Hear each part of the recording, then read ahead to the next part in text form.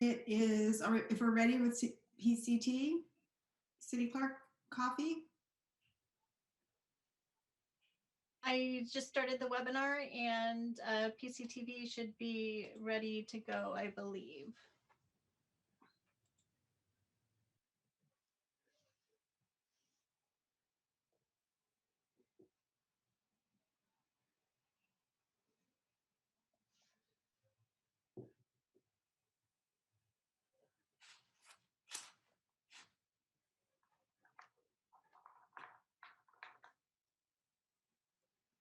PCTV is ready.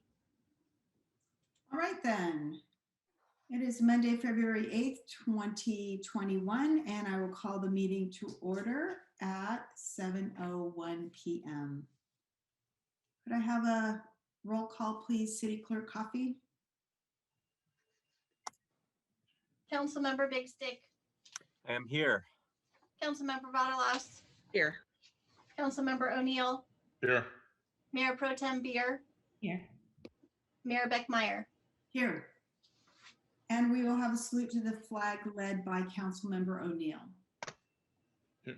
I pledge allegiance to the flag of the United States of America and to the republic for which it stands, one nation, under God, indivisible, with liberty and justice for all. Thank you. Mayor Beckmeyer, I have a few notes about the meeting format.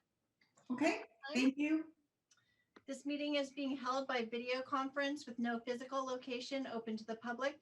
The public can observe and participate in the meeting via the Zoom link provided in the agenda or by phone to the dial-in number and webinar ID provided in the agenda.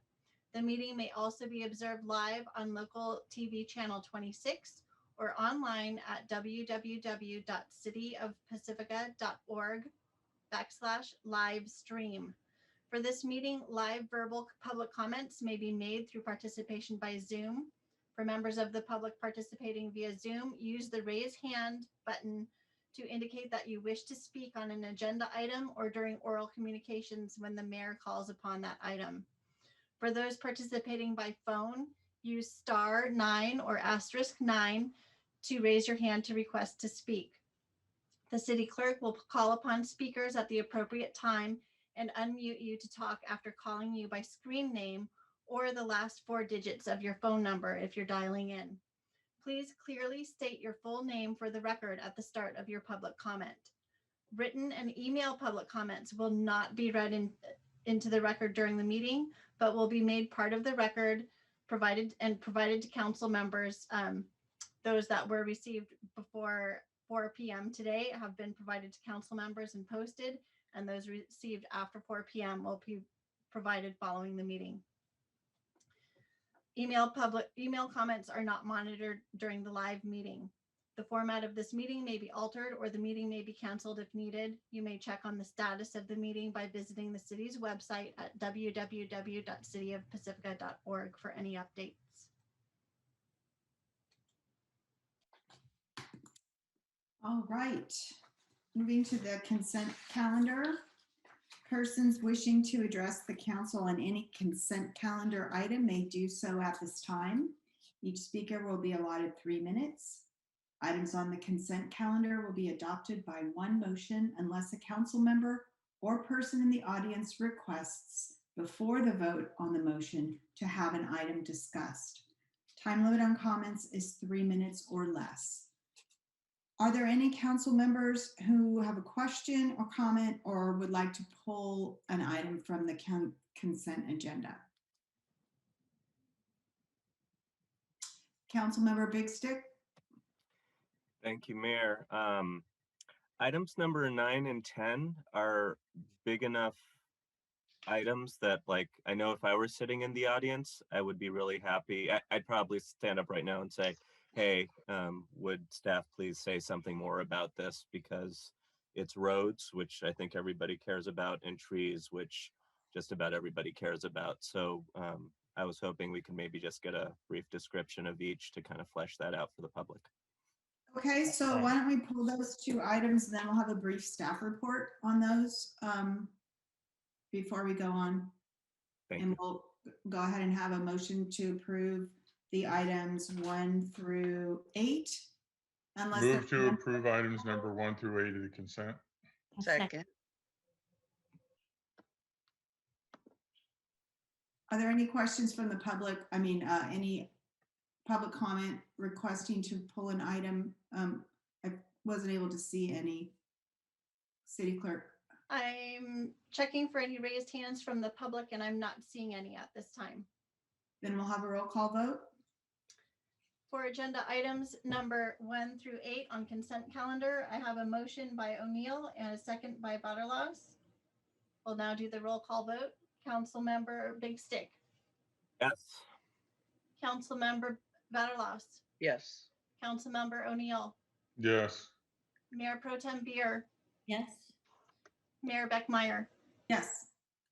And items number 1 through 8 on consent passed with a vote of 5-0. Thank Now you. move on to item number 9. Item 9 is plans and specifications and bidding for the fiscal year 2020, 2021 and fiscal 2021-22 paving resurfacing project. Could we have a brief staff report from the Director of Public Works? Yes, good evening, everybody. Lisa Peterson, Director of Public Works. I'll just give a quick staff report on this. As council recalls, this was before council in October of 2020, where staff came and provided to the council a 5-year street maintenance plan. Part of that street maintenance plan did propose a number of streets to be seal coated for both 2021 and year 2022. We're planning on doing both of those projects in following July 1st of this year. So what the council report is requesting is for the council to approve the plans and specifications for this project. It's also authorizing the city manager to award and execute a construction agreement in an amount up to $2,016,000, and that does include $16,000. That does include contingencies and change orders, and to authorize the staff to execute future change orders in an amount not to exceed 10%. The staff report does also provide a link that provides a link to the plans and specifications that are online. Also a link to the city's 5-year plan that does outline the number of different streets that are in the program for this street maintenance program that will be happening after July 1st. The plans, the 5-year plan that was provided to council back in October has not changed. So it is still those same streets that we will be addressing.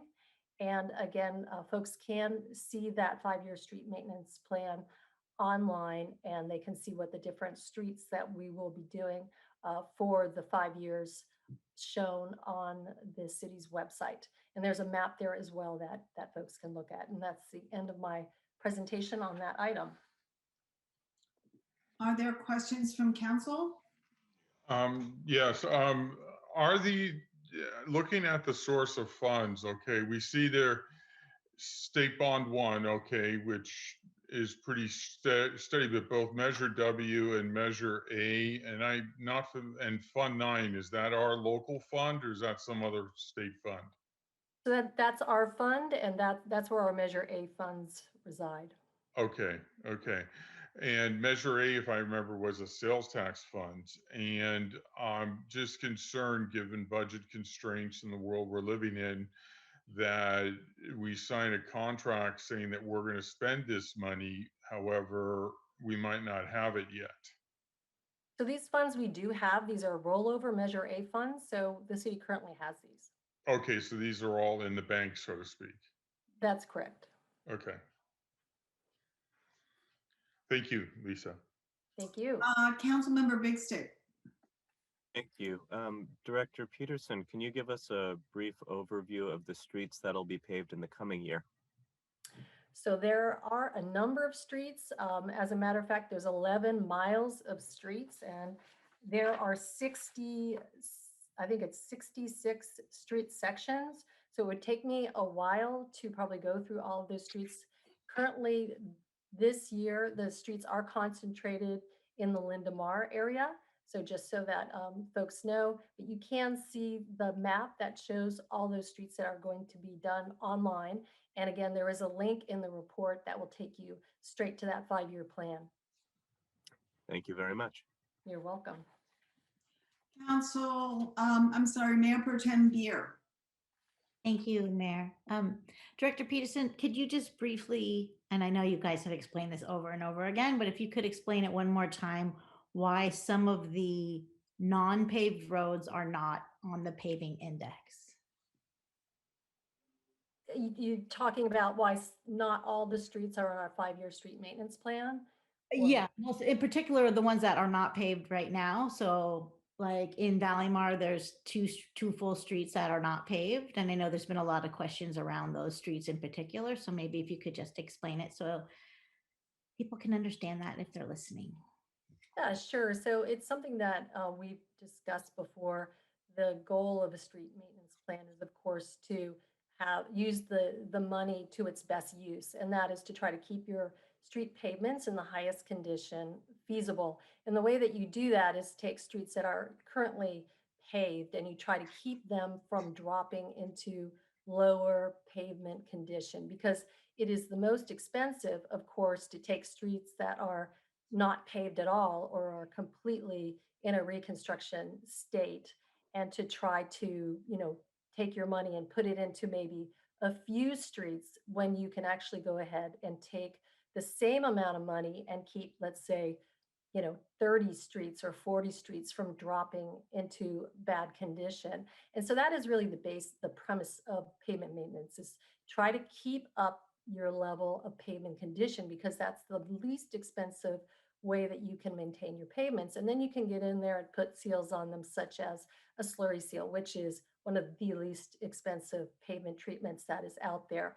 When you start getting into something like a reconstruction, you're talking about a difference of $2 a square yard to maybe getting into $100 square foot to more like $100. So you can see it's quite significant, the difference. And that's why you do want to get on those pavements when they're still in good condition, and why it is very expensive to get on streets that are not paved at all and go in there and basically, it's almost like a brand new street, building a new street, which is very expensive. Thank you so much. Other questions? City Clerk Coffey, do we have any hands raised on this item? Not see any hands raised at this time. Okay, then let's have a motion and second. Do we want to do both of them at the same time? Oh, can we do that? Let's do that. Since they're both in the same department anyway. Director Peterson?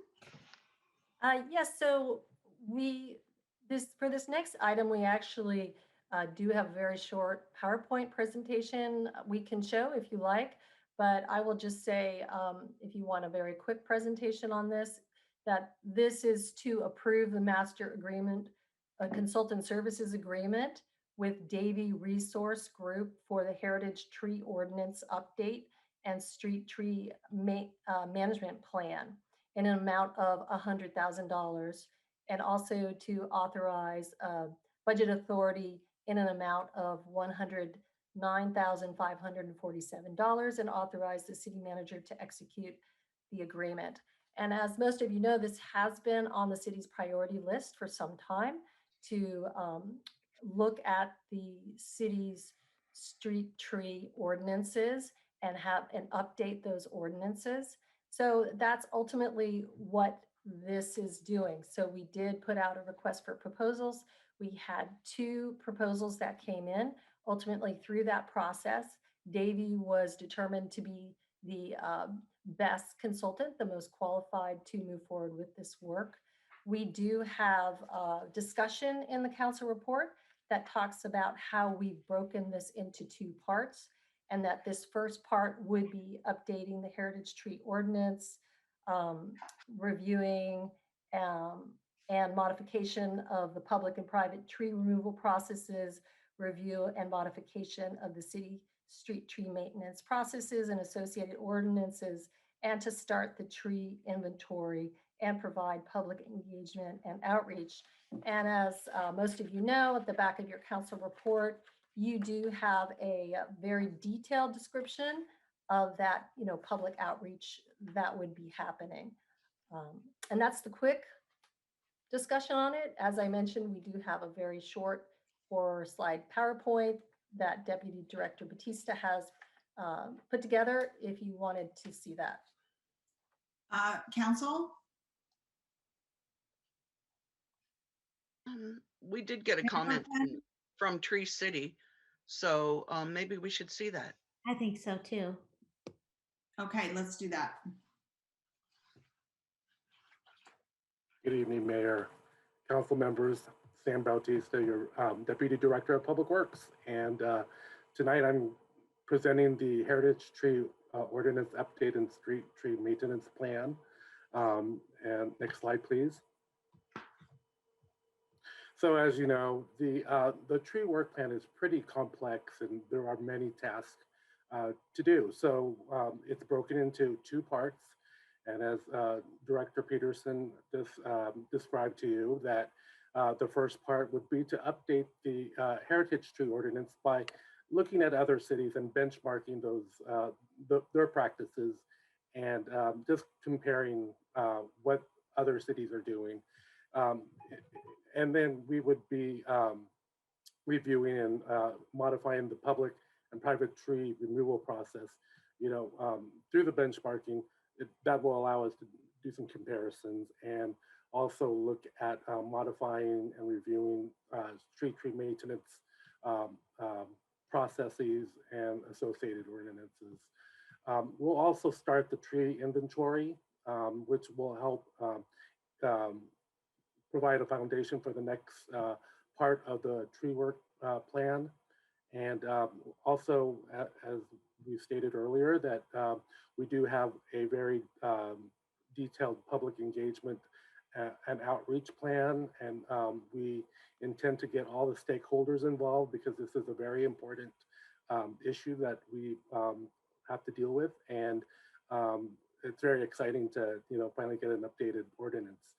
So going forward to the, to the second part, we'll continue to, gather data for the tree inventory, and then we'll be establishing the sustainable urban forest and open space management plan. That's very important. We'll also provide urban cost and benefit analysis. And hopefully we'll also start a software program to help us manage the trees. And once again, all these parts, we will be engaging the public and hopefully, just trying to educate our residents about the types of trees that are here in the city and making sure that what we try to plant here is sustainable. So next slide, please. So once again, this is our first part of the tree work plan. Four tasks. So those tasks are to update the tree ordinance and also the maintenance and preservation ordinance. The engagement, also to do a lot of community engagement, making sure everybody is involved. We're going to do pop-ups at the promenade and hopefully at the farmers market. And then we'll be drafting the updated ordinance and revising the ordinance and introducing it to council. And then also looking at the street tree management plan and preparing that and bringing it to you for review and approval. Next slide, please. So once again, public outreach is very important for this project, for its success.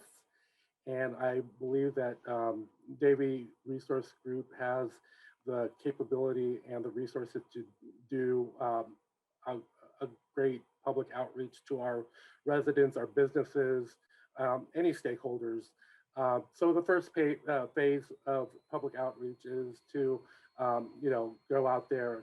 Well, phase would, or first task would be to, actually do the benchmarking of all the cities.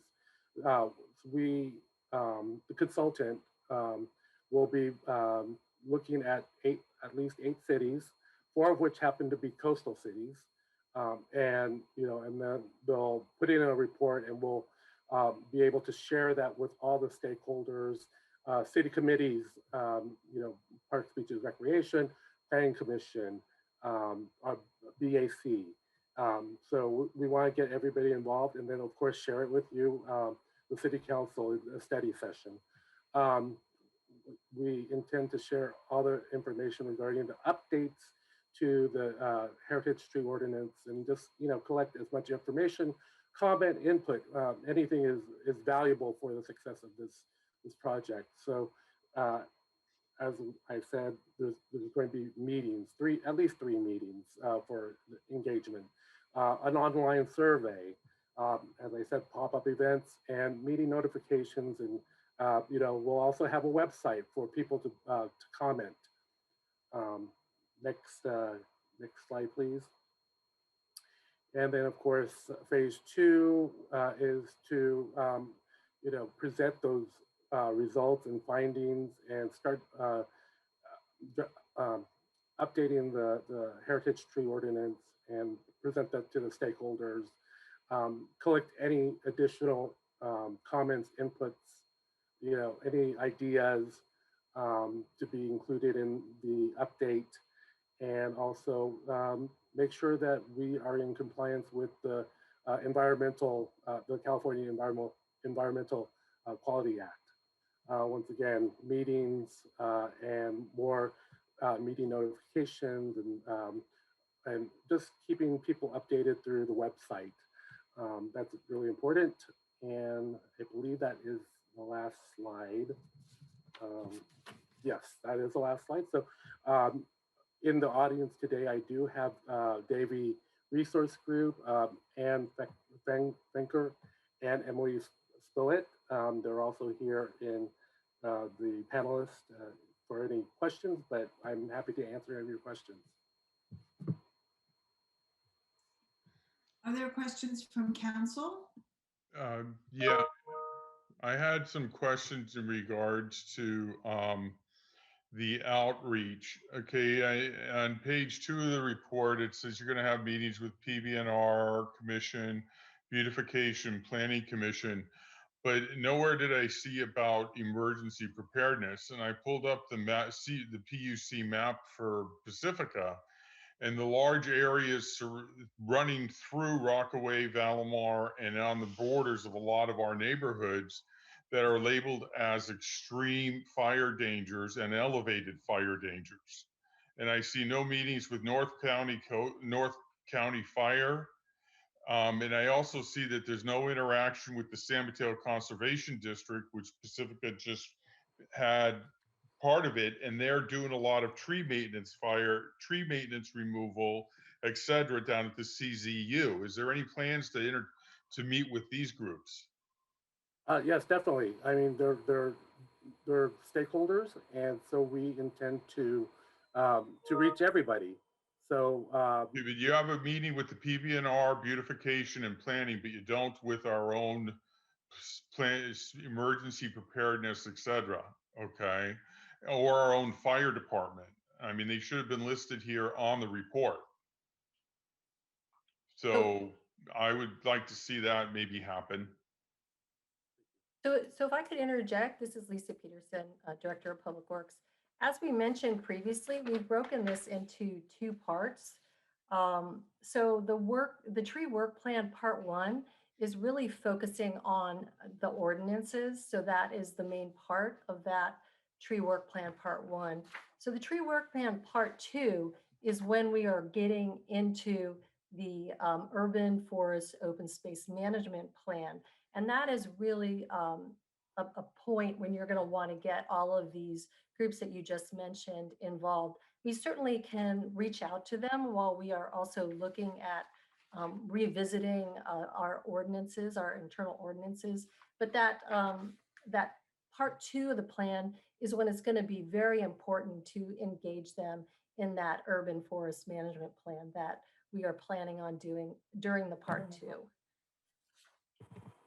Okay, well, I just want to be sure that they were part of the consideration.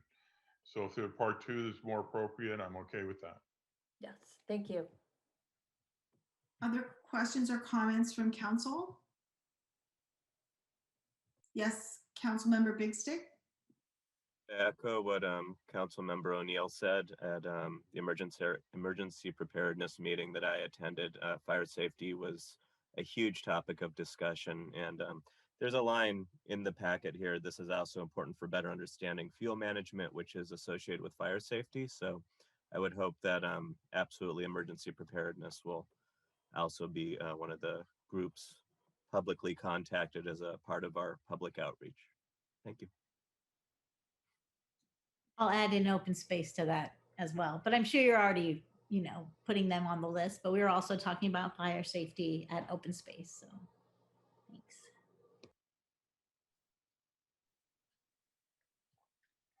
City Clerk Coffee, do we see questions from the audience on this item? I don't. I don't see any hands raised at this time. Anybody from the public wishing to speak on agenda item number 10 should raise their hand at this point. And also, if you are a phone call listener and you wish to make a comment, you need to dial *9 to raise your hand. Okay, seeing none. I move that we approve agenda items number 9 and 10. I'll second. And for agenda items number 9 and 10, motion by O'Neill, second by Big Stick. We'll now call the roll call vote. Councilmember Big Stick, Yes. Councilmember Vaterlos, Yes. Councilmember O'Neill, Yes. Mayor Pro Tem Beer, Yes. Mayor Beckmeyer, Yes. and items number 9 and 10 pass with a vote of 5-0.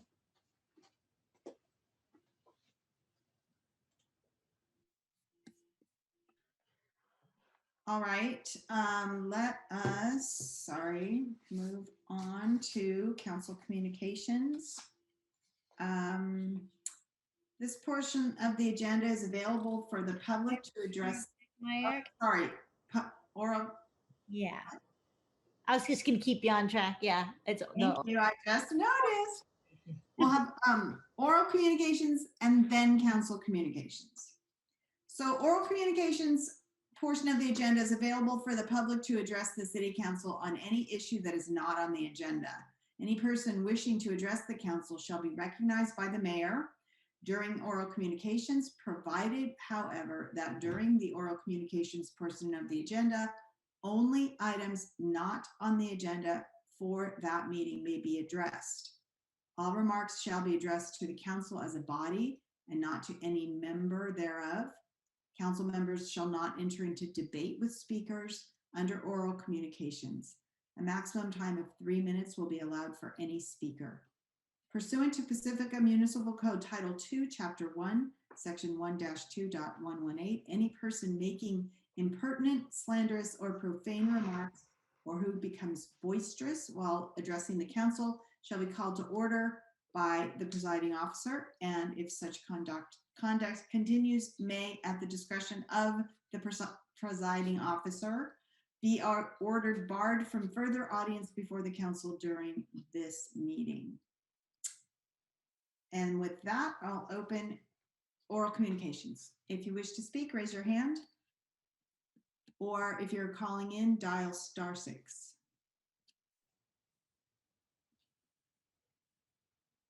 *9. *9. Sorry. Thank you, Councilmember O'Neill. *9. Good evening, council members. This is Elizabeth Brooks, your deputy city clerk. We have several hands raised. Our first public speaker will be Christine Bowles, followed by Aaron Macias. You may state your name for the record. Good evening, Madam Mayor and council members. My name is Christine Bowles. I live in the Manor District. I want to comment tonight on the city's general plan and its relationship to the seawall discussions currently taking place for Sharp Park. For the benefit of the public, I want to start by reading a section from the city website to explain what a general plan is and why it's important. The general plan, last updated in 1980, is the constitution for the city and the guiding document for development and policy making in a wide range of topics. It provides the city with a regulatory document that responds to our contemporary issues and legal context. The current general plan is over 40 years old. Threats from climate change were not even discussed in 1980, and yet now Pacifica faces threats from across the entire city and heightened risks of fire, flooding, landslides, and coastal erosion. Pacifica has changed immensely in the last 40 years too, so that the general plan document describing neighborhoods is no longer accurate. For example, the seawall in Sharp Park was not yet built. Seawalls were being built in the Manor District though, and I wanted to read a text from the 1980 general plan about those. In the future, property owners may want to construct protective structures which are more resistant to wave action. Should property owners desire a more substantive seawall, the cumulative effect on beach sand replenishment should be determined. Because beaches are extremely narrow and exist only during low tide, seawall structures should be designed to minimize beach scour in the area as much as possible. Preferred structures would be those which provide the maximum amount of effective protection with a minimum reduction in beach sand. The preferred structures to achieve this result will likely be rock riprap rather than a concrete wall. Seawall shall not extend beyond the mean high tide line. I've attended the last two seawall meetings, including the one last week. The current seawall proposals ignore the general plan as they are only really looking at concrete walls. And as far as I know, there have not been any studies done to analyze the projected additional loss of beach sand either in Sharp Park or the adjacent areas. The 2014 draft general plan says, whenever feasible, shoreline protection shall take the form of non-structural measures such as setback, redesign, relocation, or beach replenishment. Again, the ideas presented so far by the city's consultant have not shown any non-structural solutions, despite repeatedly being asked by residents at the meetings, and despite the general plan clearly saying that these are the preferred alternatives. I have two questions for the council tonight. One, shouldn't the consultants be working in concert with the general plan? If so, was the consultant briefed? Two, does the city really want public input? As an engaged citizen, it feels like you're just looking to check a box to say you gave us an opportunity to comment before making your preferred decision. We're lucky to live in such a beautiful city, and so many Pacificans like myself are ready to work with you to improve the city to ensure a sustainable future for ourselves and the next generation. I encourage you to see us as your partners. Thank you. Erin Macias, you're our next speaker. You'll be followed by Rick Neha. Just 3 minutes. I just cut off last minute. Erin, state your name for the record.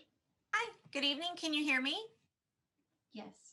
Okay, good evening, council and staff. I am Erin Macias of Lindemar, and I would like to bring awareness to council of an issue that concerns thousands of residents. The Park Pacifica Stables, often referred to as the Schneider Ranch, has been sold to a controversial church. The church is called Iglesia Ni Cristo, also referred to as INC. The equestrian center was evicted in the middle of a pandemic.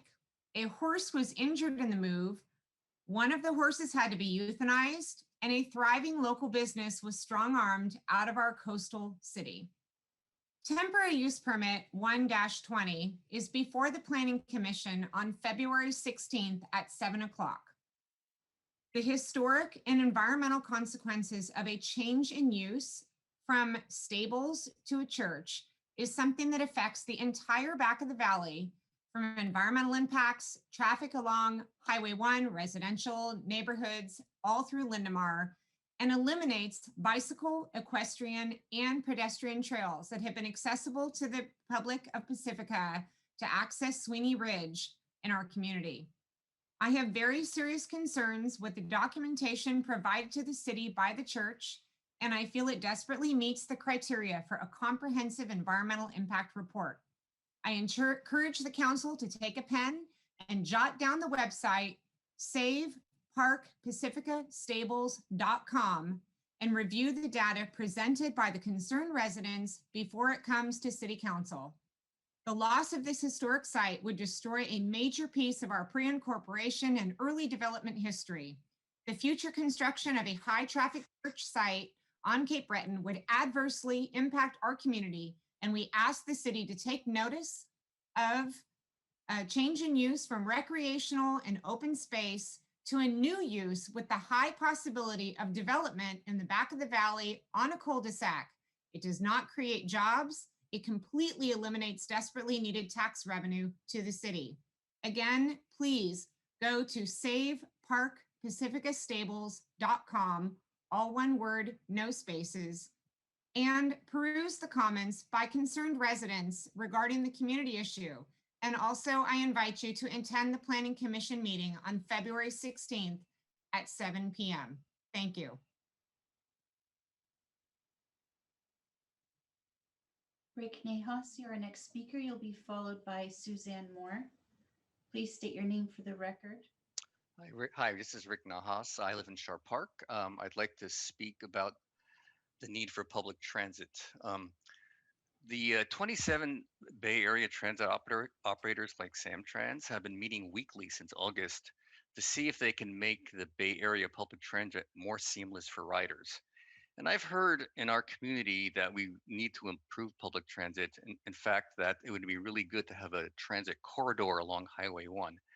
Now, what we've had pre-pandemic was a bus from Lindemar to BART for basically privileged people that work in San Francisco just in the morning and the evening. That is not a transit corridor. A transit corridor could be a bus that runs from Manor to Palmetto to Rockaway Beach to Lindemar to Montero Beach, all the way down Princeton to Half Moon Bay downtown, once every 15 minutes throughout the day and on weekends, that can serve the workers that work at our merchants, maybe the farm workers down there, tourists on the weekend, people who cannot take a car for financial or health reasons. Really, in order for Pacifica to have a say, we really need to get involved. Now, these operators now are in the process of endorsing what are called the seamless transit principles. I want to read what they are. So they're all eventually going to endorse them, the 27 of them. There are like a small handful of cities who've also actually endorsed them. And this is what they are. Run all Bay Area transit as one easy to use system. Put riders first. Make public transit equitable and accessible to all. Align transit prices to be simple, fair, and affordable.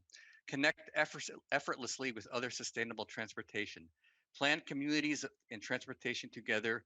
Prioritize reforms to create a seamless network. Now, there are 60,000 people within 2 miles of Highway 1 between Pacifica and Half Moon Bay. And if you extend that, there are over 200,000 people along Highway 1 from the Golden Gate Bridge to Pescadero, including 4 colleges and universities, a number of high schools and grammar schools. So if Pacifica would like to have a say, they have to show up. So I would like to encourage the Pacifica City Council to bring these transit principles before the public and actually consider endorsing them as well. You can see more of them on seamlessbayarea.org. Thank you.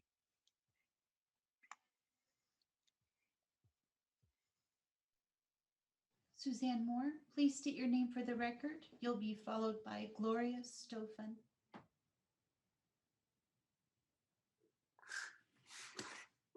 Hello, I'm Suzanne Moore.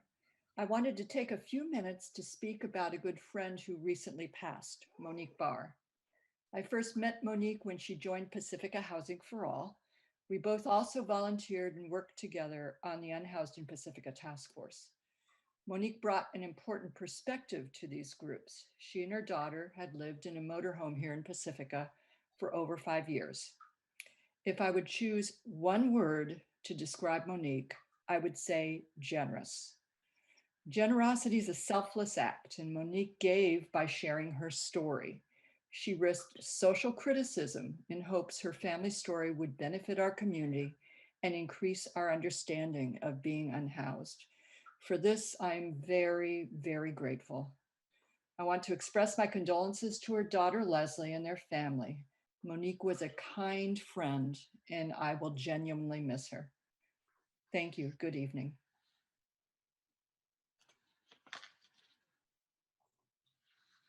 Gloria Stofan, you are our next speaker. You'll be followed by Anita Reese. Please state your name for the record. Good evening, City Council members and city staff. I too would like to speak concerning Monique Barr.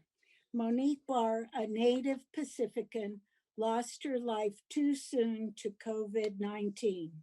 Monique was a strong fighter for those less fortunate and vulnerable, especially those considered unhoused and living in their vehicles.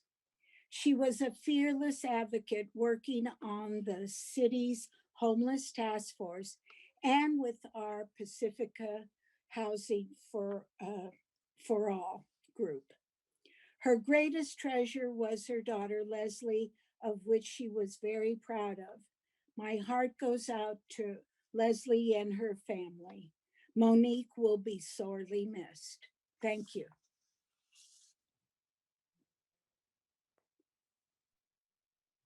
Anita Reese, please state your name for the record. You'll be followed this evening by Courtney Green.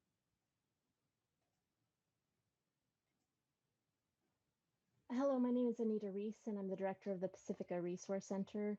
I too want to just briefly say how much we will and I will miss Monique. I think that she was, as Gloria said, fearless and very brave to share her personal story as a way to help others. I also just want to thank the city and the community, especially given that she passed due to COVID, just the kind of support that we continue to receive as we continue to respond to this ongoing pandemic. Our office has reopened to the public on Monday and Tuesday mornings, Wednesday and Thursday afternoons, and Fridays from 9 to 1. During all other times, during our regular office hours, we are available by phone. Groceries continue to be available during our drive-through on Wednesdays at the parking lot at the American Legion Hall at 555 Buell. If you need groceries, please contact PRC to sign up for an appointment time. Otherwise, please go to the drive-through after 3:30 and we will get you through the line as quickly as possible. PRC continues to help folks who are unable to pay their rent or mortgage. If a renter or homeowner needs help paying their February or any past due rent or mortgage, please have them contact PRC by phone, email, or via our website. For renters, we are focusing on maintaining eligibility for the eviction moratorium due to COVID, which requires at least 25% of their rent is paid. Once the new federal and state emergency financial assistance becomes available, we will also help folks impacted by COVID apply for those funds. At this time, we are expecting San Mateo County residents to have access to over $40 million to pay past due and future rents while they recover from the financial impact of the pandemic.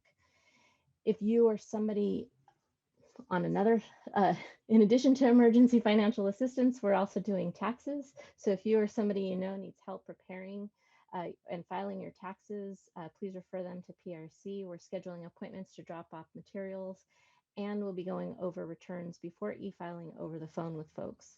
We'll also have a portal to submit materials online soon. We're still working with the IRS to work that out.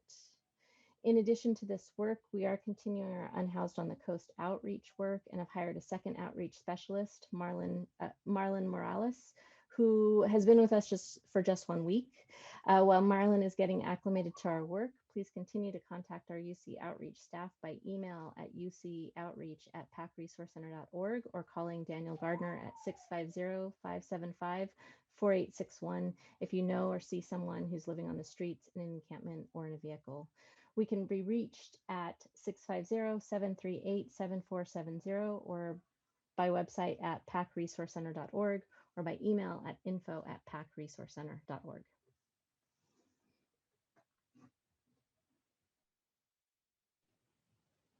Our next speaker will be Martin Anaya, followed by Courtney Green. Martin, please state your name for the record.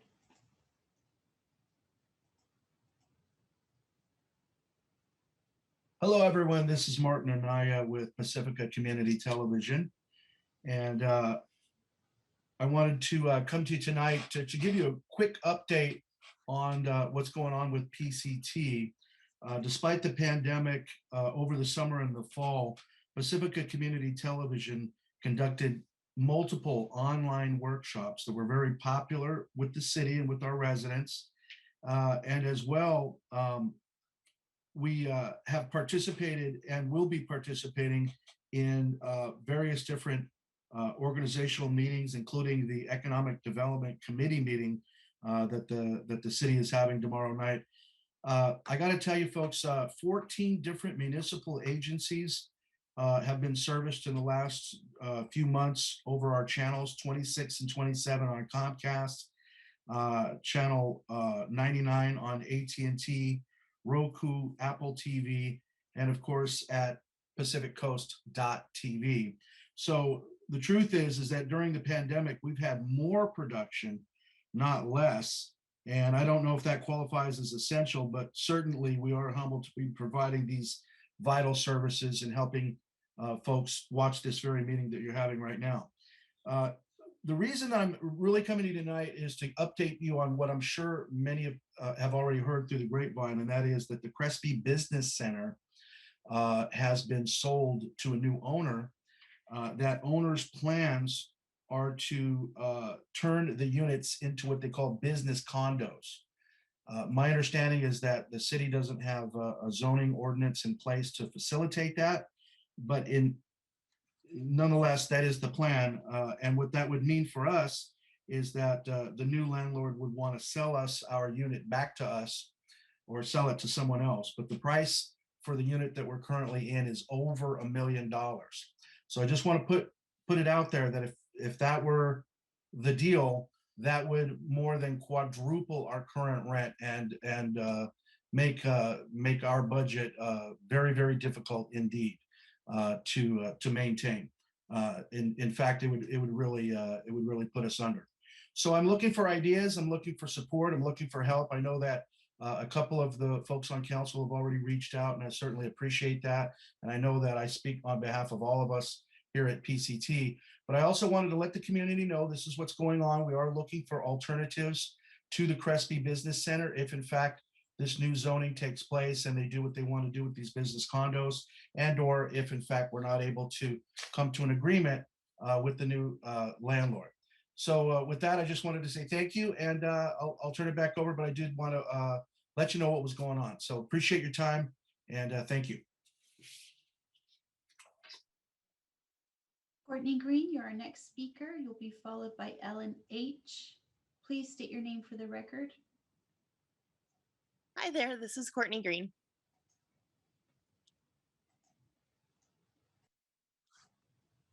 Thank you. Hi there, this is Courtney Green. Can you hear me? Yes, we can hear you. Okay. Hi, good evening, council and staff. I just wanted to add for consideration to the council and any of the public utilities works people for this meeting. I was curious if we could get in the general plan or upcoming town plans any sort of outdoor fitness station. I know we're blessed to have a lot of awesome playgrounds in the city at our parks, but nothing specifically for adults or fitness, people that want to get outside and exercise. A good example of something that I was thinking of is the Oracle headquarters outdoor fitness trail, where they just have like pull-up bars and parallel beam and a balance beam to walk on. Each station along the 2-mile trail has little pictures and graphics of things you can do on them. And I thought it would be an awesome addition to our town, anywhere where people could get outside and exercise. So thanks for considering that. Also, maybe an outdoor like dog agility place that dogs could do things like that as well. Because it's great to have playgrounds for kids, but during the pandemic I kind of noticed there's not as many places for adults to get outside. Thank you. Ellen H., please state your name for the record. You'll be followed by call-in user with the last 4 digits. My glasses. 5538. Ellen, please state your name for the record. Good evening, City Council, staff, and members of the community. I'm Ellen Haig, and I'm here this evening to remember and honor the life of Monique Barr, who we lost to COVID on January 31st of this year. Monique, a lifelong Pacifican, was a beloved member of Pacifica Housing for All. Her lived experience inspired her to speak out often and to speak truth to power for those less fortunate and in need of help and hope. Monique's big heart and compassion, her courage and wisdom brought tears to my eyes many times as we worked on a documentary last year about Pacifica's unhoused living without shelter and living in motorhomes. Monique was a strong and beautiful person, a great loss to our community. I'd like to share a poem to honor the life of Monique Frances Barr. There is a brokenness out of which comes the unbroken, a shatteredness out of which blooms the unshatterable.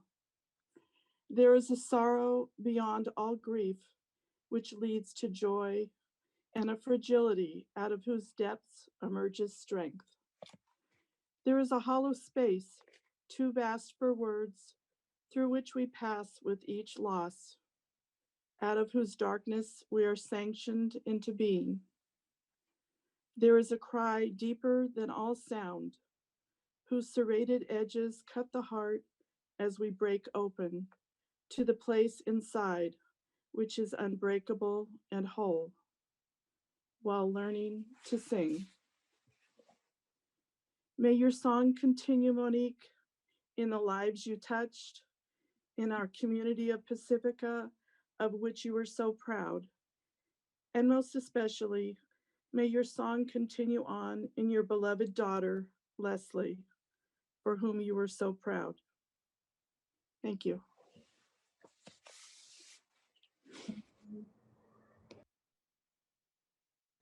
Colon user last four digits 5538. You'll be followed by Delia McGrath.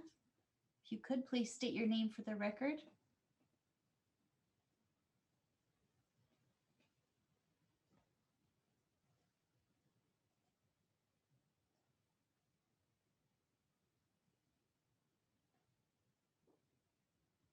Colon user last four digits 5538. You're our next speaker.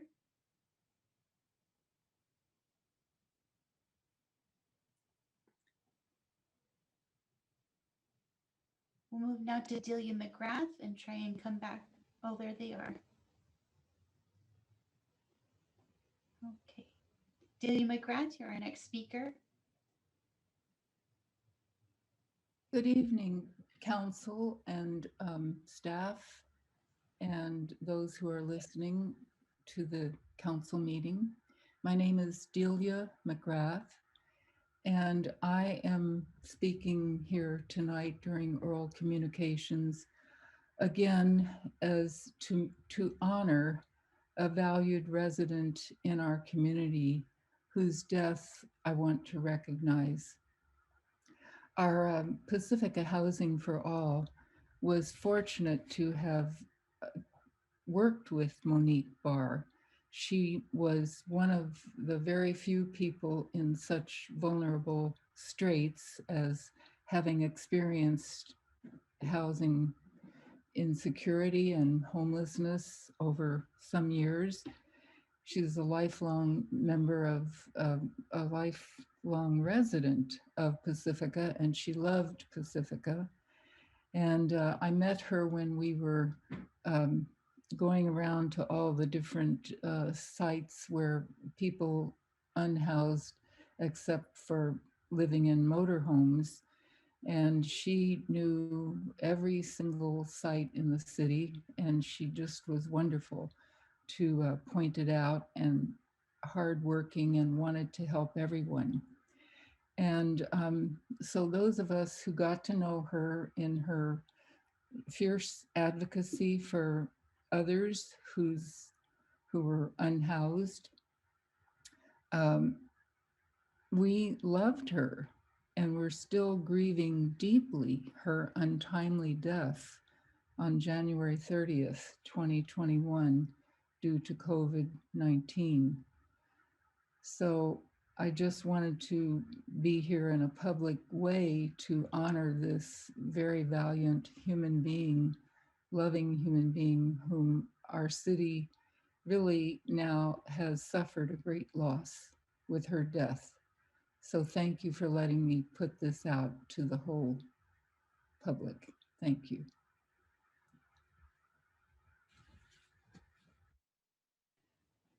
Try once more. The user with the last four digits 5538. If you're able to, please state your name for the record.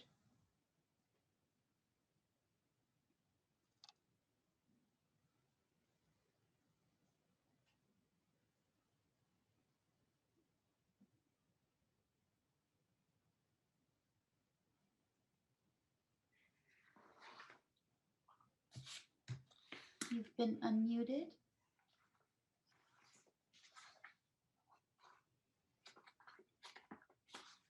Mayor Beckmeyer? Yes. Our user may be having some technical difficulties, and there are no other hands raised at this time. Okay.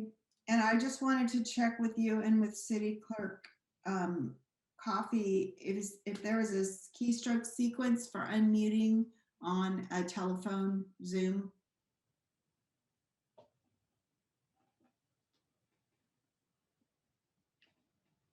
I'll have to look that up. I don't know it offhand. I think Unless City Clerk does. It might be *6. *9. *9 I thought was to raise your hand. Oh, I believe okay. it's *6. Can the caller speak now? It looks like the microphone is They're open. unmuted.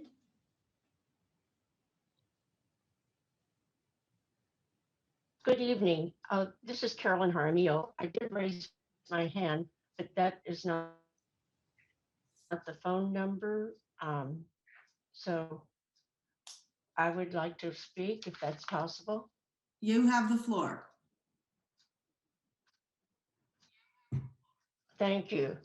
I too would like to speak in honor of Monique. And I just was so impressed, brought to mind a beautiful poem written by Maya Angelou. And the title is When Great Trees Fall. So I'll just read some of this, some portions of it. When great trees fall, rocks on distant hills shudder. Lions hunker down in tall grasses, and even elephants lumber after safety. When great trees fall in forests, small things recall into silence. Their senses eroded beyond fear. When great souls die, after a period, peace blooms slowly and always irregularly. Space is filled with a kind of soothing electric vibration. Our senses, restored, never to be the same, whisper to us, they existed. They existed. We can be and be better, for they existed. So that portion of the poem always makes me think of Monique and how her being, I hope, can make all of us be better. Thank you for listening. Thank you.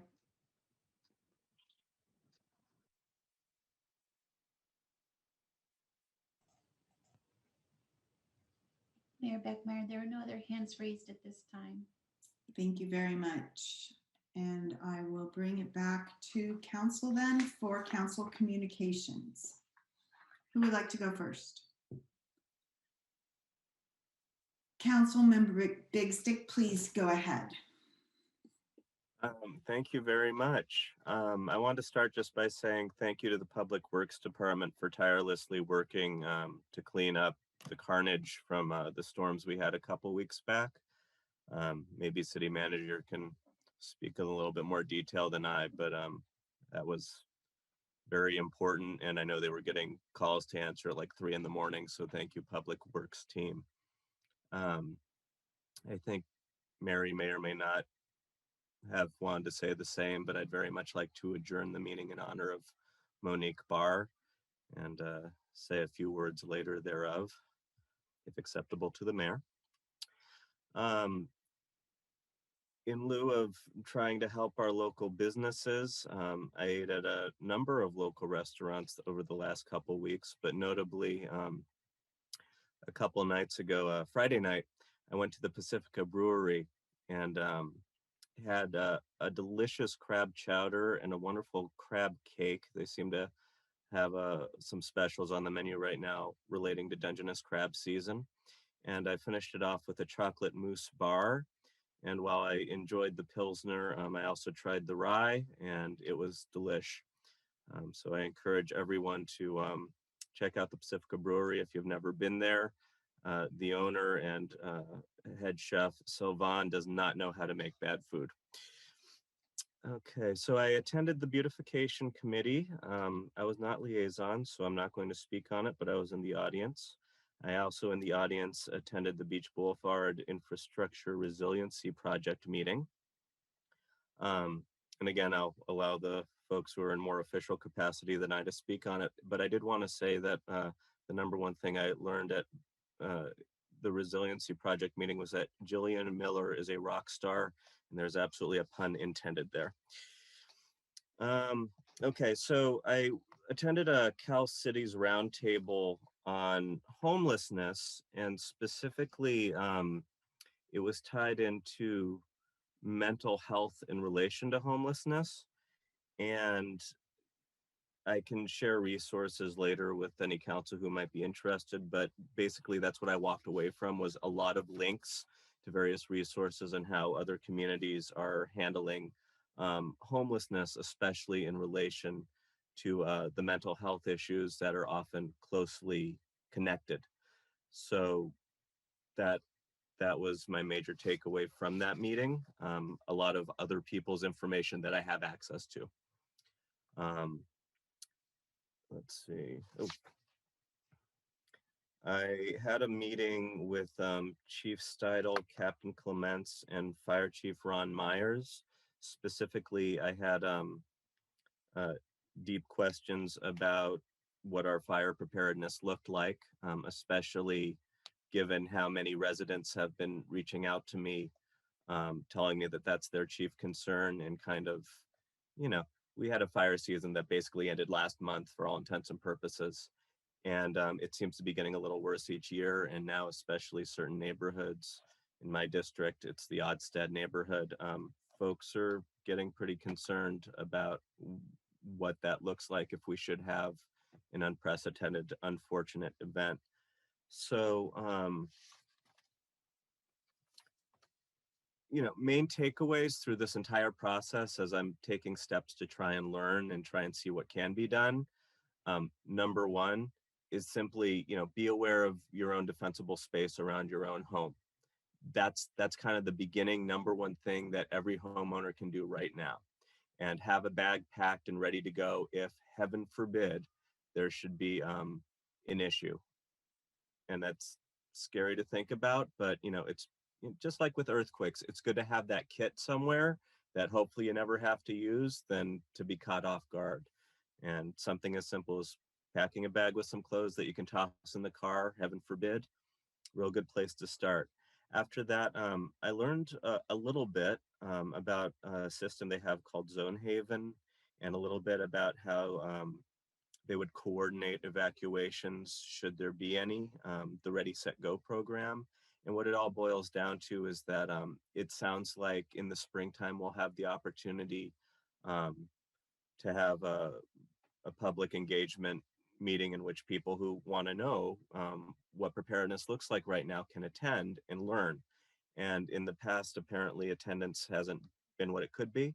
I'm rather confident, given how many people are reaching out to me these days, that when it's time that we have these meetings, hopefully there will be a lot more attendance, because it's getting to be, pardon the unintentional pun, a hot button topic that's probably coming down the pike again as we wind up going into the summertime. So springtime would be the perfect time to learn what that danger looks like and what preparedness looks like. So I'm looking forward to that as it develops. And then there was a PCE board meeting that I was in attendance of. First of all, there was an approved 5% discount rate adjustment for our current rates to keep us in line with PG&E. So we had a discussion about what that means fiscally in the long term. But for now, you should see a 5% discount rate adjustment shortly on your bills, those who are subscribing to PCE, which I think is just about everyone in town. There was again, a robust discussion about this Joint Powers Authority, California Community Power, of the 9 community choice aggregations, or CCAs, which addresses almost 3 million customers overall. It passed, and the idea here is that these 9 CCAs can come together and have the bargaining power to get better deals on big projects. A storage wall for electricity was the big one that has been discussed. The big part of the robust discussion has to do with making sure that the strongest labor consideration possible is incorporated, as well as the strongest environmental consideration possible is incorporated, because we recognize that we're kind of leading the way in terms of making sure that labor and environment are as robust as they possibly can be for our representation. But we really don't know going into a Joint Powers Authority with 8 other CCAs if they're as robust in their approach. And we wanted to make sure that we thoroughly stated how important that is to us for any projects we collaborate with others on. There was brought forward from the Citizen Advisory Committee an investigation into equity in terms of power, and the conversation there was brought to a place where the board really wanted to make that translate into a board discussion, stemmed from the community, want to bring it to the board level. And the board is going to work with the Citizens Advisory Committee to make sure there is equity and power. And so we had a conversation about what that means, that equity is has to do with it. So for example, a tax credit is something that for somebody who owns a home is a great incentive for taking advantage of one of these programs. But a tax credit may not be as appealing to somebody who does not own their house. And so figuring out ways to reach out to folks to incentivize their participation and making sure that we use power effectively and try to contribute to the climate events going on. That was the tenor of that conversation. And that brought us to a conversation about what might be a San Mateo County Climate Alliance between the Office of Sustainability, PCE, and the various cities. The idea being to phase out fossil fuels, to get electric vehicles going across the board, and again, to make sure that power is happening with equity in mind. So I got pretty excited about this because the tenor was along the lines of there's big picture projects that a city alone can't necessarily tackle, but if they're working in conjunction with the county and other cities in the mix, then these things to say phase out fossil fuels might be more in our grasp. And the 2 conditions they want to make as a part of joining this will be a climate emergency resolution such as the county has, first of all, and then second of all, to adopt 1 high impact climate measure per year in order to bring down the fossil fuel usage. And again, because the idea was we work collaboratively, and so we have a partner in it, and we're not just going it alone to make one of these big picture projects happen. I got very excited about this and brought it to city manager and just want to put it out to y'all that this is a proposal that looks like will be coming up on the horizon. And finally, the last note of PCE is that the next meeting will be on the 25th of this month at 6:30 p.m. So that's the PCE report. And that's everything exhaustively I have to report out on. I was hoping that city manager might say something briefly about SB 91 since we were discussing AB 15 at the last meeting. Again, thank you to Public Works. And if you could sing their praises a little bit more on our behalf, that would be charming. Chief Steidel became the president of a thing, and it's escaping my mind right now, but I know it's very exciting, and I'm very proud of our chief. And so congratulations, Chief Steidel. City manager, again, if you'd be so kind. And Courtney Green brought up outdoor fitness, and what just popped into my mind was that little fitness thing that's at Frontierland Park. I don't know if it's open during the pandemic or not, but it might be a good opportunity to for perhaps Director Perez to speak on that for a moment. Thank you. Thank you. Who's next?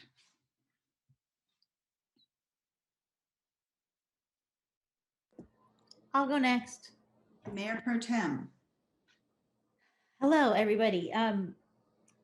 Thank you, Councilmember Big Stick, for bringing up so many things that I've also had on my notes to bring up. So it's nice to know that we're working on similar projects in different ways, right? In different avenues. So I appreciate that. So I was recently appointed to the CCAG, which is City County Association of Governments Bicycle and Pedestrian Advisory Committee. And the Bicycle and Pedestrian Advisory Committee provides advice and recommendations to the CCAG Board of Directors on matters relating to bicycle and pedestrian improvement projects. And so I want to thank Rick Nahas for bringing up the transportation topic, and specifically speaking about seamless mobility and seamless transportation plans, because at this meeting we talked about the plans for adoption. The county's adopting a plan, and it's going to be going up in front of the county Board of Supervisors tomorrow, February 9th at 9 o'clock. So if you're interested in looking at what that plan looks like, it's for the, it's for the, what is it called? Not our cities, but it's the unincorporated, sorry, lost a word there, unincorporated areas of San Mateo County. So it'll be interesting to see what that actually looks like. They're looking at a bike project list, high quality, low stress networks across the county, and there's going to be some web maps available for that. And they're also looking at different priority development areas. And so when Mr. Nahas brought that up, there aren't any projects happening in Pacifica as far as these safe and seamless mobility projects go. And so it's a good time for us to start thinking about what those could look like.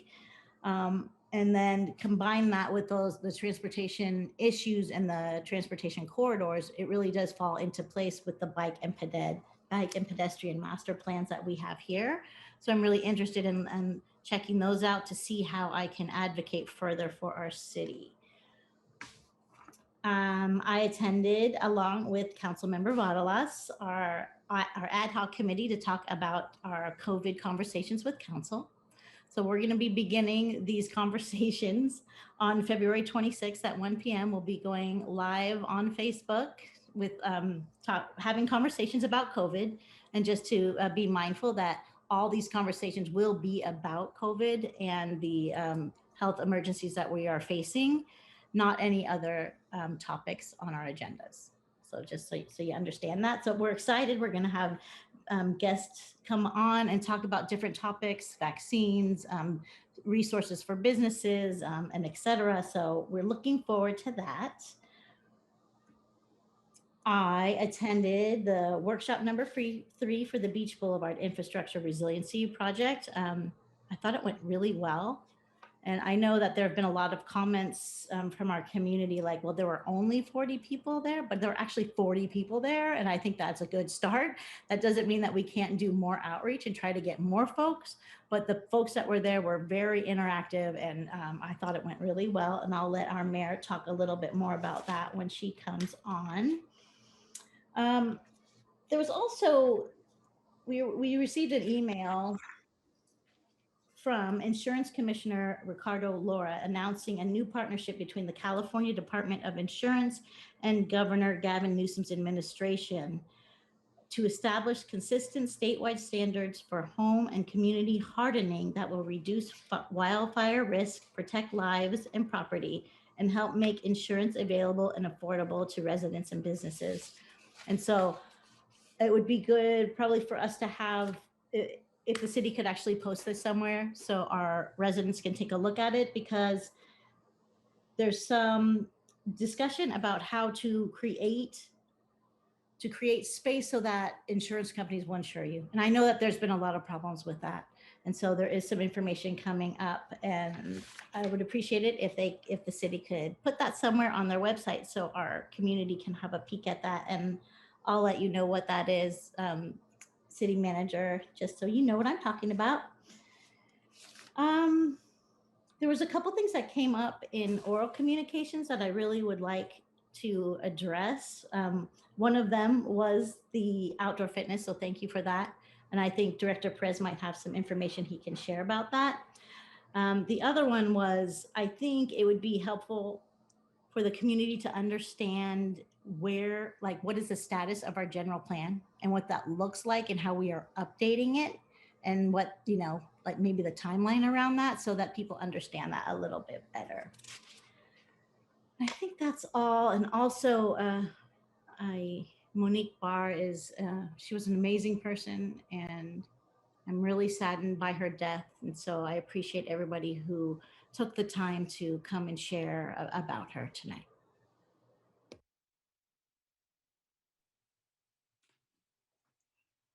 Councilmember Vaterlos.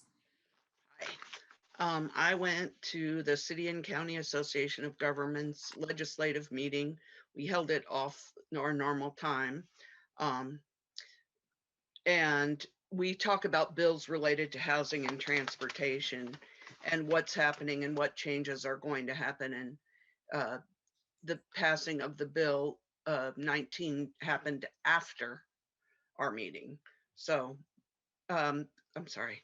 I also went to a Home for All meeting, which was about the changing climate of housing and a new narrative, because housing is changing and the jobs to housing ratio has shrunk tremendously, which is really a surprise.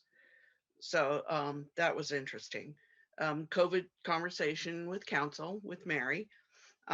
Attended a Council of Cities, which is normally an information gathering meeting.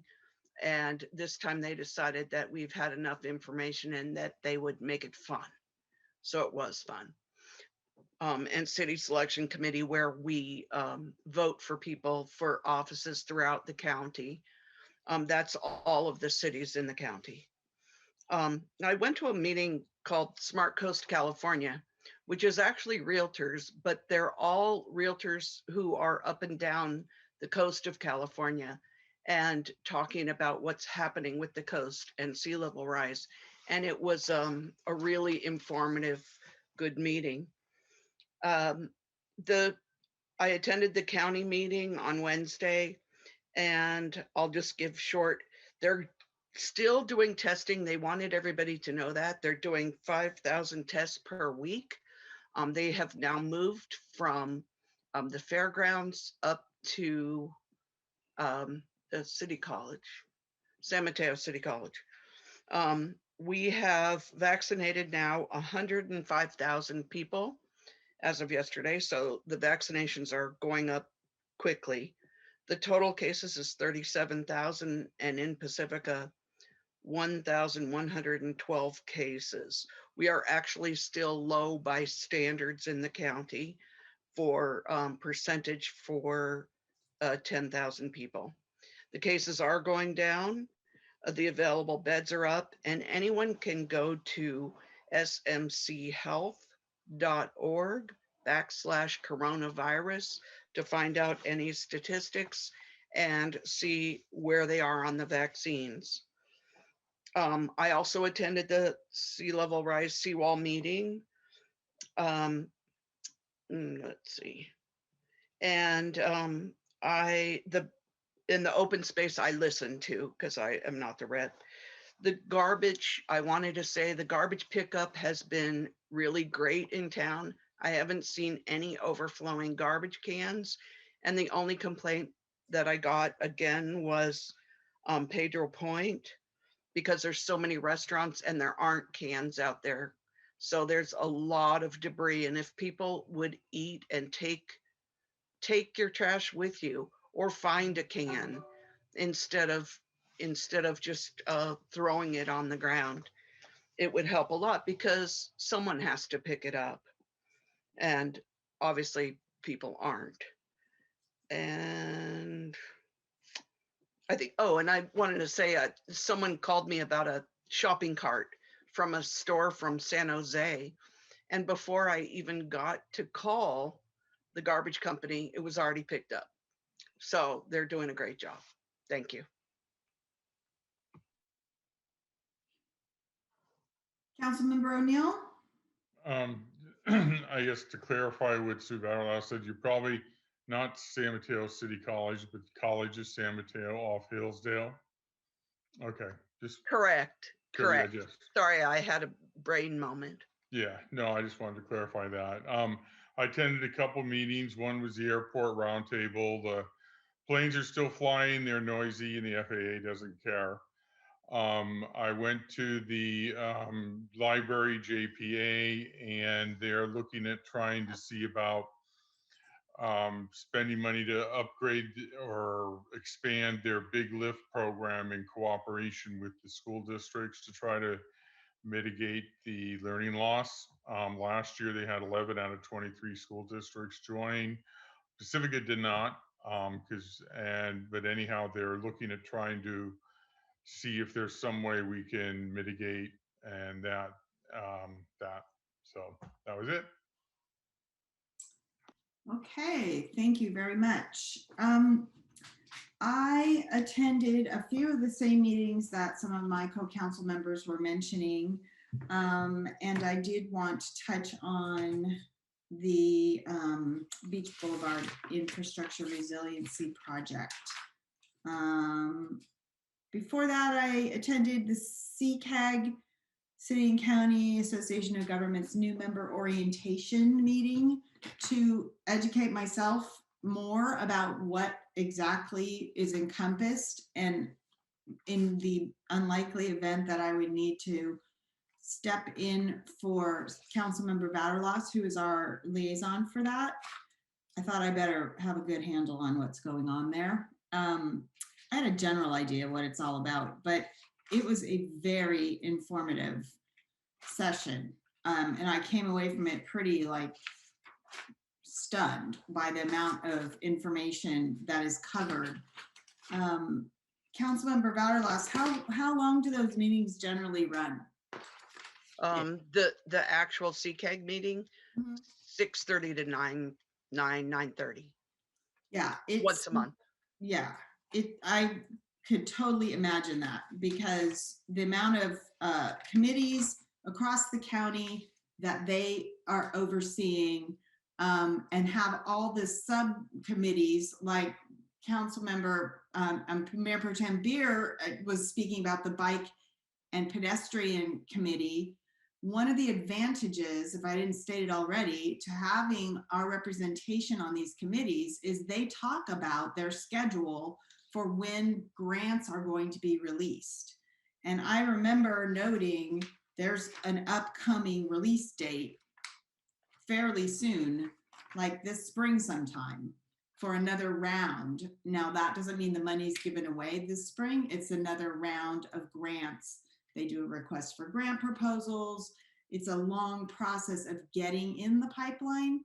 So as Mayor Pro Tem mentioned, we don't have anything right now. However, I believe it was this, maybe I'm wrong, city manager will correct me, I'm sure, but I believe it was through this that we were able to get the funds to do our own bike and ped plan in Pacifica.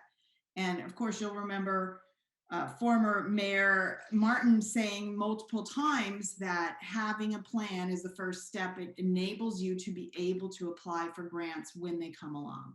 So having the plan and having the representation is what we need, I think. And then the viewpoint to make the linkage between what we're doing and what the need is, and go for it and bring it to staff's attention, bring it back to staff, forward the information so that, we're in the pipeline. Because one thing I've become pretty clear on is it's not just, you know, Pacifica, it's the coast in general is not as top of mind. Let me say it that way, in terms of many funding streams and different programs and projects that go on in the county. The ones that are attached to transportation, Mr. Nahas's comments are, you know, right on, and he's made comments. He and I've spoken many times about this over time. It's a super challenge to get us in the front of the line on those programs because we don't have a major transportation hub. We lead to a major transportation hub. And so trying to find a creative way for us to get into that funding stream, I think, is the challenge. And I think the most, you know, what we can do always is continue to bring it up. I've been at many meetings when Councilmember Vavalos brings it up. By the same token, and leading into the Beach Boulevard Resiliency Project, I've been in a few meetings. Councilmember Vavalos has been at many meetings where the issue of sea level rise is discussed, and it sort of gets stuck at the impact on the bay side of sea level rise, the impact on the cities on the bay side, the impact on the airport, the impact on Foster City. And it's understandable. The bay's semi-contained except for the part under the Golden Gate Bridge, right? So, you know, it's encircled by land, and when the seas rise, the impact is felt maybe perhaps more strongly. However, it's also felt on the coast, as we know. And this is why we're doing the Beach Boulevard Infrastructure Resiliency Project. We refer to it as the seawall meeting.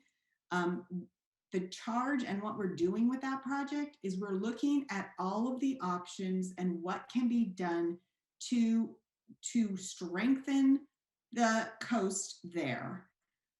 We have a seawall that isn't an actually engineered for a seawall purpose seawall. It was built in two parts over time. Everyone who's been at these meetings before knows that.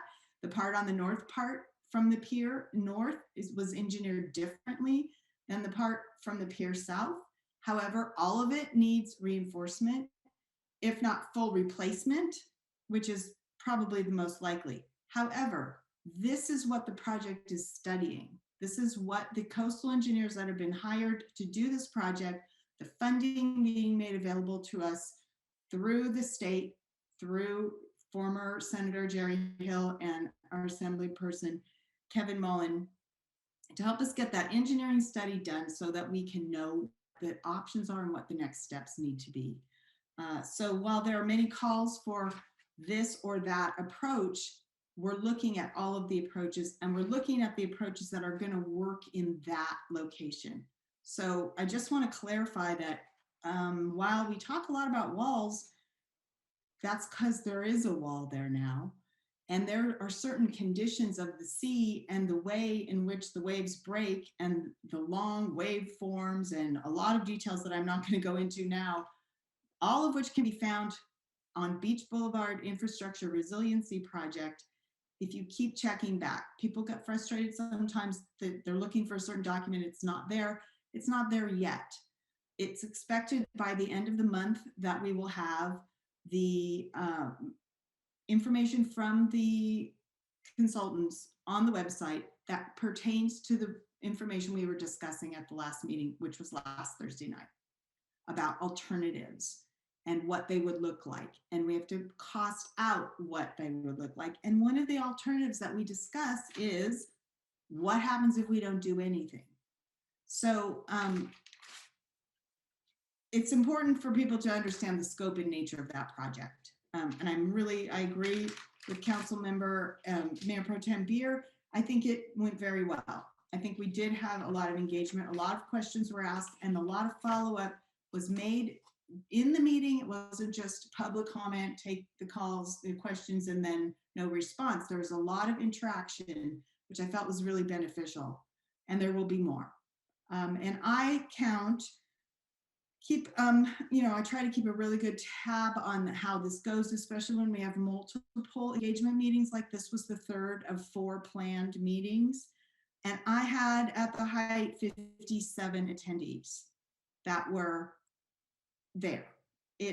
And most stayed for most of the time. It did taper off towards the end at about 40, but it was a good meeting.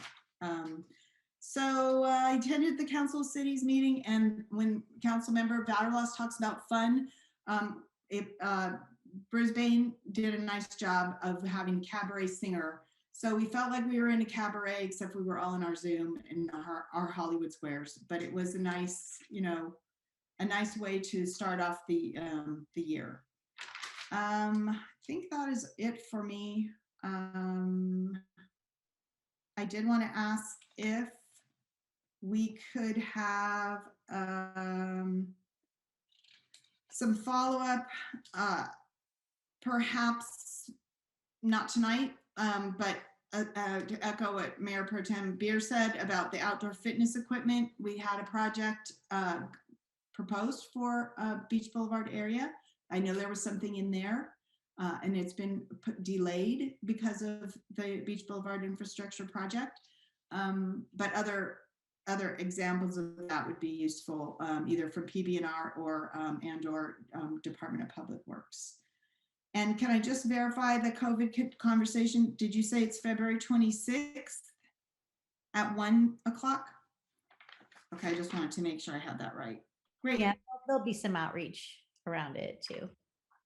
Thank you very much. And for Councilmember Big Stick, could you say again what the California Community Power thing was? It was 9 CCAs. Is Pacifica part of that by virtue of being part of Peninsula Clean Energy?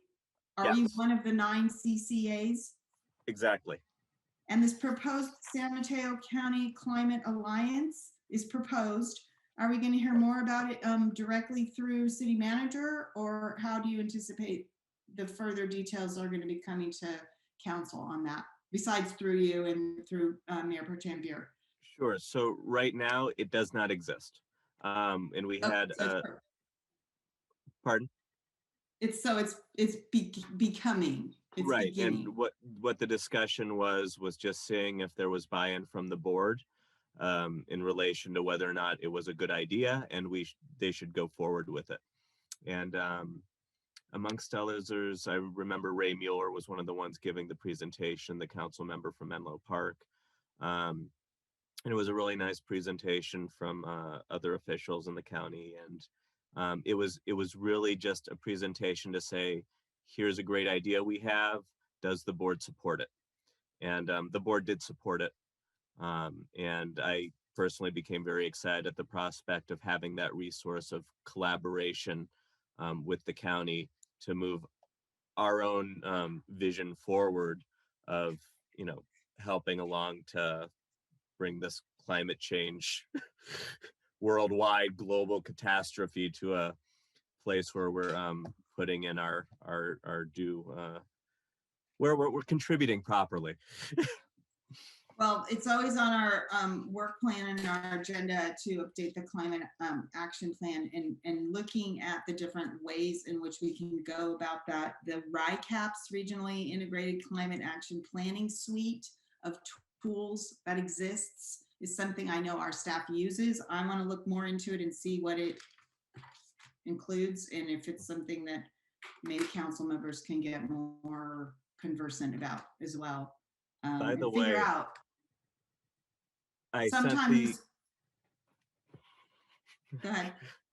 I was just saying, I sent the slides to city manager, and I'd be happy to send the slides to you also if you want to look at the very little bit of data that they did present to us. That would be helpful, because I think there's things we are doing as a city that maybe aren't being captured in the exact way in which PC is expecting to see them or thinking about them. So it may be a matter of helping to inventory what we're doing already and where we're headed. Not that we're not going to move forward, but we are doing things already. The last thing I want to say, and perhaps city manager can go into it a little bit more, there is another grant resource coming up for businesses in regard to COVID, the impact of COVID. It was largely funded by the Chan Zuckerberg initiative, but matched by county funding. I think I spoke of it a bit at the last meeting. I attended the weekly call with the county. No, I attended a Zoom meeting that specifically went on in detail about how this is going to work. It is for restaurants and pubs and wineries. So non-manufacturing bars are not included in that. But the intent of it is to follow an application process that's very much like the San Mateo County Strong process went, where there's initial amount of information you put in, but you don't have to have all your taxes and all your filing before you apply. It sounded like the earliest date people will be able to apply is February 22nd, and they're looking for grants of $10,000 each.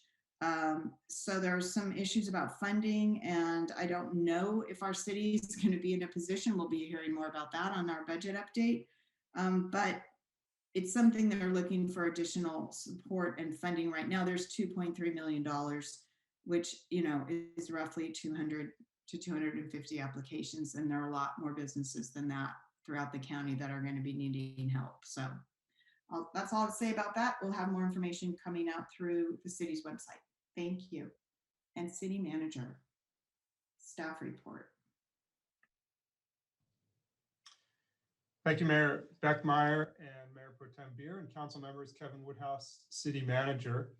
I have a couple updates, and I think the council mentioned numerous items they wanted to hear updates more about. So I'll try to touch on many of those as efficiently as I can. First, it was mentioned regarding adult exercise court equipment. This last year, with grant funding, the city did build, and it is open for public use, a fantastic exercise court at Frontierland Park. It's currently open, so I suggest the resident that had commented about that, go check that out. As well, the concept for the Beach Boulevard Park and Plaza, which when that is built in the future, and that's integrated with the Beach Boulevard Infrastructure Resiliency Project, but that concept design does include some exercise features as well. And then, of course, not to mention the 6 miles of coastal trail and all of the county parks that have steep hills that people can run hill repeats on, or and locations where dogs can be taken as well, including the city's dog park. So lots of outdoor exercise opportunity, I think, for folks. SB 91 was passed and signed by the governor last week. The week prior, the council had been discussing AB 15 related to tenant assistance.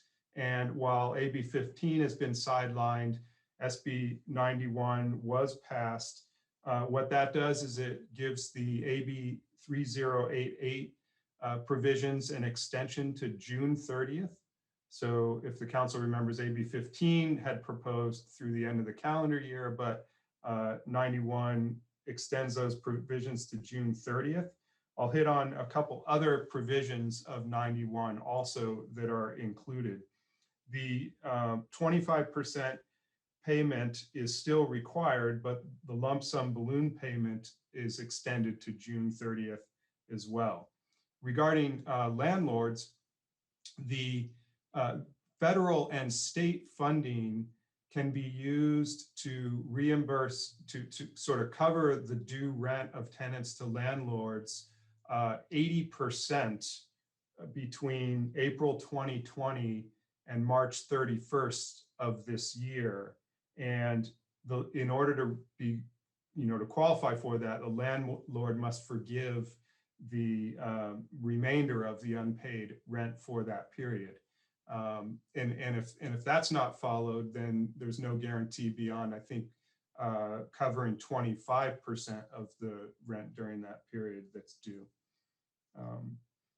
Regarding tenant protections, because this bill 91 has both landlord protections and tenant protections. So again, the part of the flip side of what I just said also helps tenants as well, having state and federal money cover their past rent that was due. They still owe the 25% that they need to pay, But also there's the provision that I mentioned 2 weeks ago that relates to credit reports of COVID rental debt may not be used as a basis to deny tenants future housing by landlords or screening services. So that's another provision in 91. There's lots of provisions in there. So I encourage folks, both tenants and landlords, to look all of that information up, and we'll undoubtedly also have links to that information on our city coronavirus webpage. I did also want to mention that at the last council meeting 2 weeks ago, there was a resident who was asking about the condition of some trees on Grand Avenue in Pedro Point, and Public Works staff followed up with that resident to let them know that those trees were recently assessed by the city's consulting arborist, and the overall assessment was the trees are low danger. They could use some pruning, so those will be added to our tree pruning schedule. So low risk tree, particularly the one at the address that was mentioned, no indication of rot in that tree or termites. So I just wanted to let everyone know that Public Works did follow up timely on that item. And that's on top of 2 weeks ago when the big storms hit. Councilmember Big Stick wanted me to toot Public Works horn again, and I'm happy to do that anytime. We did have some lot of staffing overnight. While there were no major incidents in those big windstorms and rainstorms, in summary, there were a number of large private trees that came down into public right of way that crews had to take care of, tree branches, signs, and lights that fell during the storm. And we had over 25 calls, with the majority of them coming in between 1 and 3 a.m. during the heat of that storm. We had anticipated that, and Public Works had 2 crews with 8 employees each that worked a shift, 4 p.m. to 11 p.m. and 10:30 p.m. to 6 a.m. to cover storm damage. And of course, I should mention, alongside Public Works, is we always have police and North County Fire Authority personnel that respond rapidly to any incidents that occur. So I think that was one of the items. It was mentioned that Chief Steidel is this year's president of the Countywide Chiefs and Sheriffs Association. So that's a great honor for Chief Steidel to be filling that role and really working collaboratively countywide on the many issues. And right now, one of the issues is the police chiefs, police personnel have not received vaccinations yet. Yet they are some of the first responders, and in many incidents. So the Chiefs Association countywide is communicating with county health about their concerns related to that. And I believe that covers most of what I was intending to cover. Thank you. All right, then, launching forward. Can I just ask one thing? Yes.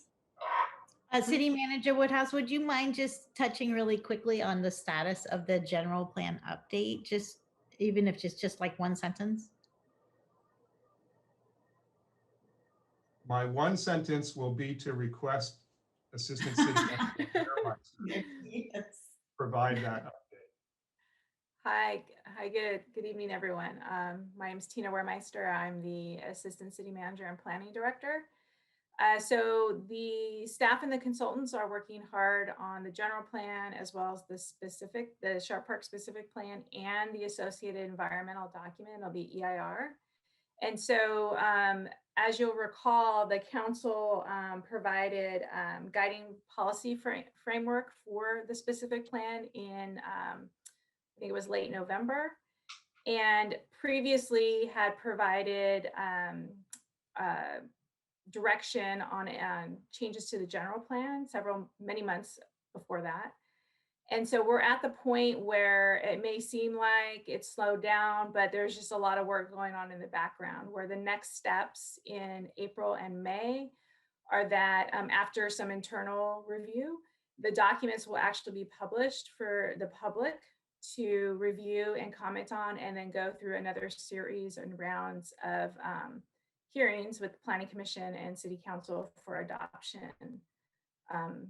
So that's where we are. And if anybody would like to make sure they get on a mailing list, we have a website, planpacifica.org, and they can get on there and get more information and see some of the, the previous documents that are associated with this project. Thank you so much. Great, thank you very much. All right, we are moving on to our consideration items. Item 11 on our agenda tonight, Safe and Sane Fireworks Program. Proposed action is accept the report and provide staff further direction regarding the Safe and Sane Fireworks Program. And we will start out with a staff report. I believe Chief Steidel is going to give us a report. Yes, Chief Steidel will be on here momentarily, I believe, and he will be providing you a detailed presentation tonight. I wanted to take the opportunity for some introductory comments to put this in context. The staff report that was provided to you in the public is very detailed about the history to this topic, its long history, and in recent years, the various updates that staff has brought forward to the council. And most recently, in the winter time of last year, just pre-COVID, at which time we had reported back from council direction to gather more information that one of the tools the city had been exploring at that time for surveying the public was this flash vote tool. And the recommendation that we utilize that tool to gather statistically representative data about safe and sane fireworks to bring back to the council. So you'll hear the results of the flash vote survey regarding that. And then in addition, to report back the data that we learned from the nonprofit organizations that participate in the program and make money from the program. And we had put together a detailed questionnaire to solicit information from them and be able to report that information back. So tonight's discussion and the report has a lot of information in it. It doesn't have, oftentimes I like to bring forward a clear recommendation on how to proceed. This item doesn't have a clear recommendation. It really is about the data that we've gathered, bringing that back for council discussion to receive direction from the council about next steps regarding this topic, if there are next steps regarding this topic. So with that, I don't see Chief Steidel up here yet. Perhaps he was waiting. There we go. Perfect timing. So without further ado, Chief Steidel can jump into the presentation. All right. Thank you, City Manager Woodhouse. Give me a second here to get the screen ready.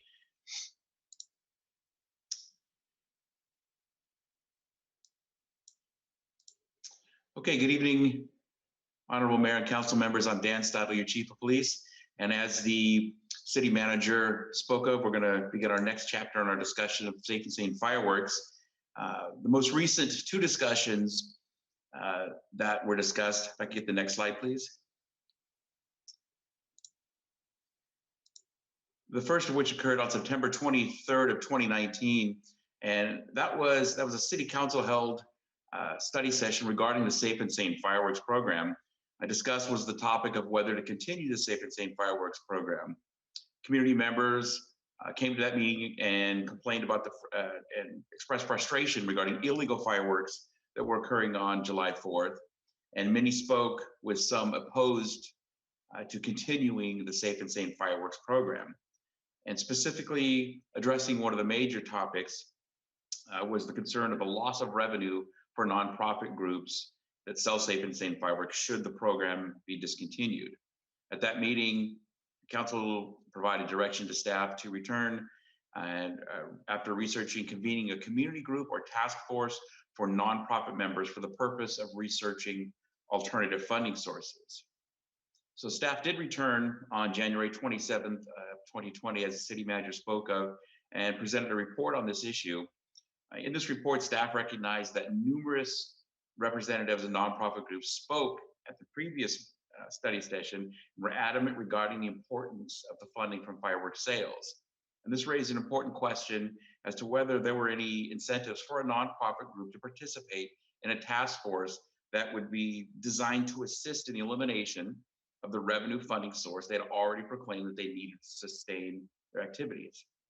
A point was presented by staff to the completion regarding the competition for funding sources that these nonprofit groups, if convened into a task force, would be facing should the Safe and Sane Fireworks program no longer exist. An alternative approach that was directed by the City Council and recommended by the City Manager was to utilize the flash vote tool, which I'll explain a little bit about momentarily, to gauge the opinion of the community regarding the continued Safe and Sane Fireworks program. Also, communication from staff to nonprofit groups in the form of a questionnaire to better understand the governing structure of the groups and their revenue situation related to fireworks. And finally, to report back to council regarding results of the flash survey and nonprofit questionnaires, which I will be doing later on in this report. Next slide, please.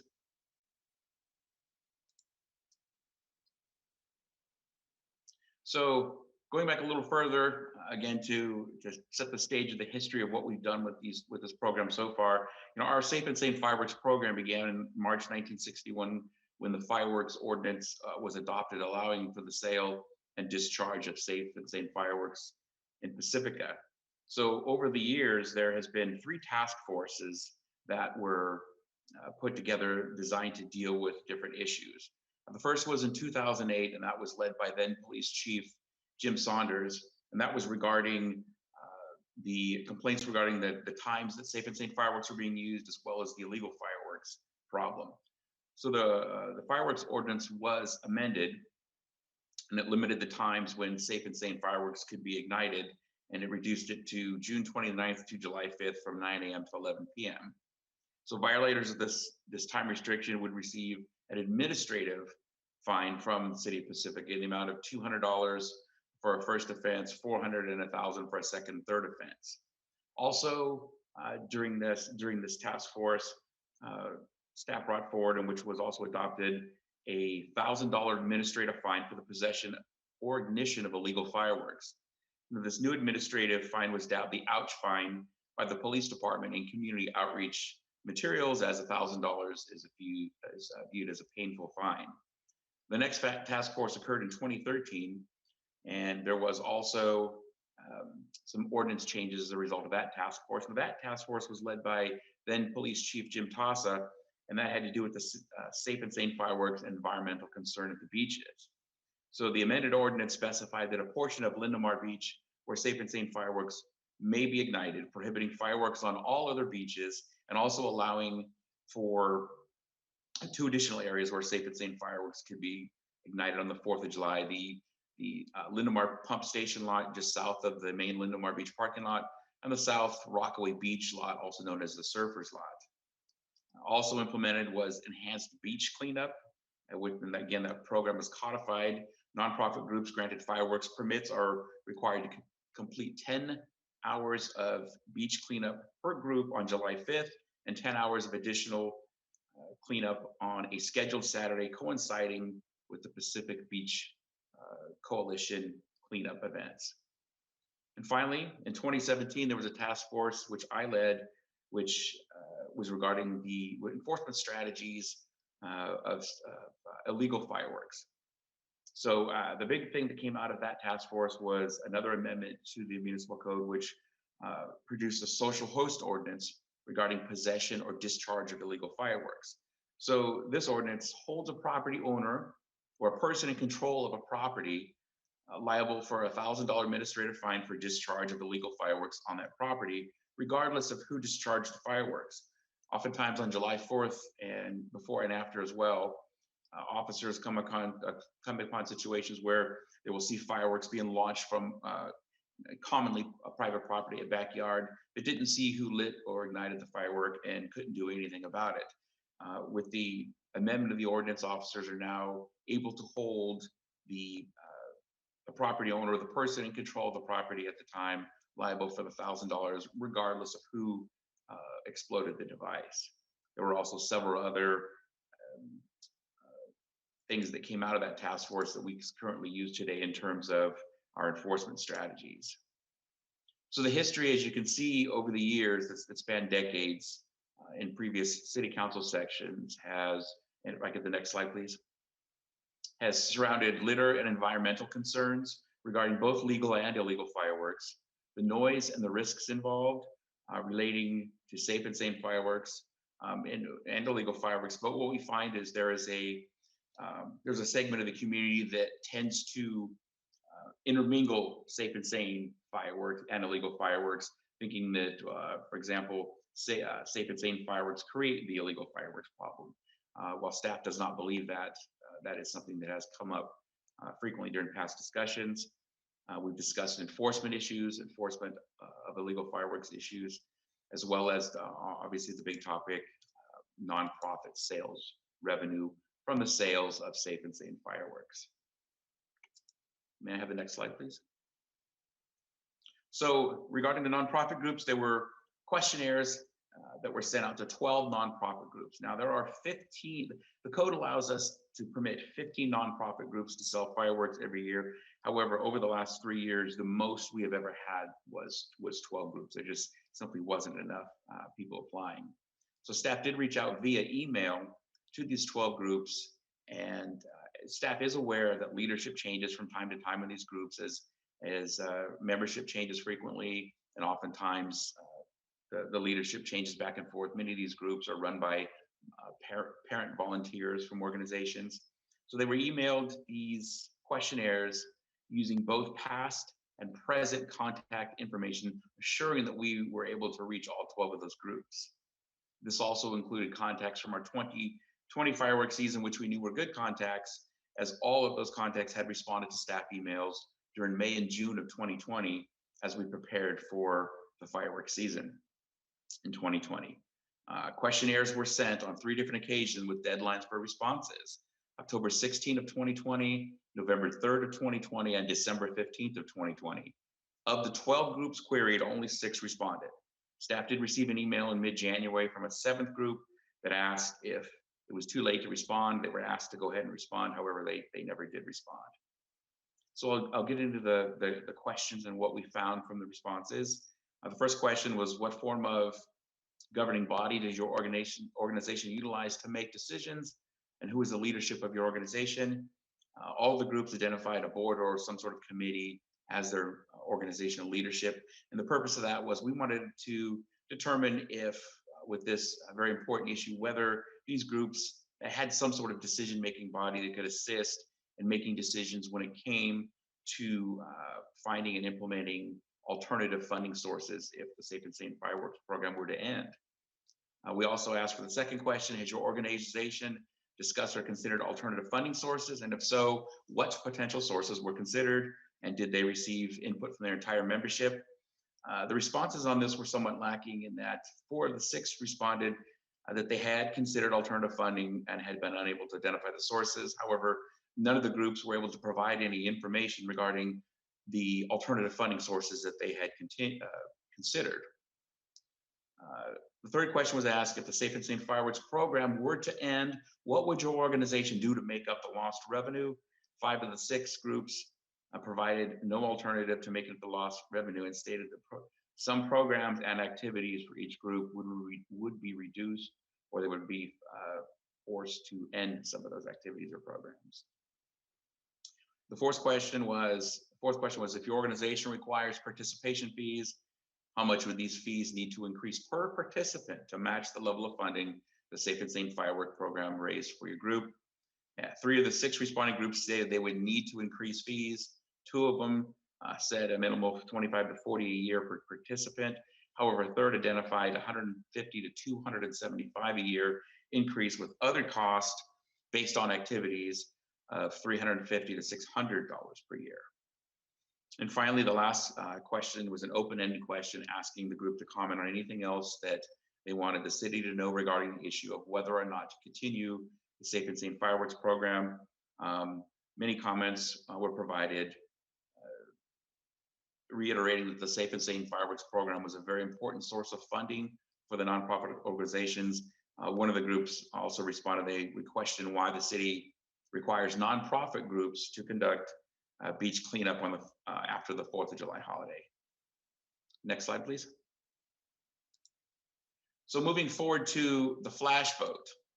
Now, the flash program is what the city employed to conduct this survey. So the way the flash vote works is the flash vote company sends out invites to community members via phone, emails, and text to participate in surveys. Now, flash vote tells us they get these from different public record sources and whatnot. They do not receive this information from the city. Any community member can participate.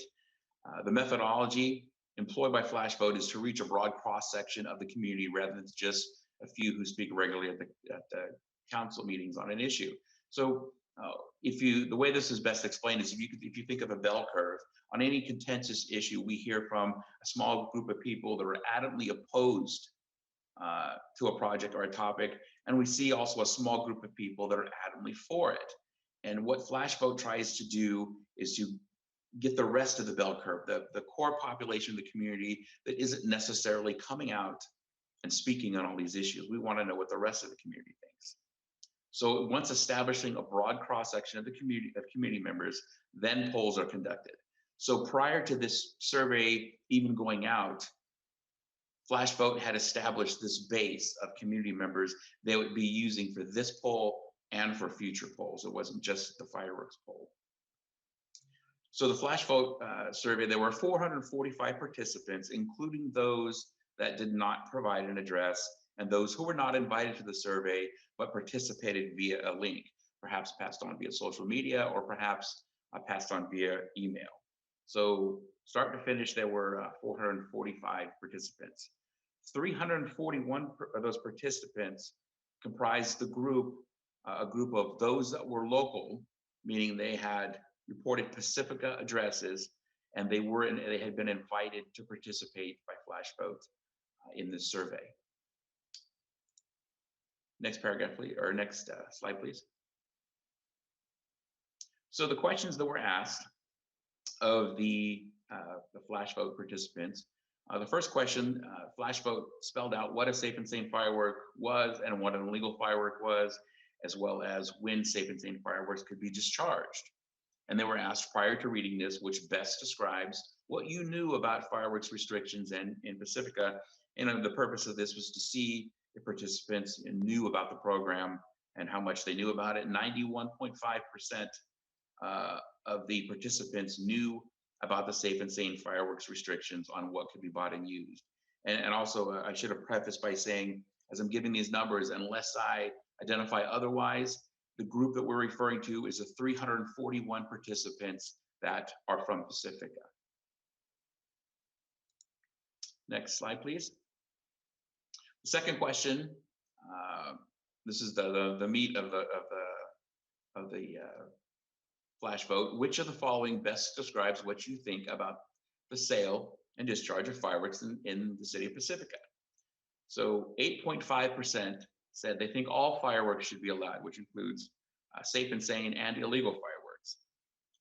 48.4% said they think only safe and sane fireworks should be allowed, and 38.4% thought that no fireworks should be allowed. So if you take the percentage that includes safe and sane, which is your 48.4 plus your 8.5%, that figures to 56.9% are in favor of allowing safe and sane fireworks, with 38.4 being saying that no fireworks should be allowed. So we're looking at about a 19-point spread in favor of safe and sane fireworks sales and discharge of those fireworks. But if we take a look at all 445 participants that participated in the survey, that number bumps up just a little bit to 57.4% being in favor of continuing safe and sane fireworks. So a third question was designed to see if there was any impact on opinions about safe and sane fireworks based on the fact that up to 15 local nonprofit organizations, many of which are youth oriented, would or that are licensed to sell safe and sane fireworks use that as a major part of their revenue. And when the question wanted to know, how does this affect what you think about safe and sane fireworks, if at all? And we found that 85.2%, a high majority, already knew this and it didn't change what they thought. And a small 6.5% didn't know that, but it made them feel more favorable toward safe and sane firework sales. 7.1% didn't know this, didn't change what they thought. And tiny 0.6% felt that it made them less favorable toward safe and sane fireworks. So what this question told us was that most people already knew where these funds were going to from the safe and sane fireworks sales. Next slide, please. So the fourth question, participants were given multiple answers and were told that they could check all that apply. We selected the top 5. The highest percentages on here is what responses were true. 53.6% thought safe and sane fireworks create a little problem. 52% thought they were fun to watch and use. 48.9% thought that having some legal fireworks makes it harder to enforce the illegal fireworks violations. 46.4% thought they're an important part of celebrating 4th of July. And 41.4% thought safe and sane fireworks were dangerous to use. Next slide, please.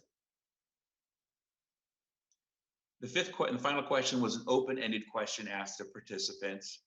They wanting to know any other comments or suggestions about fireworks in Pacifica. So the long list of responses was included as an attachment to the staff report. However, I pulled out the ones that we found most frequently, and there were comments regarding frustration from community members over illegal fireworks use, litter concerns, several requests to host a community fireworks show, as well as quite a bit of support for comments showing support for nonprofit groups. Next slide, please. So moving forward, regarding potential direction, as we've summarized tonight, the issue of safe and sane fireworks has been deliberated and actively worked on for more than 40 years in Pacifica's history, including 2 ballot measures that affirm the community's desire to continue the program. 3 task forces to refine the program and make it safe, clean, and enforceable as possible. And now in 2021, this report provides the latest iteration of city staff and data gathering. This council could decide, as discussed once before, to consider an advisory ballot measure approximately, and that would cost approximately $200,000 plus staff time to put on. And this estimate is based on county elections estimate for a 2019 special election. The council elections office disclaimer about these estimates are that election costs are difficult to estimate since no 2 elections are alike, and the number of registered voters vary from election to election. And cost estimates can also vary based on the number of jurisdictions participating in an election. Staff has requested what a November 2021 advisory ballot would look like in terms of cost. The county, the latest we heard today was it would probably be several weeks before they would be able to get back to us on that. And although I didn't touch on it on the slide, the 2 previous advisory ballot measures that we've done in Pacifica, the first in 1993, which is about 64% in favor of keeping the safe and sane program, and the second advisory measure in 1996 was an even higher percentage. It was a 70% rate of voters wanting to keep a safe and sane fireworks program. So aside from a potential advisory ballot measure, the City Council has the authority to amend the city code and prohibit safe and sane fireworks program without that measure. Flash votes results show that approximately half of the public is concerned about litter caused from the program, recognizes the value of the program, but makes it more difficult for police to enforce illegal fireworks, and the fireworks are dangerous and pose some level of fire risk. However, similar numbers think they're fun and an important part of celebrating Independence Day in Pacifica. It is important to note that even the safe and sane, if the safe and sane fireworks program is prohibited, illegal fireworks will still continue to be a problem in Pacifica for enforcement, and fire risk challenges will continue. If discontinued, the city would need to budget annually for the overtime expenses incurred around Independence Day, which is approximately $35,000, since the program revenues won't be able to cover this expense. And if you recall, there is an 8% safety fee placed on gross receipts from the fireworks that the city uses to cover these expenses. Also to note, only 6 of the 12 organizations responded to the questionnaire despite repeated attempts to get them to respond. One could interpret that as to indicate a neutral opinion about the matter. Those that did not respond, as summarized, those who did respond, as summarized above, didn't go into detail about what funding strategies they had actually looked into. However, staff believes this is to be expected. Why would they do so when the fireworks continue to be an easy source of revenue that they've already stated that they need? Therefore, another option for council is to decide to end the program in some future year, giving time for the nonprofit groups to reinvent their fundraising strategies.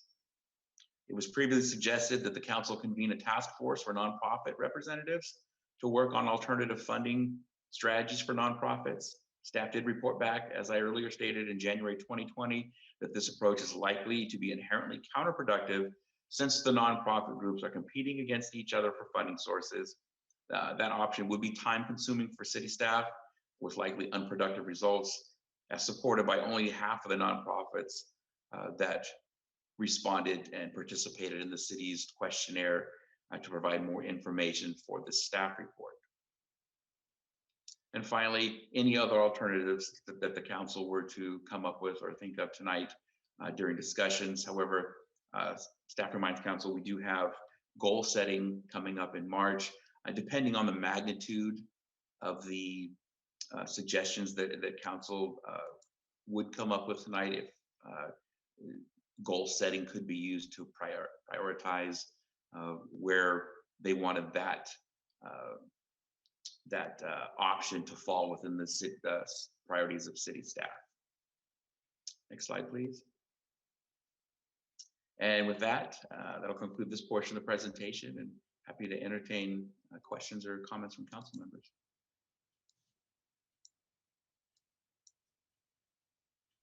Councilmember O'Neill. Chief, I would like you to take and go through the,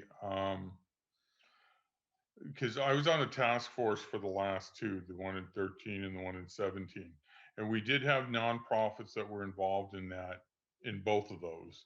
The one in 17, especially towards the end, as people saw what was developing and what was happening, it just kind of dribbled down to fewer and fewer participants. But the one in 17, we did talk about the enforcement aspects, and it's actually quite challenging what the police need to do to arrest someone or whatever, and some of the issues in terms of spotters with walkie-talkies or cell phones, etc. So could you kind of articulate that for the council, please, Dan? Yes, certainly. So, Councilmember O'Neill, the way we approach our fireworks enforcement, like you said, it's wrought with challenges. The main challenge is, first of all, as I've spoken at council meetings over the years, there is a certain culture in certain areas of our town, and the culture is, and you see it, you'll hear it from people, and you also see it on social media. This is who we are, and this is what we do. And I have read it verbatim many times. We do it one night a year, deal with it. So that's the prevailing attitude we deal with a lot of these people. And as you can tell, if you look in our hotspot areas in town, how prevalent the illegal fireworks problem is. what the police department's faced with in terms of enforcement. So what we're doing on the 4th of July, aside from what we're seeing exploding in the sky all over the place, which looks like for the most part, especially the south end of town, a professional fireworks show, what we're dealing with.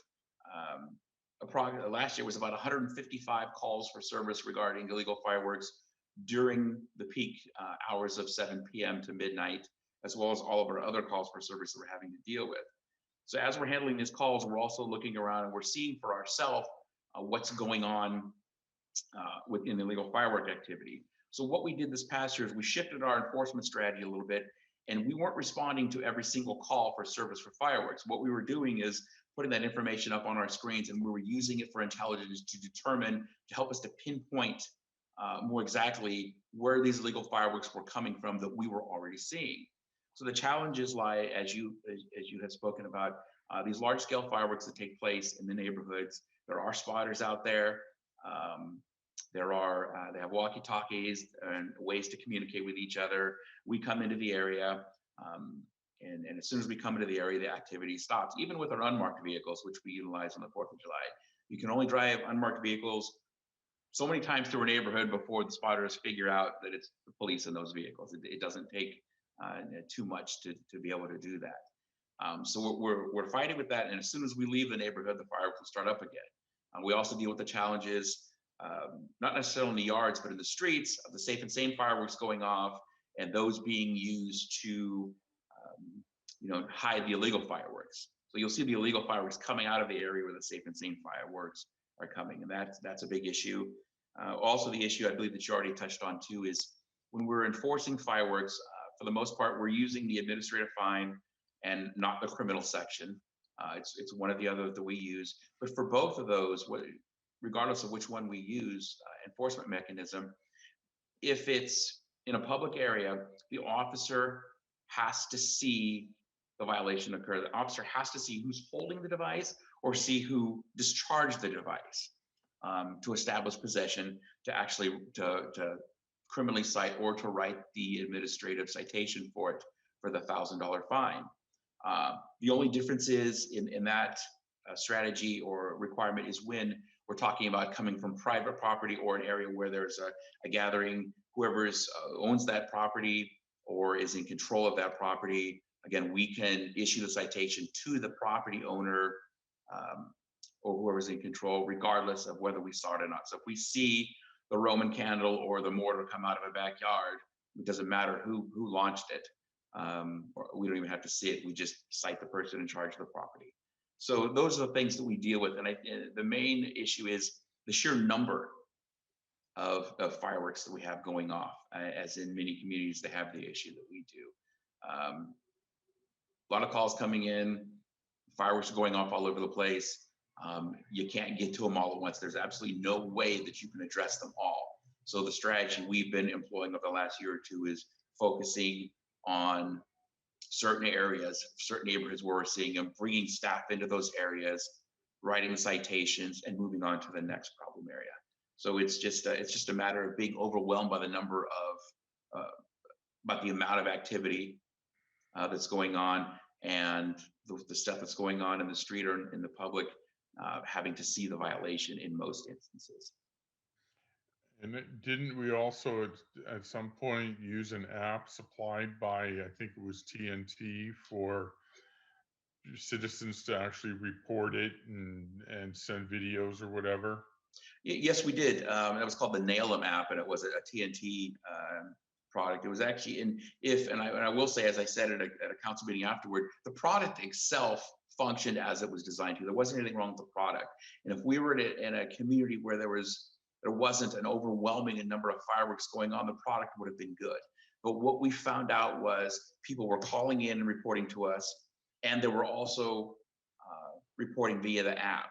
So it artificially drove up our numbers, almost doubled our fireworks calls for service numbers, because every time that we were getting one of those reports from the app, we were creating another call for service. It really didn't provide any use to us whatsoever. Again, just given the sheer number. To put you in perspective, any time during the day, if my officers are busy on the street on a non-4th of July shift, On a busy day, we may have 3, 4, or 5 calls pending if all the officers are on calls. At any given time on the 4th of July, we may have 30 or 40 calls pending at a time. So even reporting with the app, just by the sheer volume we get, you think about how much time it's going to take in between all of our normal calls per service for actually to get to one of those reports. You might be looking at 45 minutes.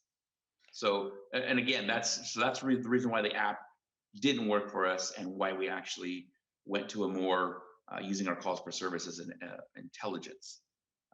And I don't think I've ever seen any statistics, so I know you would just be kind of like gut thinking this, but of all those service calls, what percentage are for legal fireworks, safe and sane, and which are for illegal? Gut call. The gut calls, the high majority are for illegal fireworks. There are people that report illegal fireworks saying that they're sure they're illegal. We get there and all we see is safe and sane. It's difficult for us to judge at that point.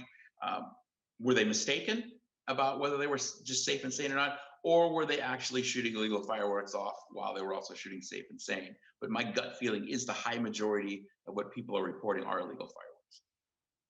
Thank you.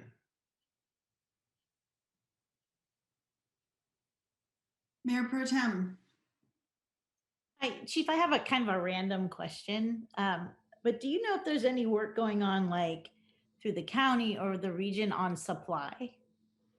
Like where these people are getting the illegal fireworks? We're finding, a lot of these illegal fireworks are coming from out of state. There are many states where fireworks like this are illegal. If you've traveled to some states, especially in the Midwest, you can see these large warehouse type places where I think maybe even Nevada, I'm not positive, but where you can get these pyrotechnic devices and they're perfectly legal. And they come through our state borders completely unchecked. Supply is not a problem. You can go online and find them. You can go into areas of San Francisco or the East Bay and find them. They're all over the place. That is one of the main problems. There are no checks right now to keep them from coming into the state. Thank you. Other comments or questions from council? Tiger has his hand up. Oh, sorry. I couldn't see you over there. Go ahead. I'm also trying to utilize the panelist raise hand feature a little bit if it might make things easier. Look at it. Sorry. No worries. I wasn't sure if it was ever used or not on our side. I know it's used for the attendees, but there it is. Thank you, Chief, first of all, for being here in this presentation. How many citations did you issue last year for illegal fireworks? I think right here. I believe it was 17 last year. It sounds like a large amount comparative to what my brain seems to think it knows. Is that a large amount last year comparatively? It was definitely higher last year than in previous years. Part of that, we believe, was our strategy of, for lack of a better term, chasing our tails, running from call to call, focusing more on an intelligence approach, using those calls per service as data and targeting neighborhoods. Overall, you'd say we're getting a little bit better at this as we go along. We are. I would caution you, though, that the bet would, as I've seen, I've had 29 4th of Julys in Pacifica. I've worked every single one of them. Every time we change our strategy and we get a little bit better, they change their strategy and we're forced to change again. So I'd asked you a couple of questions, and so I kind of already know the answers to these, but because they were asked of the public, I just want to go over the answers to those questions briefly. Somebody from the public raised the idea that we could take like half of the fines raised from the citations and use those as rewards for folks who are reporting the illegals. Is that an option that could be utilized by us? I think it's an option that I wouldn't recommend, and the reason for that is twofold. Again, given if we were talking about just a few calls per service, and we were able to pinpoint definitely that this caller helped us issue this citation. It'll be relatively easy. Again, just to remind you, just the numbers, just the sheer numbers of calls that we're going to. There were last year in 2020 total fireworks calls all day were 190, and from 7 p.m. on July 4th to 2 a.m. on July 5th, 155 calls per service. It's just not something that would work real well, especially when we're talking about multiple callers calling in for a neighborhood or potentially the same location. Being able to pinpoint that, as busy as we are, and the work that dispatchers would have to do to collect that information, because we're not collecting names on these calls. The phone's ringing off the hook in dispatch. They're getting the basic information. They're moving on to the next call because there's 3 or 4 other lines ringing at the same time, maybe more. That would present a real problem for this. And I think the second thing that would be a concern of mine would be, although I don't have the numbers. I know the city does, we issue the fines for $1,000 every year. I know the collection rate on those isn't 100%. So I guess the question would be then, if we were able to identify the people that were doing that, but we didn't get 100% collection rate and we didn't have enough to cover, who's going to pay out those as rewards? I think that could potentially pose a problem. Not completely off the table, but not an easy or ideal solution necessarily. Yeah, it would be difficult. The first portion of it would, like I said, would make it extremely, extremely difficult to. And if you're calling in my mind, thinking about that when the question came up, I'm a community member. I'm trying to do the right thing, and I'm also trying to get a reward because I'm doing the right thing. And my neighbor across the street is shooting off fireworks, so I call the police and let them know, and I'm going to get my reward now because they're going to catch him this time. But unfortunately, there's 30 or 40 calls pending, and the police officers don't get out there for maybe 45 minutes because of everything that's going on, and they're not doing anymore. I'm a little bit unhappy as a community member. I think there would be a certain expectation that if they call and reported it, that there's going to be some immediate follow through so that they could get the reward that we told them was going to be coming. While we're on the topic of fines, my understanding is that our fine is capped at $1,000 and it is not possible for us to raise it above that at this time, correct? That is correct. And why is that, please? That was based on the advice that apparently is in the law, and that's based on the advice of our city attorney's office. It has been checked into on more than one occasion. And how does that law work that's the cap? So why is it that we cannot raise it above there? I appreciate there's a law that supersedes ours. Right. Where does that law come from? It is, I believe it is state law. It's state law that a general law city can't do more than $1,000. Correct. It's a state law. We just can't do it. We're a general law city. Fine. A part of my follow-up question to that is just, at a very basic level, is it possible we could just write a letter to the state saying we might want to relook at this law? Because I've of the impression that Pacifica is not the only one having problems with illegal fireworks. And given that we're having a extraordinary discomfort with our fire season year after year, and the illegal firework problem seems to be persisting, not just in Pacifica, but statewide, might a part of our process be to write a letter to state lawmakers saying we might want to revisit this idea that that particular fine has to be capped at $1,000?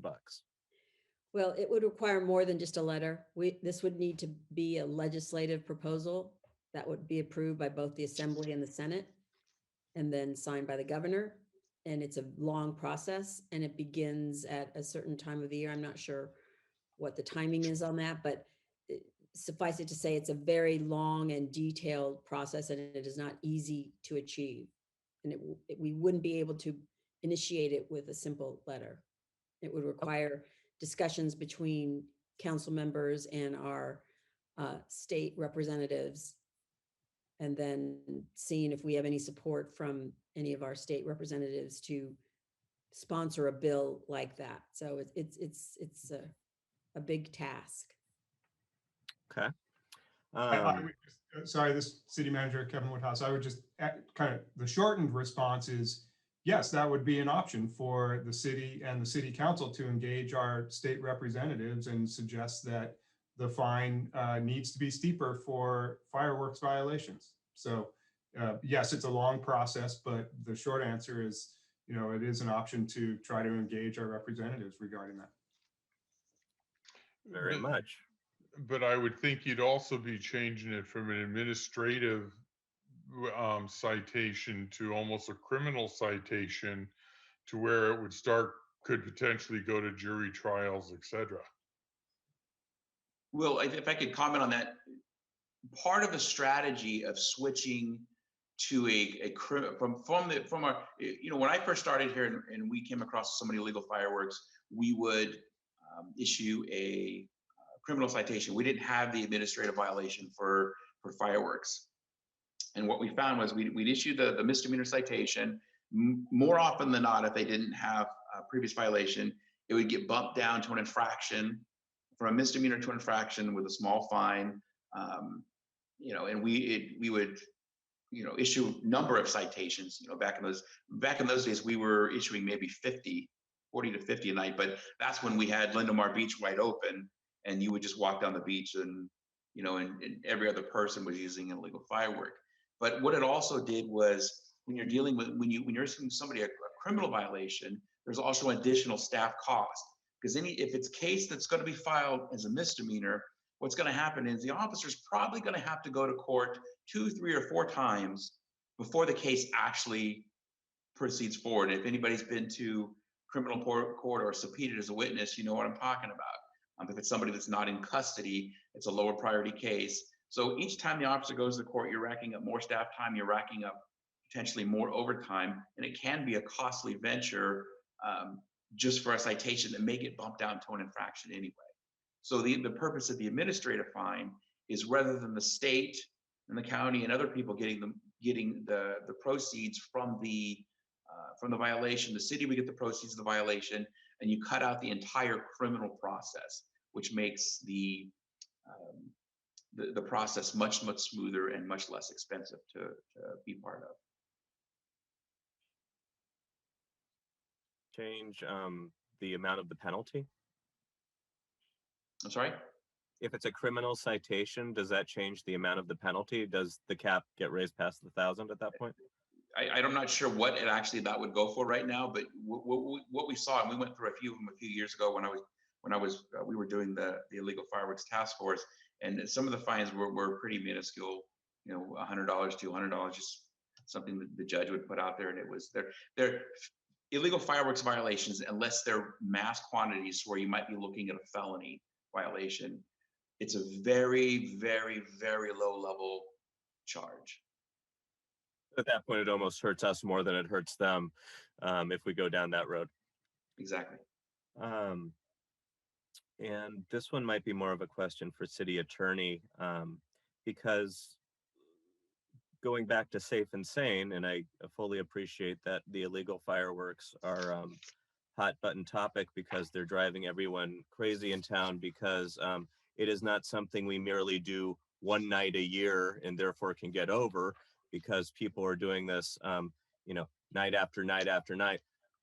Also, by the way, sometimes when half the state is burning down, I've noticed while walking home, somebody's firing the thing in the air while I'm breathing in the fumes from Mount Shasta or what have you. But illegals aside, safe and sane fireworks, there's also, I think, a big reason why a lot of people are concerned about safe and sane is they also pose a fire risk. And especially as we get drier and drier. And so one question is there a way to place in our safe and sane ordinance a trigger whereby if there's an objective mark of fire season is this high this year, could we cut off sales of safe and sane for just a year, because by that objective trigger in the ordinance, it looks like the danger is too high to sell them this year or whatever year. The council could certainly revise our ordinance, as well as we have an administrative policy that addresses this as well. The council can amend and revise those policies and ordinance to address whatever situations you want to address, one of which is if you would like to create a trigger upon when safe and sane fireworks would be allowed to be held, you could do that. We would just need to really discuss and get clear on what that trigger could or should be. That would need to be very clear, and as you said, an objective, easily identifiable goal or milestone. That vein, do we have somebody from the fire department who could speak for a moment as to how the fire department views the safety risk of safe and sane fireworks? Well, from the fire department standpoint, how dangerous are safe and sane fireworks, especially as things seem to be getting drier with each subsequent year? Yeah, I don't believe that we do have a representative from the fire department online right now. But that's certainly a question that we can follow up on and see what their input is. I don't know if Chief Steidel, you've talked with Chief Myers in the past or others about their perceptive difference between safe and sane and illegals. I do know that they tout illegals as the main risk and problem, but they, you know, when a safe and sane firework is misused, like thrown into a trash can or something, it can cause a fire for sure. I believe that has happened in the past. Yeah, I was going to add with Councilmember Big Stick's idea too. I mean, one of the challenges with the trigger piece is, you know, you don't know what the weather is going to be until often that day. I mean, there might be a forecast for that day, but you might not know till that day, and everybody's already purchased their fireworks. So it would be just a logistical, kind of a practical issue to address in that sort of approach. Sure, but you know, barring a freak rainstorm or thunder shower in the middle of July, you know, it seems to me like just empirically looking out my window, you know, we've had like a week where there was substantial rain this year, maybe two if you squint. You know, generally I'm accustomed to there at least being like kind of a 2-week window where I see like a little frost on the roof, and that reminds me that we have something that vaguely resembles a winter out here. And this year, I have not seen one blade of grass that got frosted over. And, you know, it's still winter time, so it could happen. There might be a few more drops between now and then. Maybe, you know, the heavens will open and we'll have enough water to fill our reservoirs and not have to worry about a dry season. But just from empirical observation, it seems like we may have an issue on our hands. And for that reason, you know, at that point, because I'm not a professional, because I don't have the data, I'd love to know what fire department thinks risk looks like, whether or not they're aware of what could be interpreted as an objective trigger. Yes, because we've seen this little precipitation over the past, what should be rainy season. The odds are a lot higher that, you know, a sparkler might set off a hillside than in previous years. And because we have this concern more so now than we have before, maybe that trigger is not the worst idea on the planet. But without, you know, a professional who knows that stuff in front of me, I can't then say, well, you know, let's do it. But, you know, I would be very interested in knowing what somebody who has the professional perspective thinks of that, and whether or not those odds of safe and sane setting off a major issue have gone up substantially, given what I think we all seem to be experiencing. So after that, my only lingering question has to do with what, like, a substantial amount of the answers from the questionnaire seem to be, And it seemed like at least a third of the people, if not half of them, were like, a municipal fire display would be great. And personally, as I've discussed with you, I have kind of an idea that's a step outside the box, how that maybe could help the situation if we had a municipal fireworks display, which I'll go into on the other half of oral comments. But just logistically speaking, is a big firework display in Pacifica something that could happen? And if it were to happen, what would be necessary to make that happen? So regarding a professional fireworks display, you know, first of all, given the location, it likely in our proximity with our hillsides and our brush, one would surmise that we're probably looking at something that's pointing toward the ocean and not pointing toward the hills. And as such, it would likely require a coastal development permit from the California Coastal Commission, which have been issued in the past in this state. Whether or not we would need a CDP according to the Coastal Commission depends on the details of the event, location, if there's temporary construction involved, if there's beach access restrictions, potential size of attendees.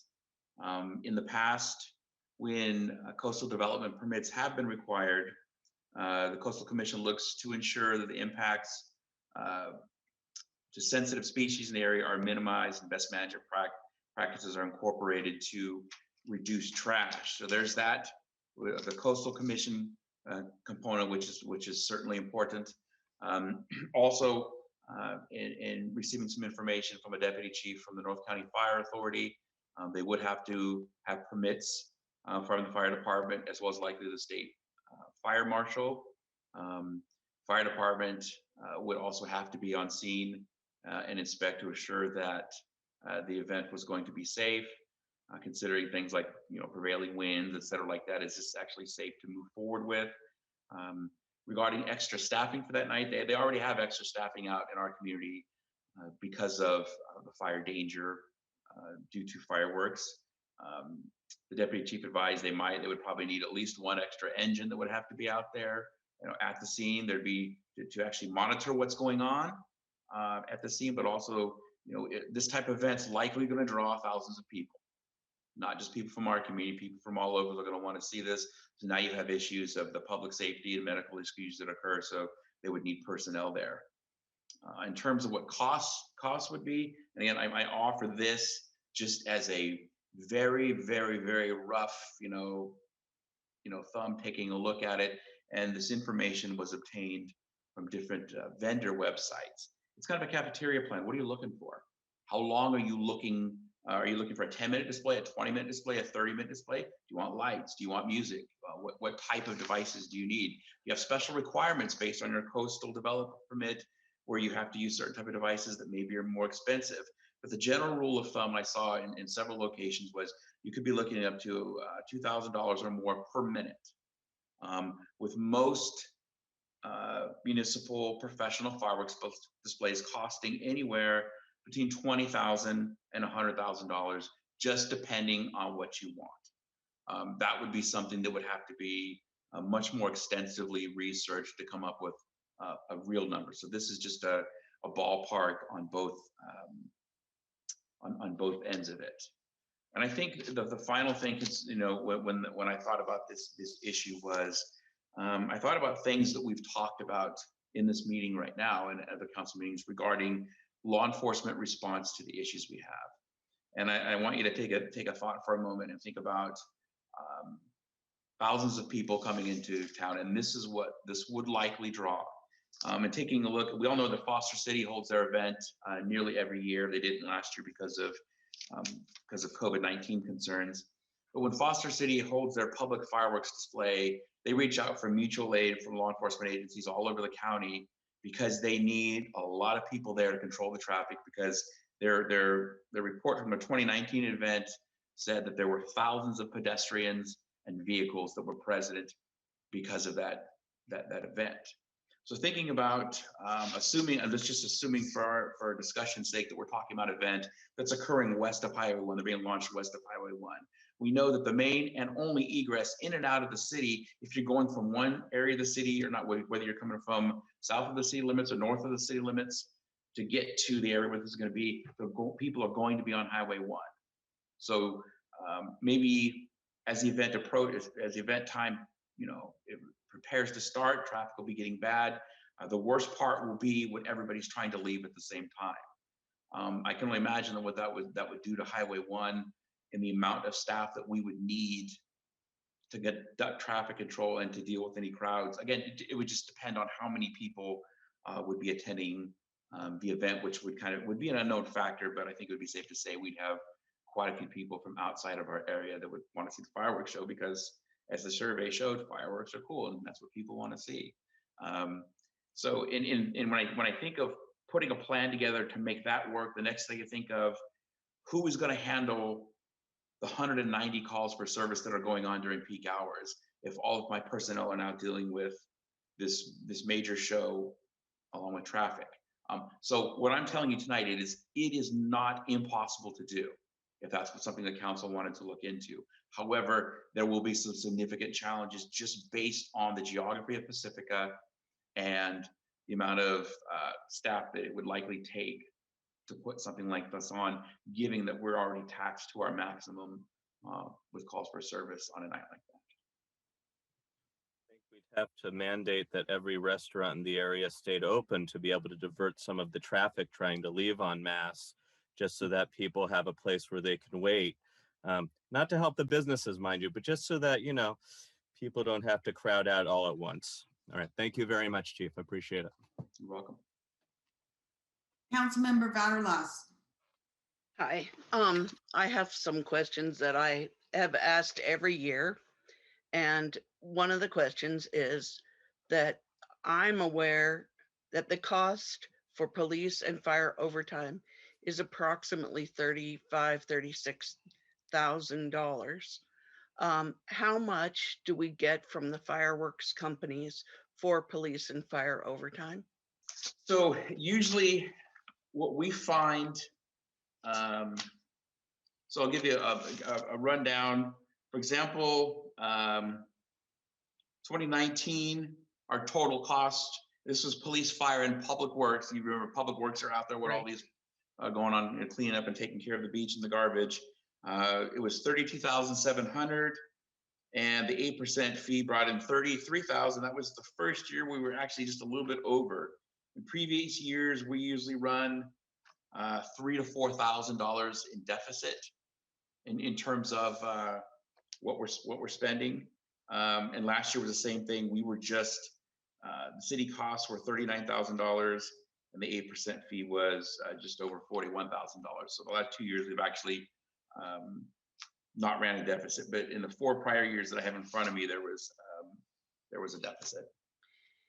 And wouldn't we still need to pay for police and fire overtime, even if we didn't have safe and sane fireworks? And because there's still going to be the illegals, and there could be the possibility that if people don't spend money on safe and sanes, they go out and buy more illegal fireworks. And so we could have even more problems, but we would still need police and fire overtime, even without safe and sane. That's correct, because as I've said many times at the council meetings, there are some people that correlate safe and sane fireworks with illegals. We absolutely do not believe that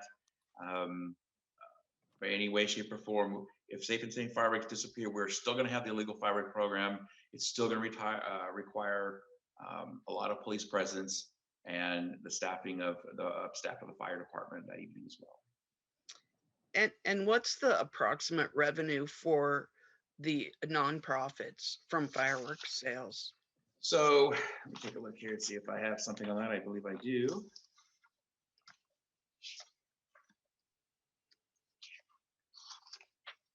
Actually, I don't have that on there. That actually is part of a spreadsheet that I don't have here with me. But I think, and I'm going to ballpark this.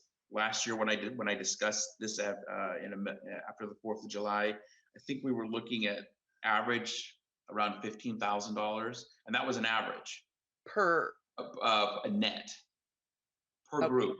Per Now, group. mind you, some groups make quite a bit more, some groups make quite a bit less. It just depends on the group. It just depends on the group. so it's close, it could be close to 200,000 in a 5-day time period For everybody? For all the groups? for all the groups combined. Yes, yes. Okay. Thank you. Any other questions? What I heard out of council that we may want to take note of is a request for information from fire on their opinion and input on the fire hazard and fire risk and a way of assessing how much fireworks, safe and sane fireworks, illegal fireworks, all fireworks contribute to fire risk. Is that an accurate way of stating it, Tiger, Councilmember Big Stick? Yes, and I do have one more question, if I may. Chief, so I hear you that it's about 180 grand that goes to the nonprofits. Do we know about how much money TNT or Phantom or the actual firework companies, how much money they make out of the deal? No, I have no data on that. Okay, thank you. Yeah, that would be good information to have for both. Like, How is it relevant? So my idea that I'm going to bring up after oral communications or after community comment, I kind of factors into what I'm wondering how much money they actually raise in order to get that 180,000, and it factors into my idea, which I'm going to bring up on the other side. Okay. And if that's the end of the questions, can we take a 5-minute break before we do public comment? Yes. May I make one comment in case it helps, since we don't have a North County Fire Authority representative here. What I'm sure of is that even if the Safe and Sane program didn't exist, due to the illegal fireworks use, North County Fire would still have the same amount of personnel deployed in Pacifica, which is a lot of personnel, everyone out regarding that risk. So if that perspective on that question about relative risk between the use helps in that determination. I think I hesitate to quote the fire chief or any of the battalion chiefs because I don't have the actual quote, but I remember asking a question on the issue of fires and fire risk in Pacifica at one of the meetings that Councilmember O'Neill and I attend. And the response that I got at that time was that our coastal weather pattern, despite the changes that we've been seeing relative to other weather patterns in other parts of the state, is not, even though we feel fearful, it isn't in fact as dangerous as it is in other parts of the state. That because of our fog, because of the nature of our plant life, et cetera, in our area, we have evergreen trees that are evergreen. And so I'm not a tree expert. I'm not going to, say, nope, we don't need to worry about that for that reason. But I remember asking that question, not in regard to the risk from fireworks, but just in general, as fires were beginning to happen more frequently. It may be beneficial. I know there's been a lot of questions in the emergency preparedness world in that committee. So it may bear, fruit to have just some comment from someone in fire department on those issues going forward, city manager. Councilmember, Mayor Pro Tem, did you have a comment? No, I was just thinking that's like, maybe we could talk about that in like deliberations. We can talk about that a little bit more, but we should probably hear a public comment before too long. And yes, and we're going to have a 5-minute break. Okay. And I have on my clock 9:54, so we're going to come back at 10 o'clock sharp. That's a 6-minute break. Thank you.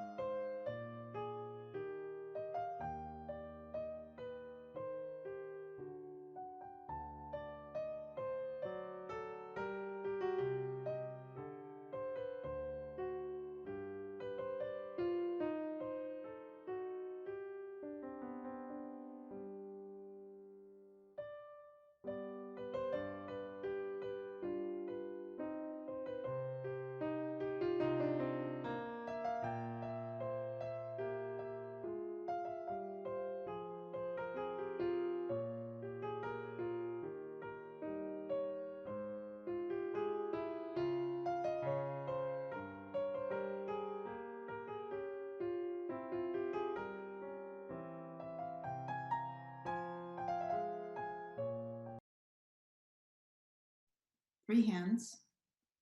4, 5.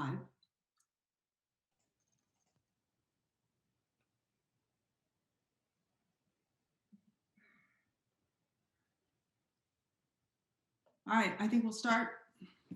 Go ahead. Thank you. Our first speaker will be Mike Traylor, followed by Dave Jones. When it's your turn, please state your name for the record.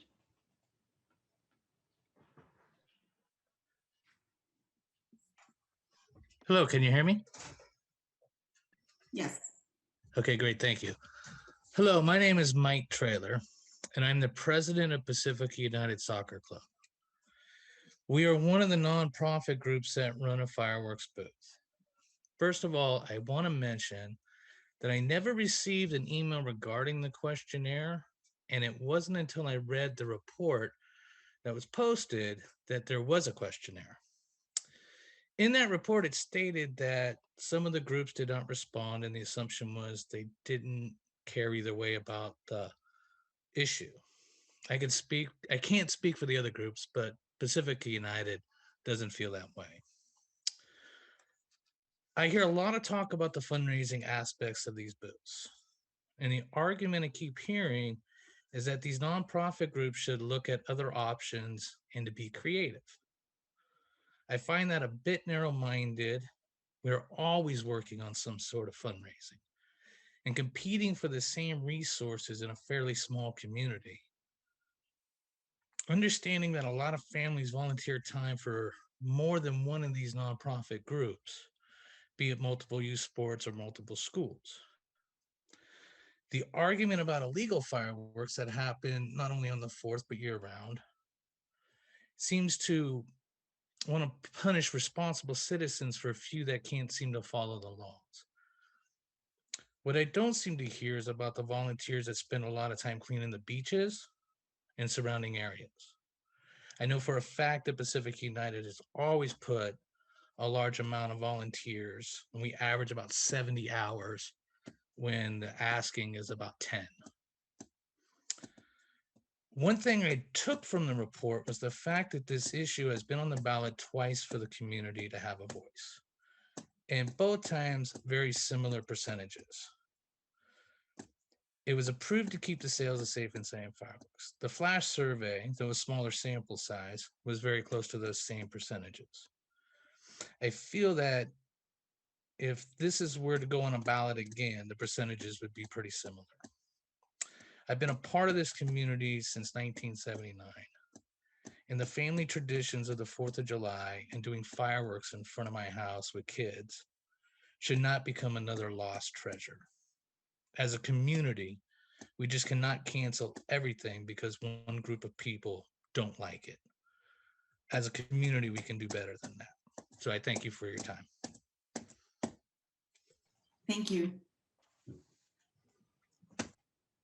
We go now to Dave Jobs, be followed by Cheryl Dickinson.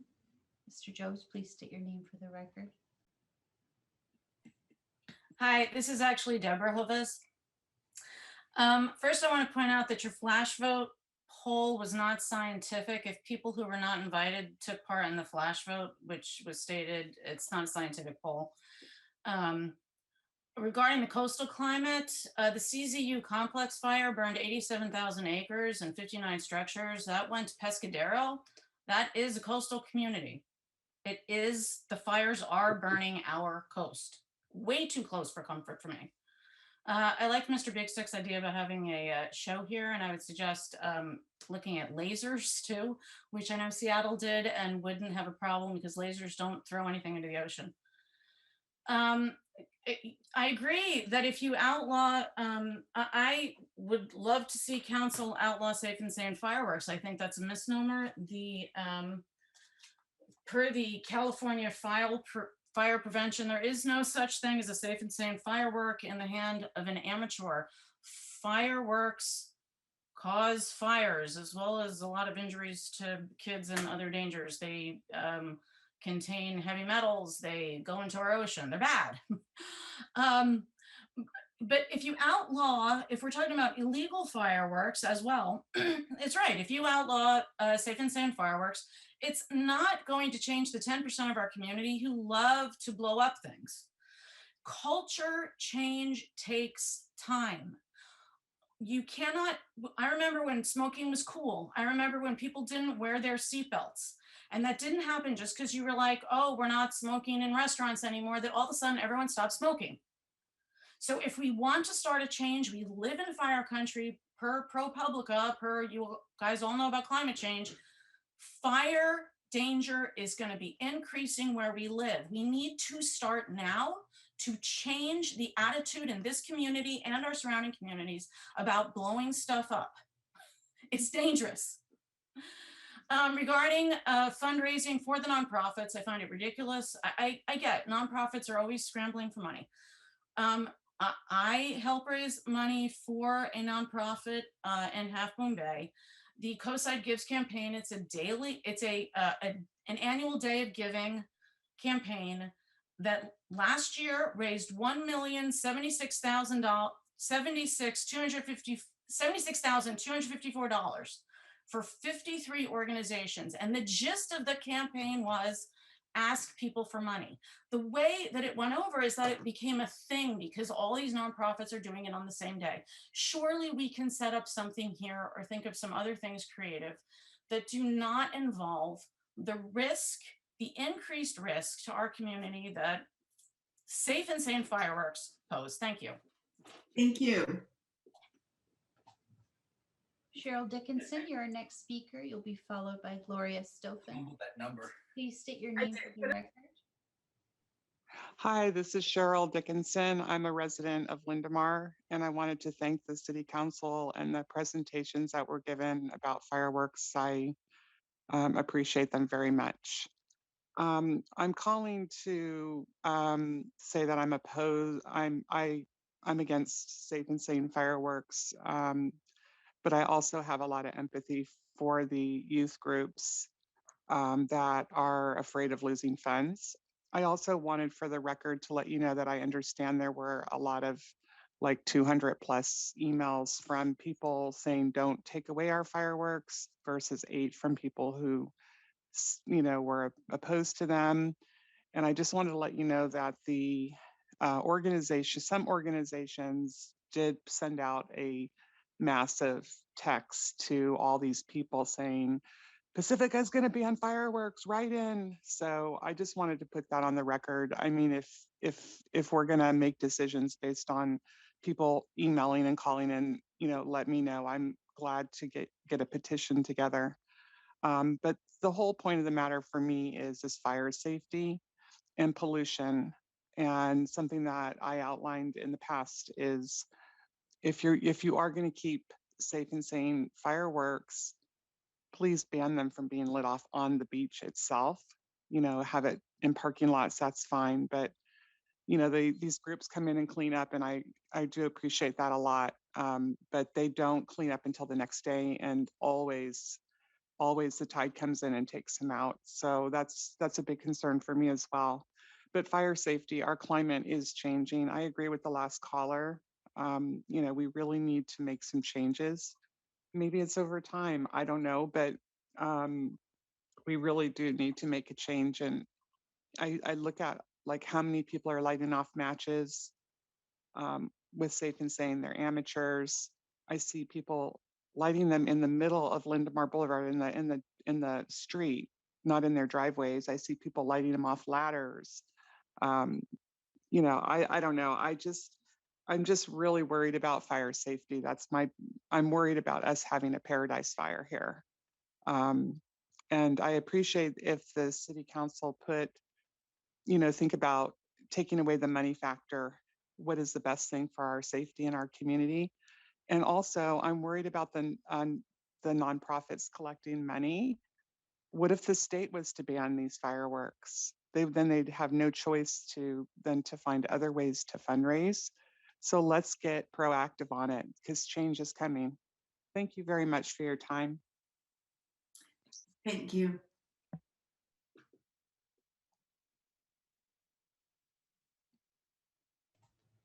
We'll go now to Gloria Stofan, followed by Claire Irvin Lee. Please state your name for the record. Good evening. My name's Gloria Stofan, resident of Pacifica since 1966. I've actually liked what people who have spoken ahead of me have said already, but I want to add this. My husband and I both were very much concerned about the use of fireworks, any kind of fireworks. Let me explain that my husband was the former Pacifica Fire Chief and worked for the Pacifica Fire Department for more than 30 years. Gary died in 2018, but I feel it important to carry on with my concerns, especially after the last 3 years, 2018, 19, and 20. Our environment has been extremely affected with all the firestorms that have occurred in the area. So much has been said about the sale of safe and sane fireworks that for me, it all comes down to the money issue. The nonprofits do make quite a bit of money for the year. Yes, the money raised is for a good cause. However, the fact that any type of fireworks definitely affects and produces serious problems for our environment, for our pets, and in particular for those who suffer from PTSD or for those who have health issues. The city needs to address that for the betterment of the community as a whole. The continued sale of safe and sane fireworks needs to stop. I appreciate your strong consideration to this matter. Thank you. Thank you. Nice job. We'll hear now from Claire Irvin Lee, followed by Dennis Revel. Please state your name for the record. Hi, I'm Claire Irvin Lee, and I'm really excited about the notion of a public display. I think that would be just great. And just to brainstorm a little bit, the issue of traffic. We don't seem to be too worried about that on Fog Fest Day. We welcome everybody from anywhere to come in and party for the weekend. So why not provide for parking like we do? There's some valet parking, and gee, I think you can charge for that. And maybe that's a place that the nonprofits can make up some lost revenue from the sale of safe and sane fireworks.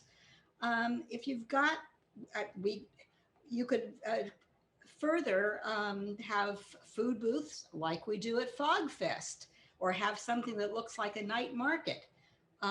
It could be held in the same area off For example, Palmetto could have the booths of food and whatever it is they want to sell or do something to entertain. And then there could be an offshore display, professionally done, no amateur stuff at all. And that could be a lot safer. In addition to that, somebody mentioned a laser show. I'm not terribly familiar with how those work, but it's a possibility. I can see there's a lot of things that we could do to have a real party in the evening that could put Pacifica a little bit back on the map. Right now, we're not making any money off the crowds that come every weekend. And after COVID, we could have a really good time. So that's all I have to say about that. Thank you. Dennis Revel, you're our next speaker. You'll be followed by Courtney Green. Please state your name for the record.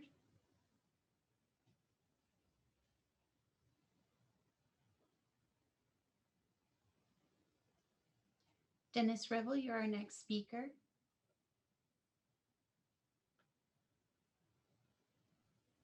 Can you hear me?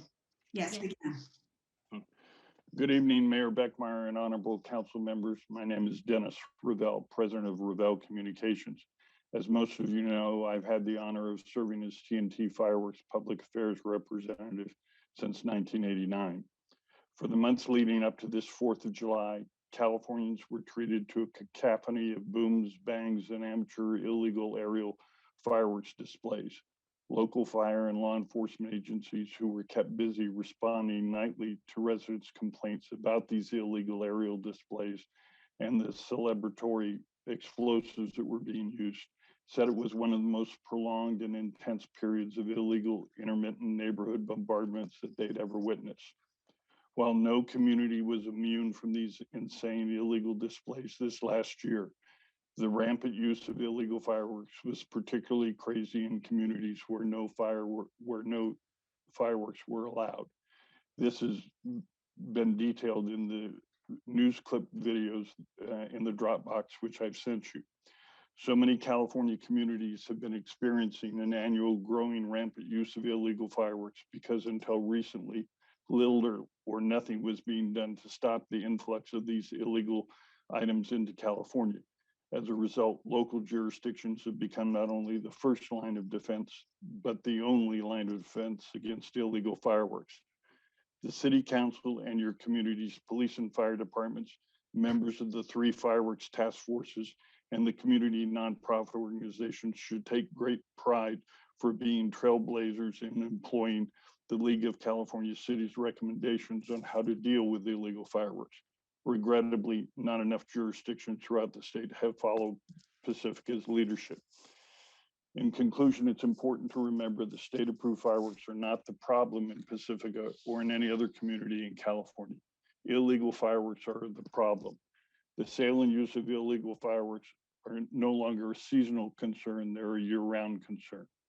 Absent state legislative or gubernatorial intervention to stop the importation of these dangerous items into California, every jurisdiction doing what Pacifica has already accomplished, as well as every other community in the state, will continue to have illegal fireworks problems. I would respectfully encourage you to listen to Pacifica voters and their request that you continue Pacifica's Safe and Sane Fireworks program, and also encourage you to join Senator Bob Archuleta's legislative effort in Sacramento to free up several millions of dollars to embolden the state's enforcement efforts to keep these illegal fireworks from ever making their way into California in the first place. Thank you, and I would welcome any questions you might have. Thank you very much. Next, we'll hear from Courtney Green, followed by Scott Buskey. Courtney, please state your name for the record. Hi there, my name is Courtney Green. Can you hear me? Yes, we can. Thanks for letting us have a forum for this discussion, and I really appreciated the police thorough, like, and all the questions from the council people. So thank you guys. We've lived in Pacifica for 4 years on the dot starting next week, and the Bay Area for 15 years total. I've been nagging my husband to move to Pacifica for about 10 years. And when I finally wore him down, the first thing, well, actually the second thing when we moved here, was the first thing when we moved here, I got told was not to park in the parking space in front of your neighbor's house, as that's rude in the suburbs. The second thing we got told after we signed our lease was that Pacifica locals love fireworks, and that if you're anti-fireworks, you shouldn't bother signing a lease here, moving to Pacifica, because it is a rite of passage for kids to sell fireworks and for people to take road trips to Nevada and Washington State to obtain illegal fireworks. There's threads on Reddit about how to convert legal fireworks to illegal fireworks, and how to avoid the speed trap in Pahrump in Nevada to bring your fireworks back to Pacifica. I know how to make them just from people with ladders on my street blowing them off. Our dog is terrorized. And we've bought Thundercoats, we've bought CBD oil. I'm against legal and illegal.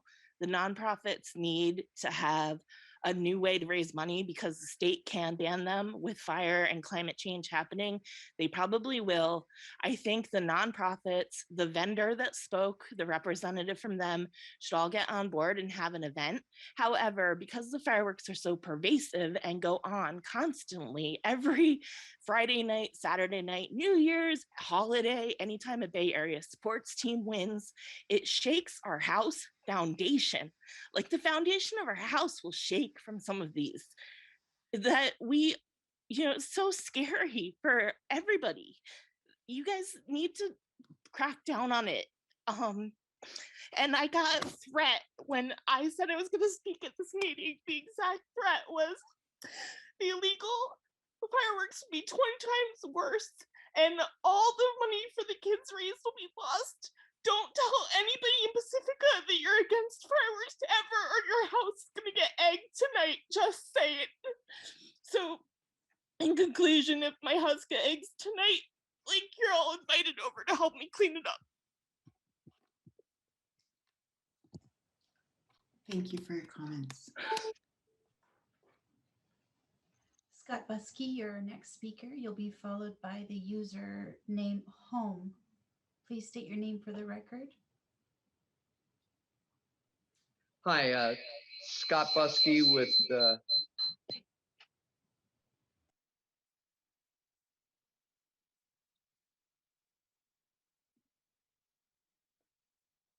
Assistant City Clerk, do you think we can move to the next speaker and then see if Mr. Buskey can fix his reverb? Yes.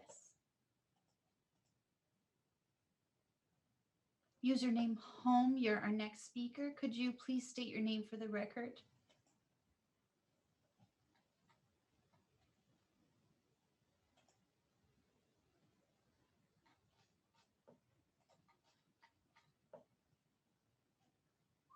Looks like you haven't unmuted.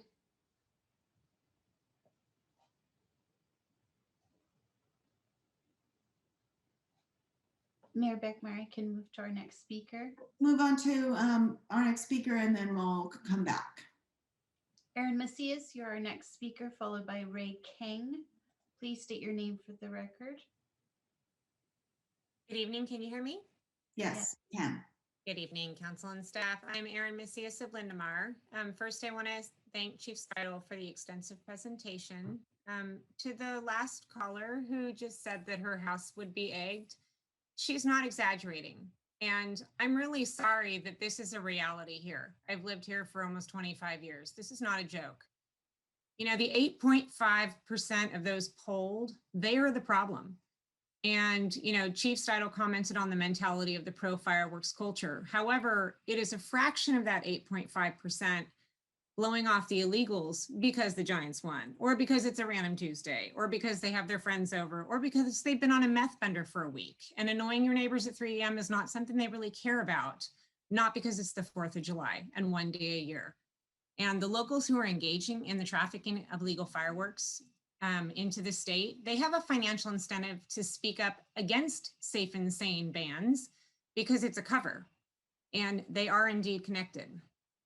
You know, the pro-illegal crowd continue to create division in the community, and they disturb the peace. They're also jeopardizing fundraising. So for the pro-safe and sane crowd, please focus on who is jeopardizing your fundraisers. If we can address the fraction of that 8.5% who ruin it for everyone else in our community and put our community at risk of fire year round, we would not be having this conversation tonight. I recommend that you allow video footage as evidence and to levy fines to get a handle on this problem. The harsh reality is we need to step into 2021 and recognize the risk to the entire community of wildfire. Deborah Jobs, I believe it was, mentioned the CZU complex fire. CAL FIRE posted a video of ice plant at the beach, right by the beach, burning. That was a coastal fire. We had a fire from an illegal in our eucalyptus grove behind our house a few years ago when it was raining fog and the ground was wet. Kids playing with illegal fireworks have started fires. Accidental fires are on record from both legal and illegal. The risk to public safety cannot be ignored by both versions. We are a really creative and ingenious community, and I strongly feel that we can do better. We need to think outside the box. The state is going to ban fireworks soon. They will be enforcing at state lines. And we as a small community are going to have to figure something else out. So we might as well get started now. Thank you.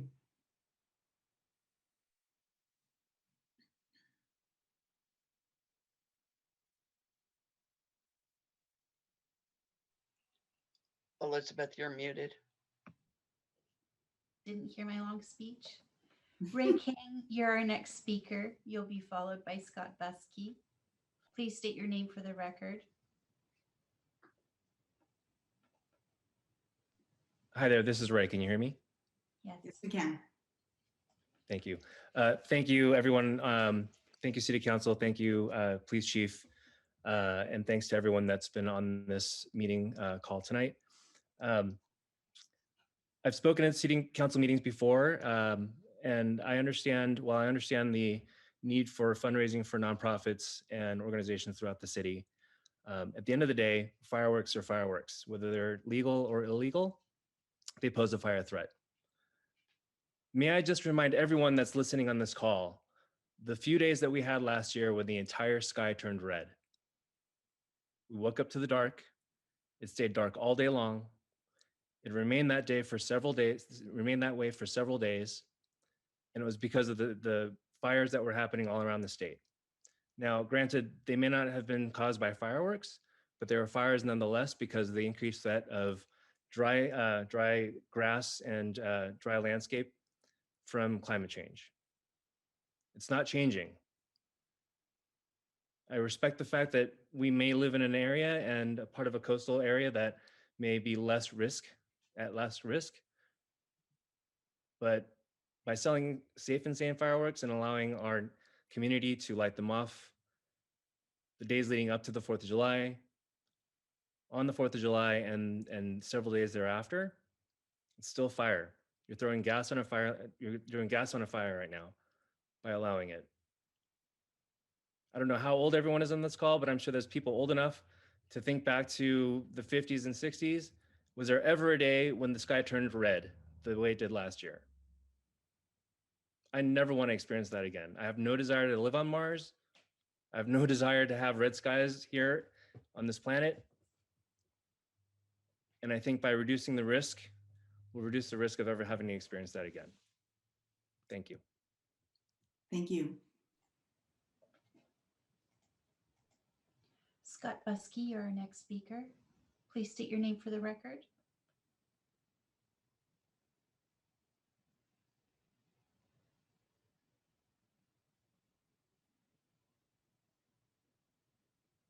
Looks like you're still muted. Can you unmute your computer? Hello? Hello, we can hear you now. Oh, thank you. Well, my name is Scott Buskey. I'm a Valamar resident. I was born in Pacifica in 1959, so I've been here a little bit longer than most everybody that's talked so far. Grew up on Calaveras, and I'll tell you, I can't remember a time where I didn't have a great family celebration, celebrating our Independence Day with the neighbors on the block and safe and sane fireworks. So I really think this debate should be two separate debates. The illegal displays and fireworks use in this town is outrageous. And I commend the city manager for kind of echoing that if we eliminate safe and sane fireworks, that somehow the overtime and the cost to the city is going to be minimized. It's ridiculous. I'd really like to know the statistics, how many fires are started in the city by safe and sane fireworks. I was a kid in town. I was involved in starting a grass fire with a bottle rocket. I know how scary that was, and I shouldn't have been doing it. But safe and sane are just a rite of passage. It's something that we enjoy, and to take that away is ridiculous. I think the two previous elections have shown that 70% of the population want it.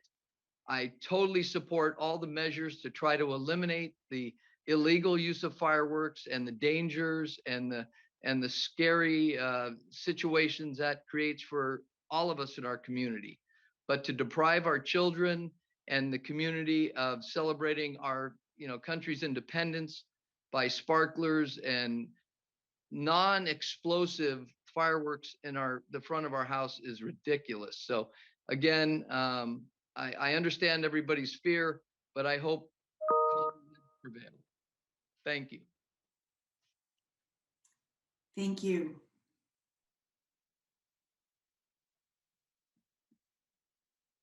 Assistant City Clerk, do you see other hands raised? I do not see other hands at this time. All right, then I'm going to bring it back to council, and I believe Fire Chief Ron Myers has joined the panel. So we have an opportunity, thank you, Chief Myers, for joining us, to ask a few questions, clarifying questions, because we didn't have the facts about fire danger and the threat that potentially the illegal fireworks and possibly safe and sane fireworks pose. And if you could comment on that, and generally any other items that you would like to share with us on this topic. As well, I think Council Member Big Stick had some questions for you.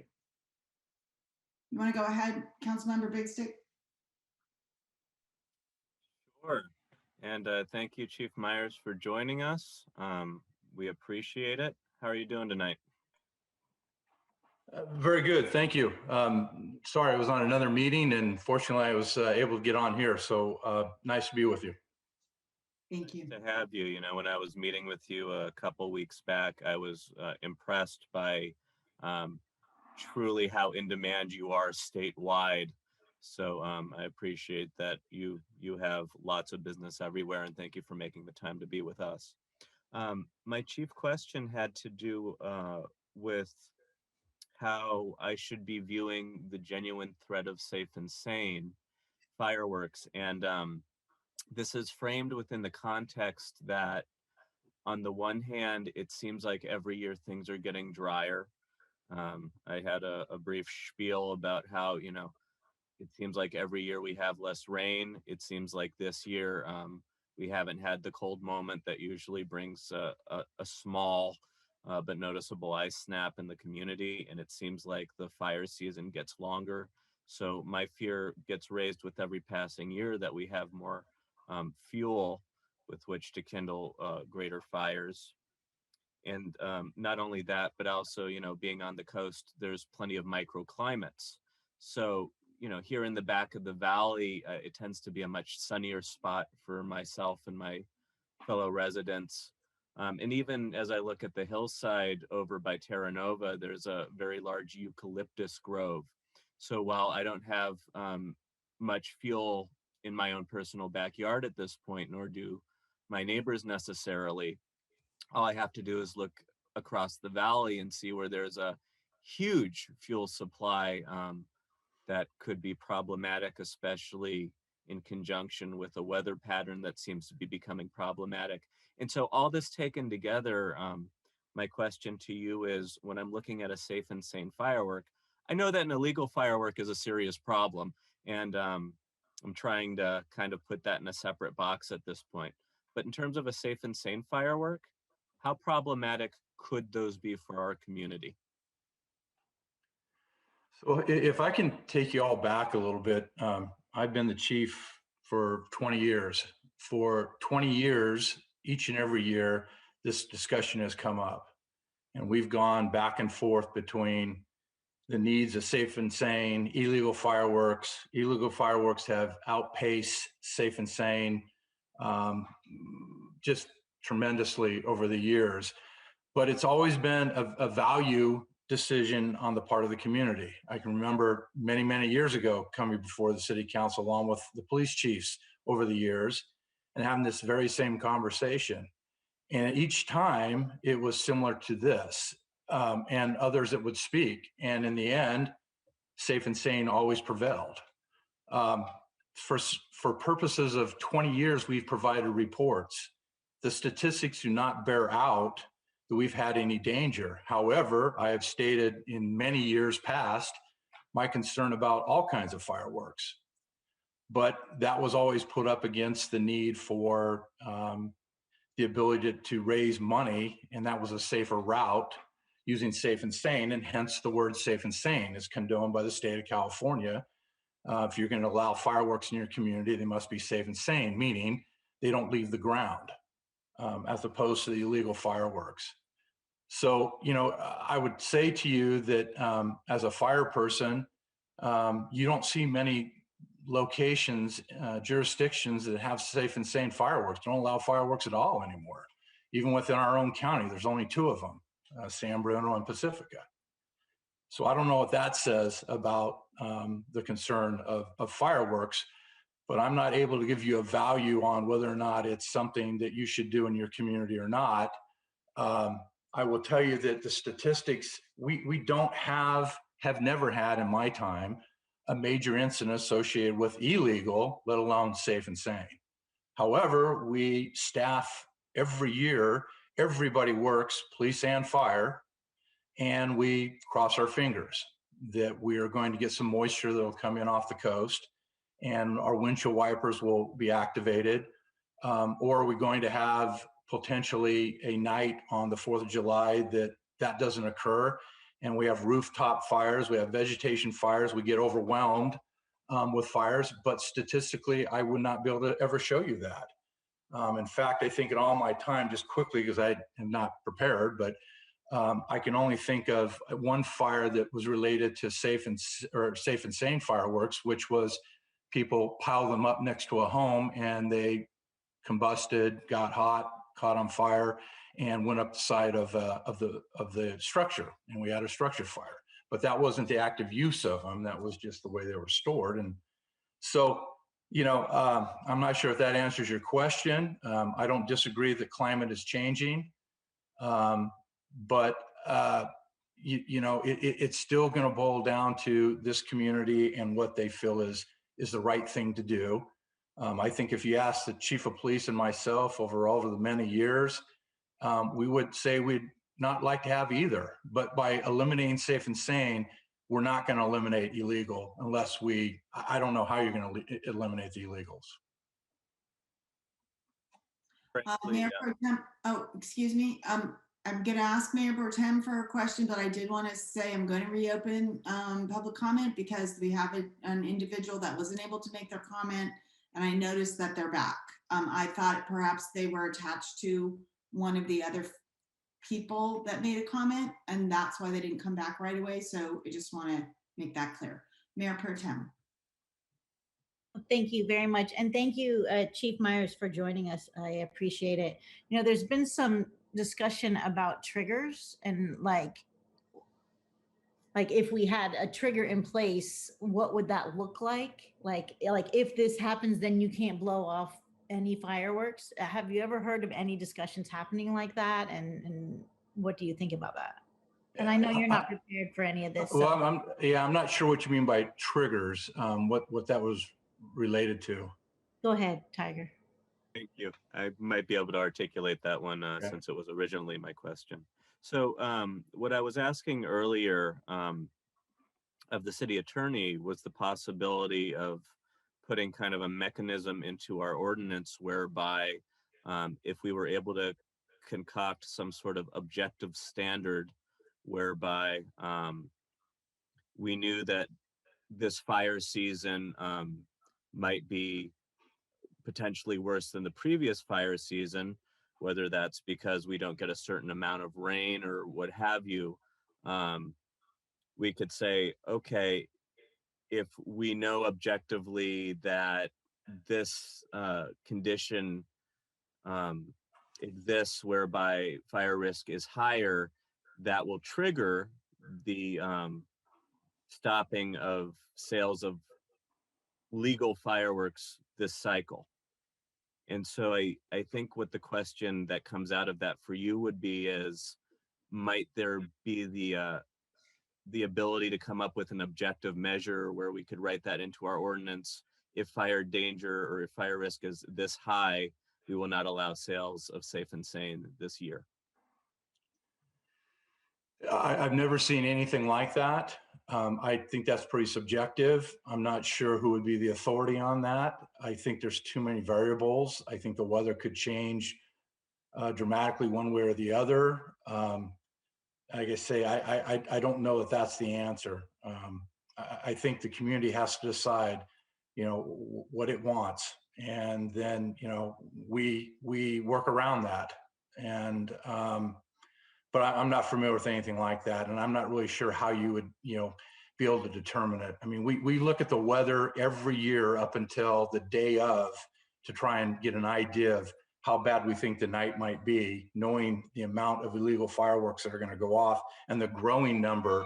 And it's not just in Pacifica, it's in all of the cities North County Fire is associated with, and it's not just the north, it's all the way down San Mateo County.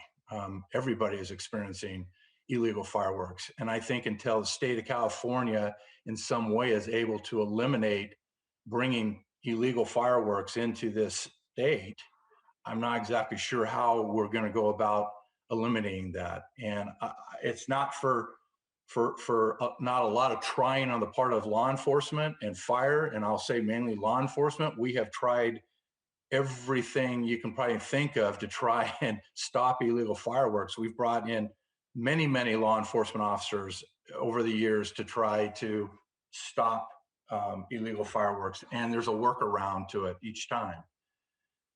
So I'm sorry, I don't have a, you know, I don't think there's a silver bullet for this that you can legislate in that would do a workaround that I can think of or that I've seen.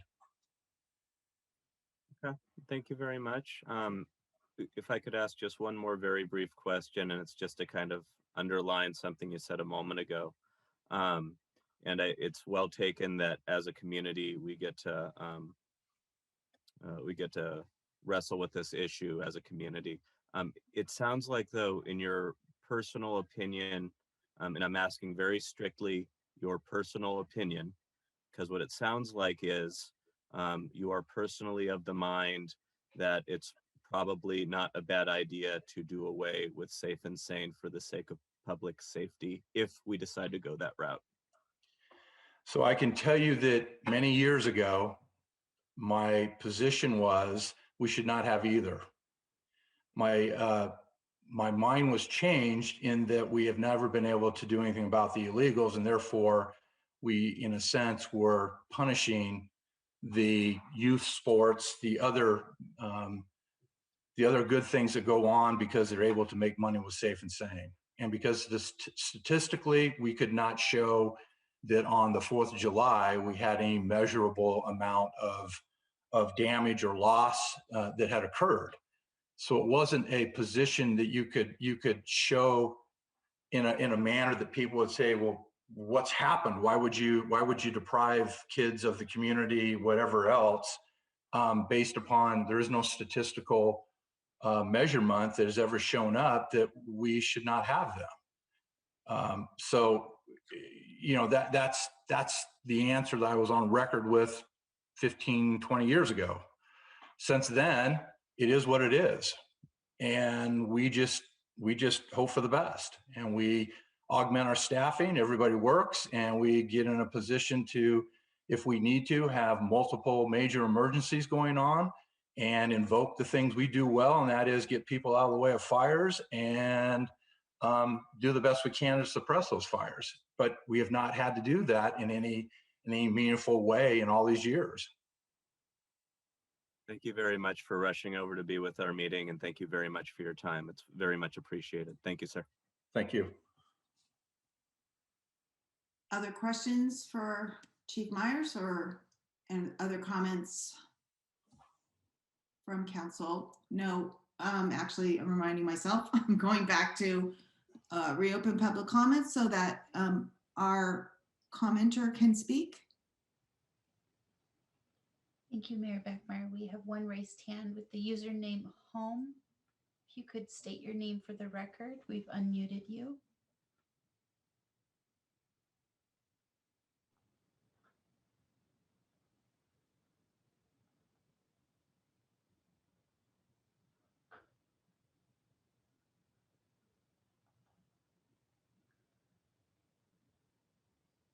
We see your hand. You're unmuted. Username home.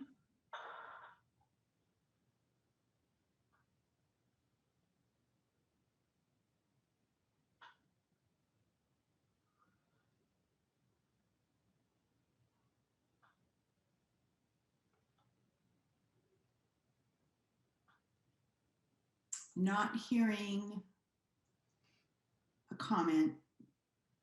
So if you're speaking, it's not coming through. Sue, do you hear me now? Yes. Thank you for allowing me to come on. Alan Hale, member of Pacifica since houses were $6,000 here. Welcome. We've benefited for thousands of our youth being allowed to participate in different sports and activities and all like that. I represent the American Legion, the VFW, the Native, and whatsoever.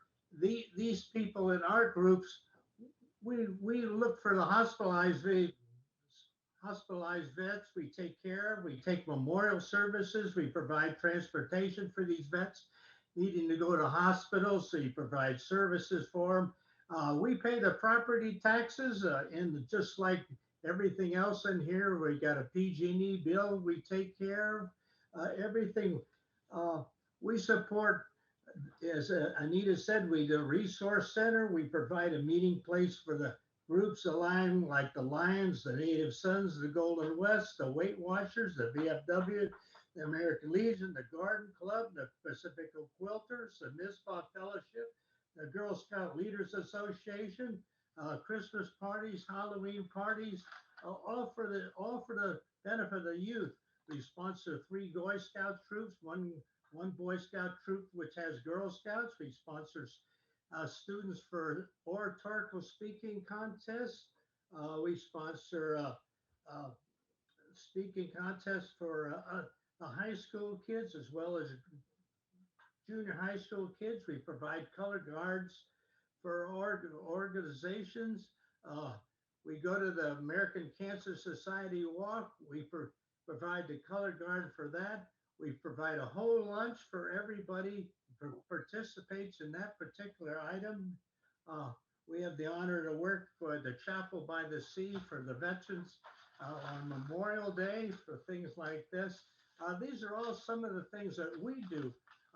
And ours is not generated just for veterans. We do it for the youth.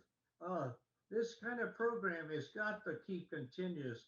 All these programs, the basketball, the volleyball, all these kids, the football teams, these people need the money. There is no way that we can raise this money legally. Maybe we can get into marijuana like the city supports, but I don't know if that's going to be legal. There's been also other things that make money. But I think basically the city's been supported and let these groups go on and make the money that they need to do it. Thank you for your consideration. Thank you, Mr. Hale. And I will close public comment. Councilmember Big Stick. Thank you. And before I launch into my thing, it's currently 10:49 in the evening. I Yep. believe we might need to take a vote. Yes, that's coming up. And we still have an item left on our agenda. So we will need to bring this to closure. I don't know if there are other council members that have other comments to make tonight on this topic. Did you, Mayor Pro Tem? Well, we haven't even had a chance to make comments yet. Right. And so if we're going to vote to keep the meeting out, till midnight or whatever, we should vote on that soon. I think, can the council members be brief on this subject? And not extrapolate and walk down memory lane on this? I'm new, so I have an extrapolation I would like to make, because I feel like this is a big issue, and I feel like on the one hand, I would like to express how big an issue I think it is, because for me it's personally complex, and I also have what I think is an interesting potential solution. So I know I'm going to want maybe 5 minutes to do a spiel. But that's speaking for me, if that's allowable from the rest of y'all. I move that we extend the meeting time till midnight. I second. City Clerk Coffee? To extend the meeting to midnight, moved by Vaterlos and seconded by Beer. Councilmember Big Stick. Yes. Councilmember Vaterlos. Yes. Councilmember O'Neill. Yes. Mayor Pro Tem Beer. Yes. Mayor Beckmeyer. Yes. And the meeting will be extended until midnight. Thank you. And so maybe if I could just request, if I could begin, can I begin and do my little thing, and then I'll hand it over? Because I feel like I've also received some pressure from folks like, you've been here since you were born, and how can you speak against fireworks? And so I feel that the fire danger is so excessive, and I cannot overlook that. I cannot overlook that. And so if we need to put it to a vote, then I would definitely support putting it on the ballot. And I know that we've already done it twice, but I feel like the demographics in our community have changed. I feel like the circumstances in our environment have changed. And I feel like people deserve the opportunity to think about this and to campaign and to do what they need to do to express themselves about this topic. And that's all I'm going to say. Thank you. Councilmember Big Stick. Oh, Thank you, Mayor. So I wanted to start by saying thank you to Alan Hale for your service, and for the service of all the men and women who represent the American Legion. I also wanted to begin by saying that I think that, first of all, safe and sane and illegal are constantly grouped together. And even when we try to say we're talking about safe and sane, not illegal, the conversation winds up going to illegal. So everything I'm about to say has to do with safe and sane, not the illegal fireworks. They're a huge problem. The point is well taken that a simple letter from council to make a request of our state lawmakers is not enough. And fortunately, the phone numbers for my state lawmakers are in my telephone. So you bet that I'm going to be calling them shortly to say, hey, It would be really nice if the fine were a heck of a lot higher than $1,000, because these people who are driving everybody in town crazy and creating a true issue in a way that is at this point reprehensible.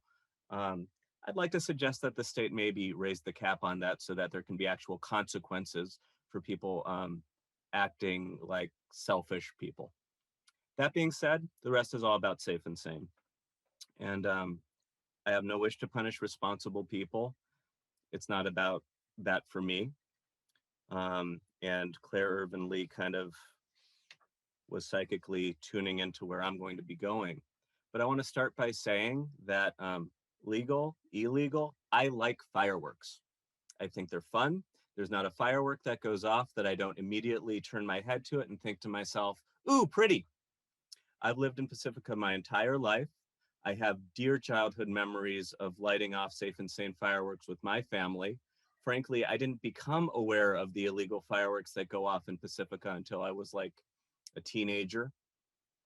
And then again, you know, I like fireworks. When one goes off, I turn my head and think, ooh, pretty. Except we get it. Go on. Except lately when they're going off above the Safeway parking lot and I'm in the parking lot and I get to feel all the sprinkles down on my head from those things going off. So I like safe and sane. And what really changed my mind, because I've heard this conversation over and over again over the years too, and it's all about the nonprofits. Point well taken. That's what keeps me dead in the center, the nonprofits. This summer, I don't know if y'all can see this. This is what I got to look at on the September 13th edition of the Pacifica Tribune, because September 9th, the sky turned that color. So that's what I'm looking at now as I'm thinking about all of this going forward. And, you know, pardon me for just a very brief moment being, you know, arguably melodramatic, but when this is what my view is, when I wake up in the morning and I get to see this through, you know, the afternoon, this colors my view on the issue going forward. Campaigning, breathing in all that air while I'm doing so. Because I like these things, but I don't like this. And this is what my world now looks like, because it takes a lot more than just Pacifica going up in flames to cause this. It takes a lot of California going up in flames to cause this. The CZU fire, that's on the coast. And before I had this to look at, greenhouse gas emissions from safe and sane fireworks, it weighed heavy on my head. It made me feel a little guilty every time I light one off. And by the way, not a year goes by that I don't, you know, buy $20 worth of safe and sane just for my own personal amusement. You know, even well, this year I actually didn't. I couldn't timing and I couldn't bring myself to. But you know, I feel guilty when I laugh. And then there's litter.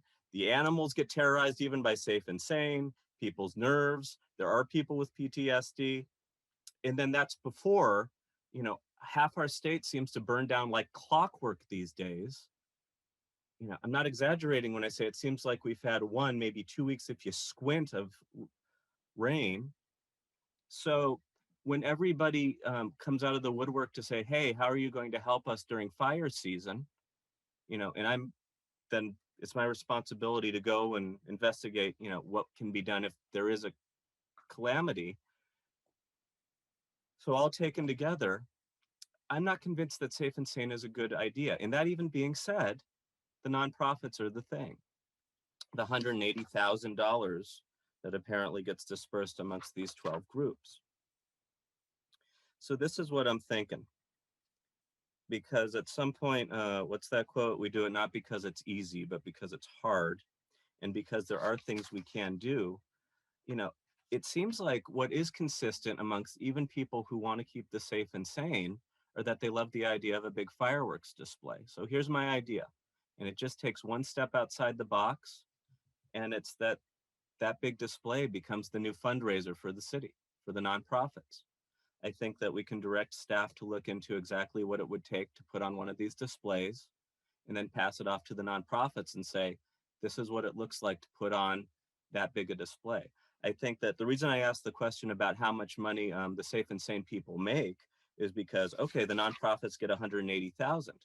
That's not how much money that they're raising altogether, because a huge chunk of that money goes to TNT or Phantom or whoever.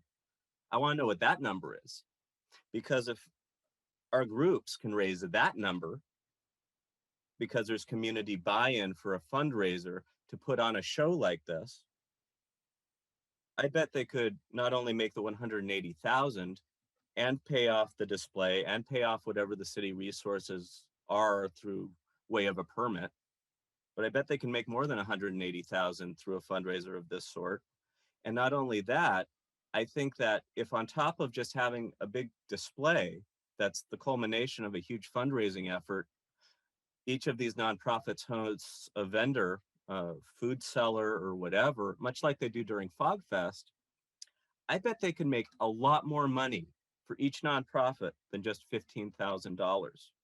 I think that thousands of people flooding into Pacifica would be a great opportunity, now with my kidding aside, for those restaurants to catch a heck of a lot of that revenue, maybe even the shops that are there. I bet there will be plenty of people who want to stop by lit on the way to seeing a bunch of fireworks go off at the end of the pier to thoroughly enjoy themselves and then get the munchies. And what I'm envisioning is, if it's possible, if it's feasible, if it's doable, a much bigger fundraising effort that brings in a lot more money, a lot more revenue to help our businesses. It allows everybody not just to enjoy the wonder of the small firework, but the large firework. And every time I bring this to somebody's mind, they seem to like the idea, even if they'd rather keep the safe and sane. So passionately at 11 o'clock at night, that is my idea. Thank you. Thank you. Councilmember Vaterlos. Okay.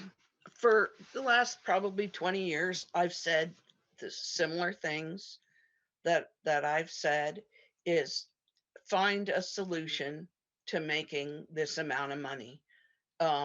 Last year, Deirdre and I talked about it in the council meeting and suggested that within 5 years, if they can come up with a solution where these groups actually can make this much money, then we should do away with the safe and sanes. Although now today, or over the past 3 days, how many emails did we get in favor of the safe and sanes? 200, 300? I stopped counting after a while. I was trying to respond to everyone, and then I gave up because there were so many. And I heard stories about a man whose small boy hid behind his mother at first, and then just thrilled at the thought of a sparkler. And if we take that away, we take it all away. So, and like I said, it doesn't stop the illegals. We still have to pay the police and fire. The nonprofits aren't going to make the money unless there was a woman who had a suggestion, a large fundraiser. And I don't know how far it is that they make that $1 million, but if we can do that, that would be great. But people don't offer solutions. I've asked over and over, what's the solution? Can you come up with something for the nonprofits? Tiger had a suggestion.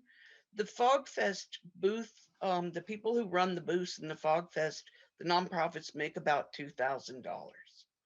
They didn't have Fog Fest last year, and who knows what's coming. So it's not the same as the amount of money they make in those 5 days of selling fireworks. So obviously, I've been in favor. Everyone knows that. And I'm going to continue, even though I understand the fire danger. I understand the PTSD. I understand the problem with pets. But I think we need to continue. Councilmember O'Neill, did you have comments? I'm open to putting it to a public vote. Because it's been 15 years and the world has changed since we did it. I mean, I think, my son's a Boy Scout, Scoutmaster, and in the last economic downturn, 2008, the funds from the fireworks was the only thing that was able to send a lot of those kids to summer camp and maintain their program, was because they had no funding.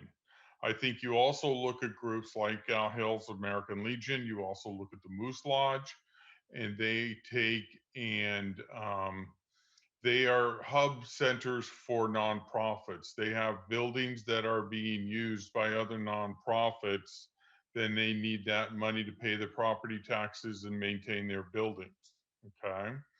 I think if you look at so it's not only youth groups, it is many other different organizations that support other nonprofits. I think if you look at the number of people that are impacted by the sale of the fireworks, it would be, it would be many thousands between Little League, soccer, American Legion, Moose Lodge, Terra Nova Bands, Terra Nova Football, Oceana PTO, all the different groups. Spindrift, I know, had one for a while, or Little League. And so it's many thousands of kids that are affected. However, I think we do need to listen to the town, and I have no problem putting it on the ballot. And I would say we maybe, as a compromise of some sort, look to put it on the ballot in 2022 when we have regular council elections, because the election would be a little cheaper. And we really consider maybe banning it per the advisory vote in 2022 in March. Okay, because the nonprofit, roughly the markup for the Tiger, to answer your question, the 180,000, that's the net to the nonprofits. Okay, and then TNT makes whatever they make, and Phantom. Okay, so I would maybe propose, if we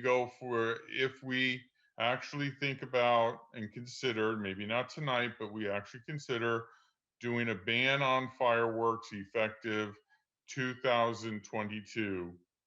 We then take and put it on the ballot for the gubernatorial primary March of 2022 as an advisory vote. If it passes, saying yes to fireworks, then the ban is rescinded. If not, then we have it in effect, but then meanwhile, nonprofits have 2 years to figure out something different. And in regards to Tiger's suggestion of I don't know who would pay for the fireworks. If it costs $25,000 to $100,000, I don't know how the city's going to raise the money in order to pay for that, to give it to the nonprofits, because we're going to be 30,000 in the hole right away because of overtime, lease expenses, and everything else.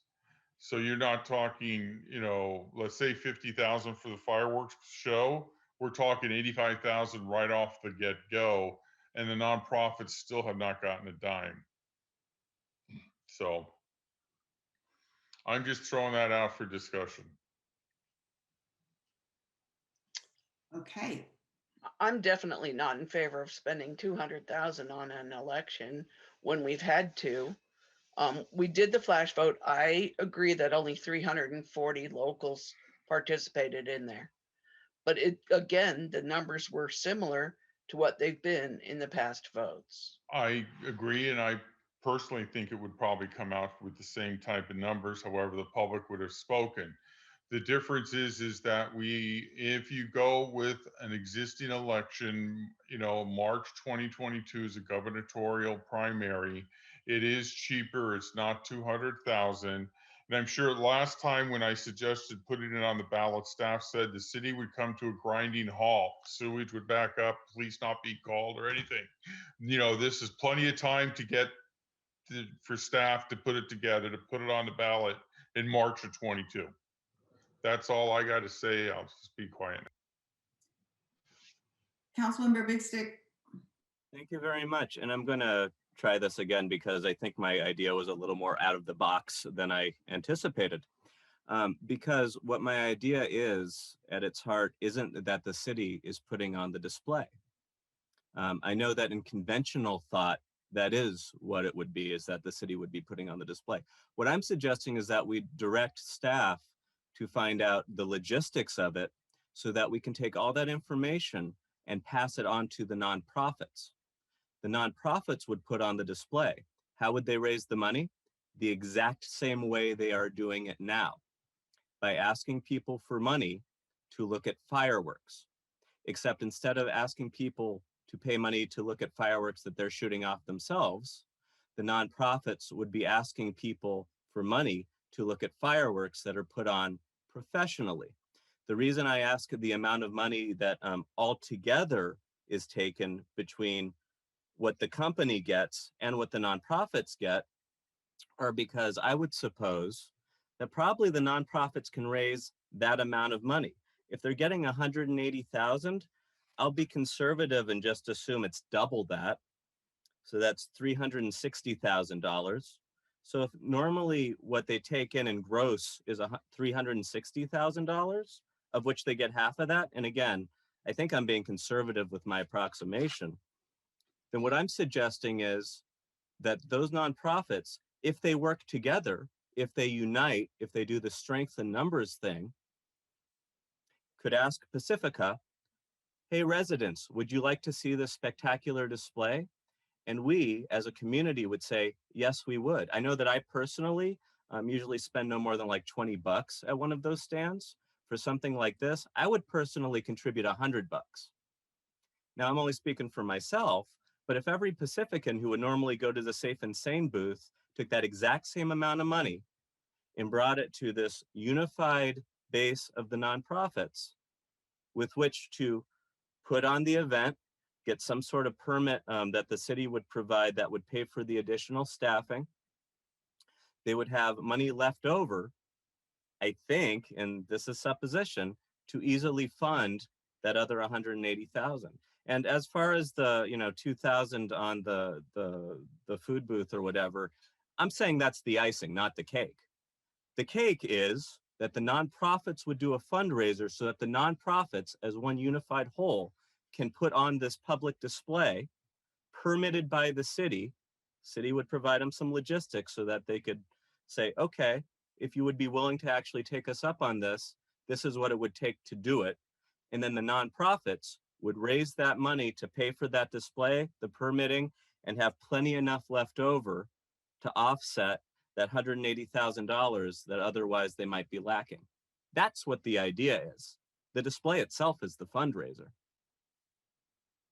The booth, and probably whatever money would flood in from those thousands of people coming in from all over the place to watch Pacifica's fundraiser, would be the icing on the cake. And by the way, I am a tale of two cities. My mom's in Pacifica, dad's in San Bruno, and dad in San Bruno would often take me over to Redwood City to see that firework display. So as somebody who on the weekends, when 4th of July was not on a weekend, I know exactly what that looks like to be taken out of my city to go to a different city to see a fireworks display. And we get hungry, after watching that, because watching fireworks is hungry work. So that's what my idea actually is. And all I'm suggesting is sending staff to, look into it. On that note, and other council comments or questions or deliberations, because I've been waiting to say what I think. In regard to directing staff to figure this out and come up with what it would cost and put together a skeleton of a plan for the nonprofits to work this plan. I'm not a fan of that idea. I think staff is very busy, over busy with the work that we already have tasked them with. So I believe there is a significant and strong enterprising group of citizens in this town who, when they want something to happen, put their heads together and make it happen. And it doesn't necessarily have to require staff to do the thing. staff can answer questions like, would you need a coastal permit to, from the Coastal Commission to light off fireworks over the ocean? These are factual investigations, but it would take, in my view, some group coming together as a task force, a community team, whatever you want to call it. When we're not in COVID, I imagine a in-person meeting could be done on Zoom, but it would take organizing that piece to get a list of what all the questions are that need researching, that need factual basis. And it would be a many months long, if not more than a year long process, in my view, to work through that. So that is my first thought. There are innumerable, issues that group would come up with. And I can say, FogFest is a huge undertaking. So, I've heard people describe, we should do a thing like FogFest. We should do something like that every month. This has been brought forward. And the reality is, if you ask a person who has been on FogFest board what that would be like, the answer is no way. Because you would need, if you're going to have one of those every month, you would need 12 FogFest boards. And as it is, if you recall, we were having a significant challenge in finding a new president for the FogFest board. So I'm not trying to be negative. I'm trying to be realistic about what, is possible. With that said, a team of dedicated, focused Pacificans can move mountains. I've seen it. I can't believe what things I never thought would come to fruition have happened. So I do agree the community has changed. I think there's a lot of fear about fire danger right now. That might be a motivator. There's the sky in the back of your background. Councilmember Big Stick and others have brought that forward in terms of climate change issues. So I just don't support the idea of staff taking it on as a staff job. Further, I don't support spending anything like $200 to find out what the community thinks. I would prefer to, in that way, by a vote. I would prefer to have a more robust community survey of some kind. I feel like flash vote is a very new thing, and it's dependent on who gets the word about flash vote. There may be other avenues to pursue before we go to the extent of spending that much money, although I do support Council Member O'Neill's suggestion to put it on a ballot that's already got a bunch of things on the ballot. I almost would favor a November ballot just because I think it would have even more things, which would further reduce the cost of adding another item. But that would be something city clerk and city manager and city attorney could help us sort out. So I don't know where that leaves us, except that it is 11:15, 11:16, and I'm not sure where to go from here. I don't want to just have it trail off and then have us have to come back and do this again in 3 months when It sounds like there might be a consensus for the ballot in 2022. Is that right? I would suggest that kind of make synopsis is staff direction would be to come back and get an estimate as to how much it would be to put it on the ballot March primary as well as the November general in 2022. I don't think there's a June primary like they did this year or last year. So it's just the March. Well, it's either March or June, the primary, right? So June 2022 ballot. And I look, and then possibly, and the reason is I want to be sure the nonprofits have plenty of time to look at alternatives before we cut this funding out from under them if it goes down. Okay, so that's my thought. I see the city manager and the chief Steidel have come onto the panel. Did you have some comments, some feedback? Sure. A couple things. Everyone's correct that either March of 2022 or November of 2022 would be significantly less expensive than November of 21. For the Either ballot March box. or June, whenever the primary is what I'm talking Yeah, about. so Yeah. if the, and I don't know if Clerk Coffee might know whether it's March or June of 2022, but in terms of timing for 4th of July, obviously the June ballot would be cutting it pretty close. So I guess the question related to that would be, depending on the results of if it were in June, then does that mean that the decision, if it was against Safe and Sane, it would mean that it would not happen in 23? That would be the starting year, I guess. I think realistically, based on my knowledge of how the program works for putting the nonprofit groups putting in to be able to sell fireworks, they're being notified the very first contact is in January, if I'm not mistaken. Yeah. So I think probably November 2022 is probably the best date. And that will definitely be the cheapest date in terms of a ballot measure. It was mentioned about other survey tools. So, flash vote is a new, cheaper kind of thing, but there's always the statistically representative actual polling votes that cost about $25,000 that can be done. I don't know if that Mayor Beckmeyer was the kind of thing you were referring to. Yeah, so if the council is saying, let's put the community on notice that this is going on the ballot in November of 2022. And if, ballots are different from surveys because they involve campaigns and everything, right? So they're actually different. The surveys try to predict all of that, but sometimes they're not accurate. And in November 2022, the community decides to stop Safe and Sane fireworks, then that's it. And if the vote is to continue them, then they continue.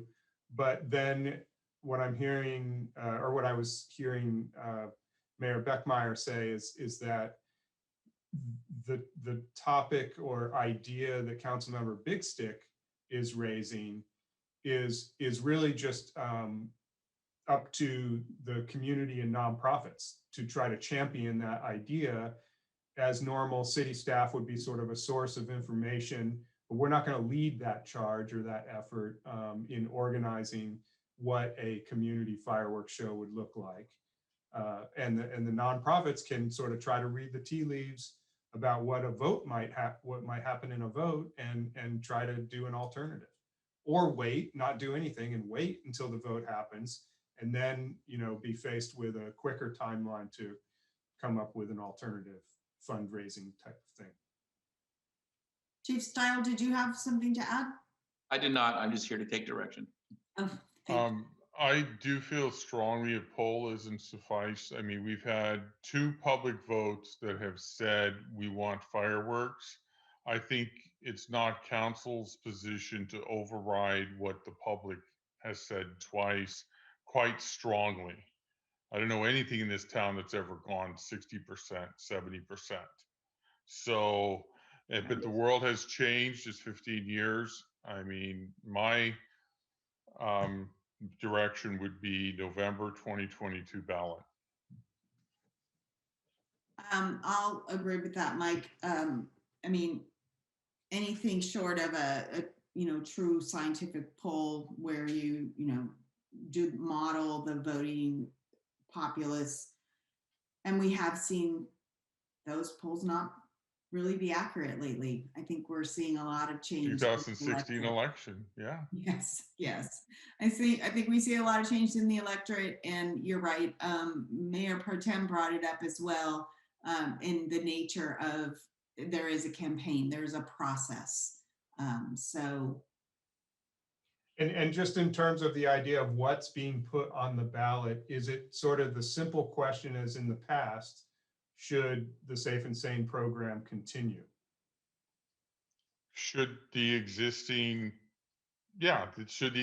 ordinance allowing Safe and Sane and maintaining illegal firework enforcement continue as it has in the past. That basically, and Michelle can do the legal stuff. I mean, that's Yeah, I mean, basically what, pulling up what the old ordinances were and look at what the ballot language was and all of that. And City Clerk Coffey did confirm that the gubernatorial election is June. okay, that is too soon. March probably would have been okay, but June is too soon. So November is my preference. So we need a third person if they want to give direction for that. Mayor Pro Tem? Yes. Okay. Do you feel you have what you need? Well, I guess my question, and City Attorney Kenyon could weigh in here, is this something that the council needs to vote on to direct that we're putting that on the ballot in November of 2022? If the city manager feels that he has that direction, we would need to bring items back to the council for them to actually place it on the ballot. It will not happen without future council action. So the question is, does the city manager feel that he has direction to start expending staff resources to start preparing those agenda items, which will need to be prepared? Which are not really till spring, summertime of 2022. Correct. Actually, what I was thinking during this discussion, since we are talking about at this point, March, but most likely November 2022, it might be something that the council will want to discuss with staff and the city manager in more detail during goal setting, because it's certainly something that will be on staff's radar with regard to projects that they need to complete. That's what I was thinking. We don't want the city to come to a grinding halt. No, we don't. I mean, a majority of the council is supportive of heading in that direction, and then we wouldn't necessarily need to take the time during goal setting to be talking about this. We could affirm that a majority of the council wants that to be on the work plan.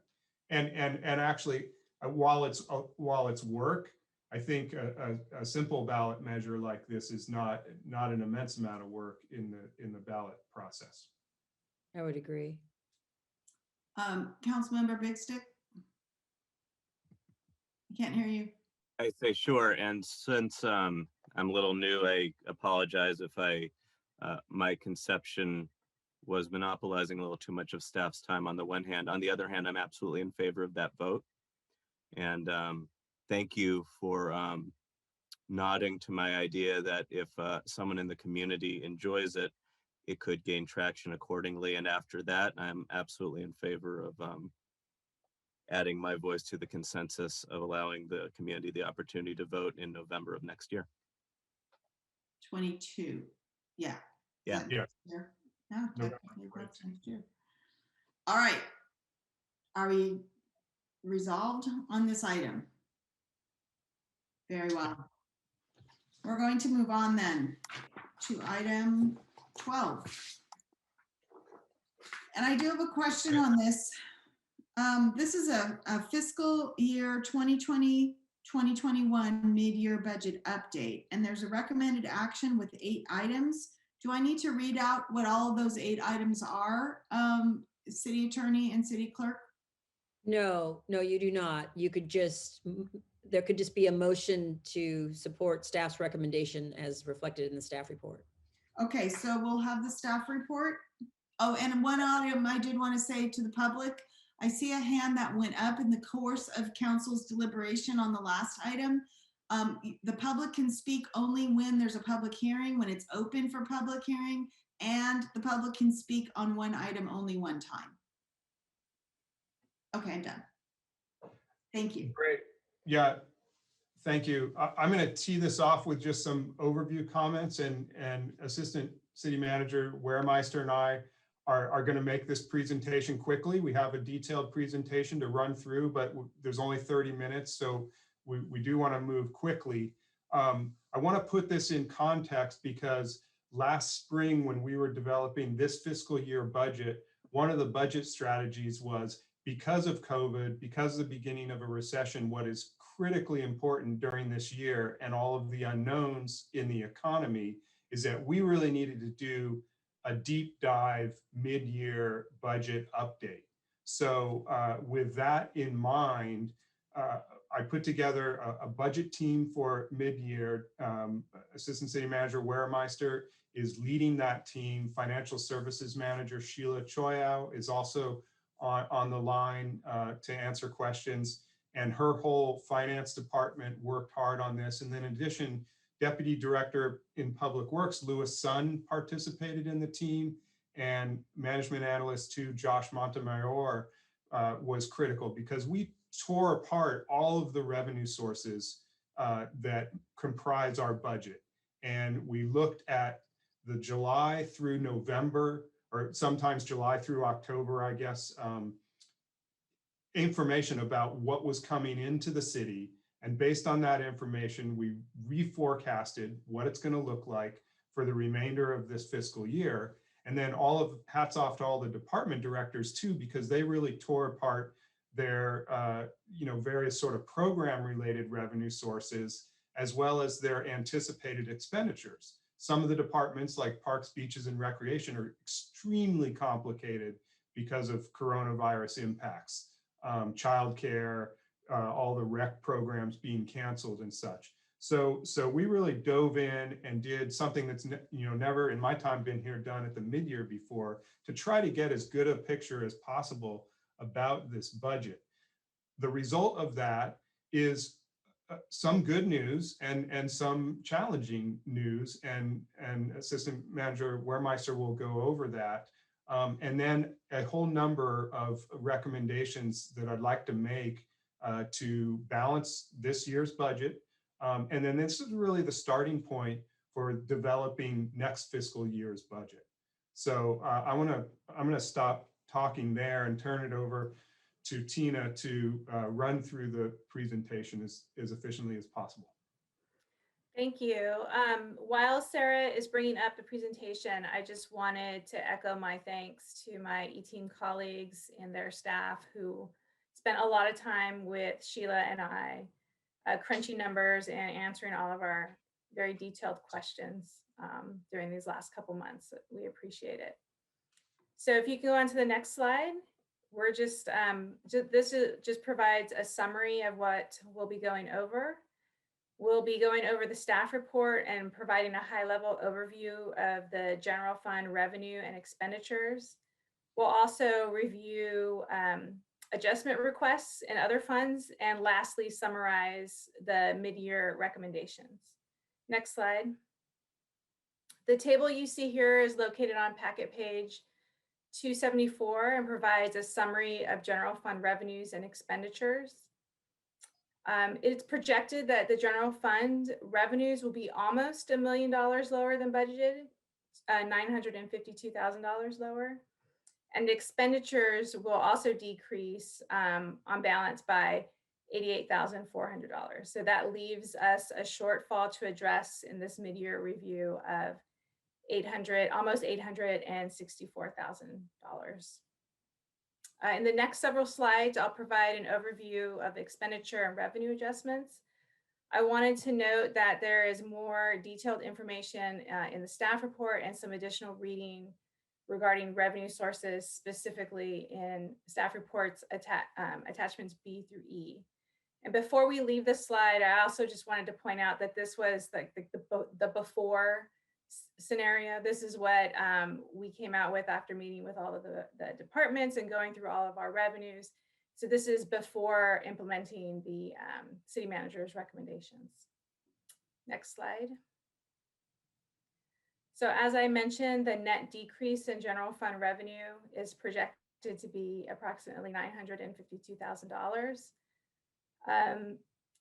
While it's projected that there will be a significant decrease in vehicle license fees of 1.2 million and PB&R revenues of 1.6 million, these decreases are offset by increases in other projected revenue. And I'm going to pause right here just so Kevin wanted to jump in and briefly describe the vehicle license fee revenue line item, and some of the work that city managers are doing to try to correct this situation. Yeah, one of the bad news pieces about this year's budget, which really has nothing to do with COVID, is this projected shortfall county-wide in San Mateo County and in some other counties of vehicle license fee in lieu fees. And for Pacifica, so countywide in San Mateo County, that's about $70 million problem. For Pacifica, it's about a $1.2 million problem. There's a very detailed attached memo to the council packet that attempts to explain the educational revenue enhancement fund, augmentation fund, as well as VLF, how they're related, how they relate to school district funding. It's all kind of a complicated thing. I won't go into explaining that now, but the 1.2 million shortfall, in the past, when there was a VLF shortfall, the state has backfilled it, but the state's backfilling of VLF shortfall lags 2 years behind when it occurs. So this $1.2 million gap, we need to close now. 2 years from now, we may get it back from the state. They owe us that, as well as owe us all of our ERAF money, because it originates as city property taxes. But I don't want to say too much more about that, other than the flip side of this that you see lower on the slide is that ERAF, excess ERAF revenues are higher this year. And that leads to the recommendation to help balance this shortfall with some of the excess ERAF dollars. Thank you. So moving on, sales tax is one area where we have some good news. We're almost $500,000 over the budget, primarily due to increase in taxable online purchases, and this is due to the Wayfair decision. I do want to note that although this is good, because we've exceeded our budget projection, our budget was already 15% lower from a pre-COVID fiscal year 19-20 budget projection. So that's just to put it in context and keep that in mind. The franchise fee is down slightly just because of a projection error when the budget was prepared. TOT, transit occupancy tax, again, this is a good spot where we're $110,000 above budget. However, again, we're about 42% less than normal due to coronavirus impacts. We've just exceeded our conservative budget this year. And that increase is mainly due to TOT tax collected from short-term rentals this year. And as the city manager mentioned, ERAF, excess ERAF is quite a bit higher than we anticipated. We were very conservative when the budget was adopted and we projected $800,000 in revenue. We actually received 2.6 million. So we're at 1.8 million over the adopted budget. And then finally, PB&R, 1.6 million decrease in revenue due to the COVID impacts on all of, essentially all of their programs. And the majority of that is in childcare with $1.1 million decrease in revenue. Next slide, please. So expenditures are projected to be about 88,400 less, primarily due to savings from position vacancies and then reductions in general expenses. There are some departmental budget increases requested, and that includes an increase of $170,000 in the police department budget for overtime expense due to vacancies and absences due to injury, an increase in $300,000 over the adopted budget for legal services, primarily due to additional costs related to labor relations, employee relations, the Measure F lawsuit, and fluctuating personnel rules.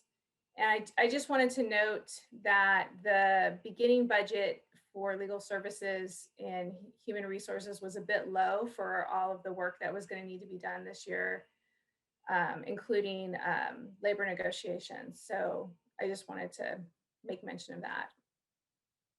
In Public Works, they're requesting an $85,000 increase to repair. Part of it's a small amount, is about $10,000 to $15,000 to repair a fence at 2212 Beach Boulevard, and then the rest of it to either repair or replace the HVAC system at the community center. And the action that the City Council took earlier this evening, which was approval of the Pacifica Firefighters Association MOU, is reflected in this, this mid-year budget as well. And then lastly, I say PBNR for last because their expenditures actually decreased. They're not asking for any increases due to their program impacts, and they've decreased by almost $1 million. Next slide. So just a quick overview of the non-general fund adjustments. Those requests include a transfer of almost $200,000 to the Capital Improvement Fund for temporary Civic Center relocation to the community center this year. A transfer of almost $600,000 from fund balance in the Street Construction Fund just to reauthorize a project, the Terra Nova slurry seal project, which was completed. This is really a technical adjustment to put it into this year's budget because the project was delayed due to COVID, and the City Council did authorize this expenditure in fiscal year 1920. Then in the Disaster Accounting Fund, transfer $250,000 from fund balance to go into the Beach Boulevard seawall repair project, bringing the total budget for this repair to $400,000. For Sewer Enterprise Fund, increase of $110,000 for city attorney costs related to this enterprise fund. And then finally, appropriate $115,000 in Fund 71 for various motor pool costs. Next slide. So the city manager has made a number of recommendations to balance this mid-year budget. And the first is to allocate $528,000 in childcare reserve to be used to balance this program shortfall. And if the council accepts that recommendation, then that leaves $335,600 remaining to cover in our shortfall. And the city manager is recommending that excess ERAF revenue be used to cover that. And then the remainder of the excess ERAF be put into the disaster accounting fund for future needs. And then a third recommendation is to decrease the adopted general fund budget appropriation and basically to reflect the revenue and expenditure net changes that the departments have projected. And the other recommendations are basically the fund adjustments, the other fund adjustments that I just reviewed. So that includes the facility reserve for Civic Center relocation. Next slide. The appropriation for the completed Terra Nova slurry seal project, the appropriation to the funding for additional funding for the Beach Boulevard seawall repair, the motor pool funding, as well as the change in the sewer fund, increasing the authority to a total of $150,000 for additional legal assistance related to the EQ basin. So next slide, please. And that concludes our quick review of the staff report, and the team is available to answer your questions.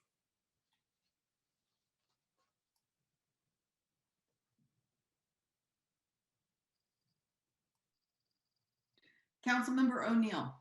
Hey, can you go put the slides back up again so I can like have the visual aid in front of me? Or I guess I mean, I can, that was all in the staff report, right? Okay.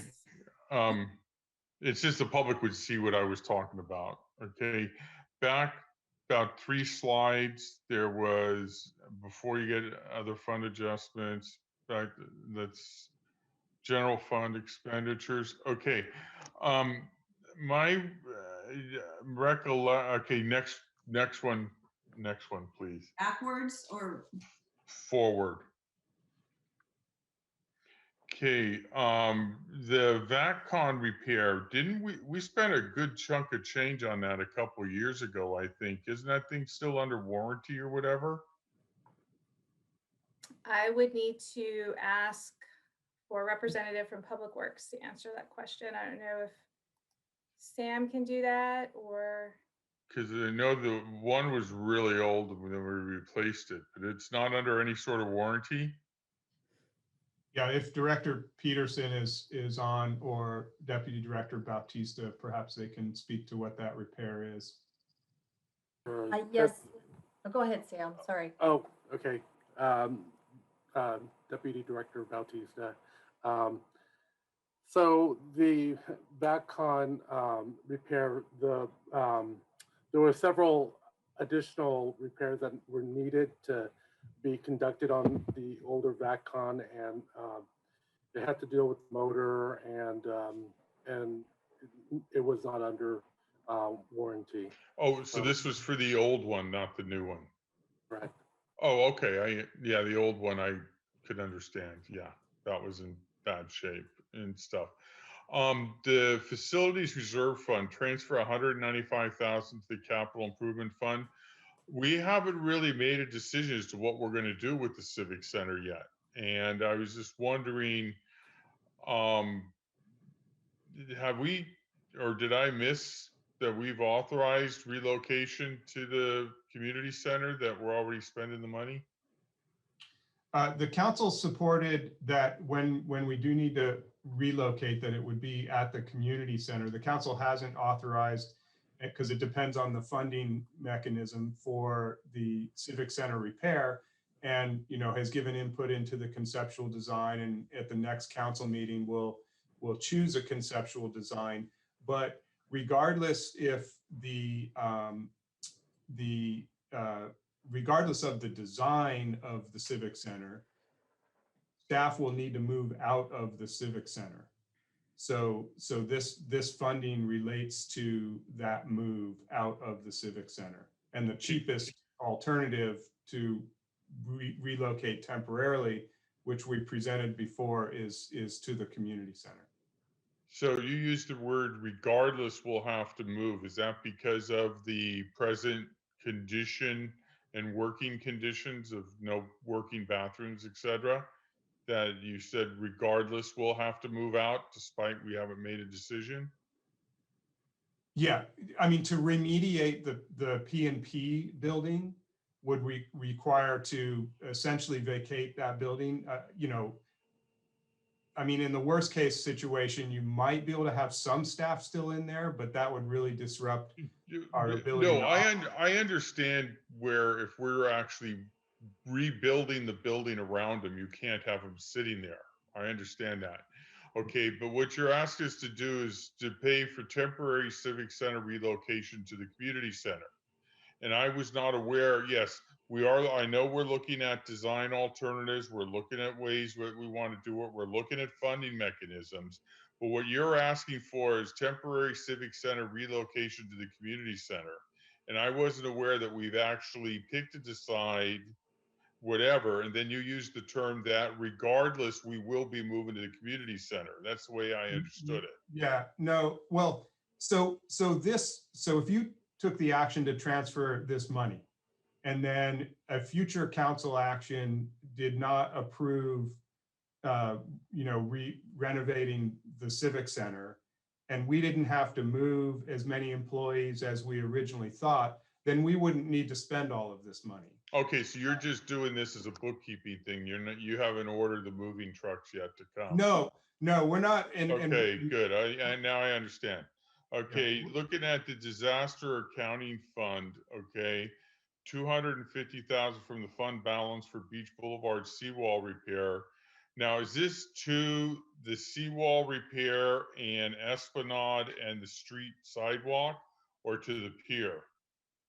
Because I remember I asked you to come to council with a report of what we have spent on the pier, what we are spending on the pier, where that money's coming from, and estimates as to, you know, rebuilding it and repairing the latest damage. Yeah, So the pier, yeah. I just The want pier- to be sure this is repairing the seawall and not the pier, because I That's don't correct. necessarily want to put more money down that money pit. Yeah, that's correct. This is for the significant seawall breach work that was done.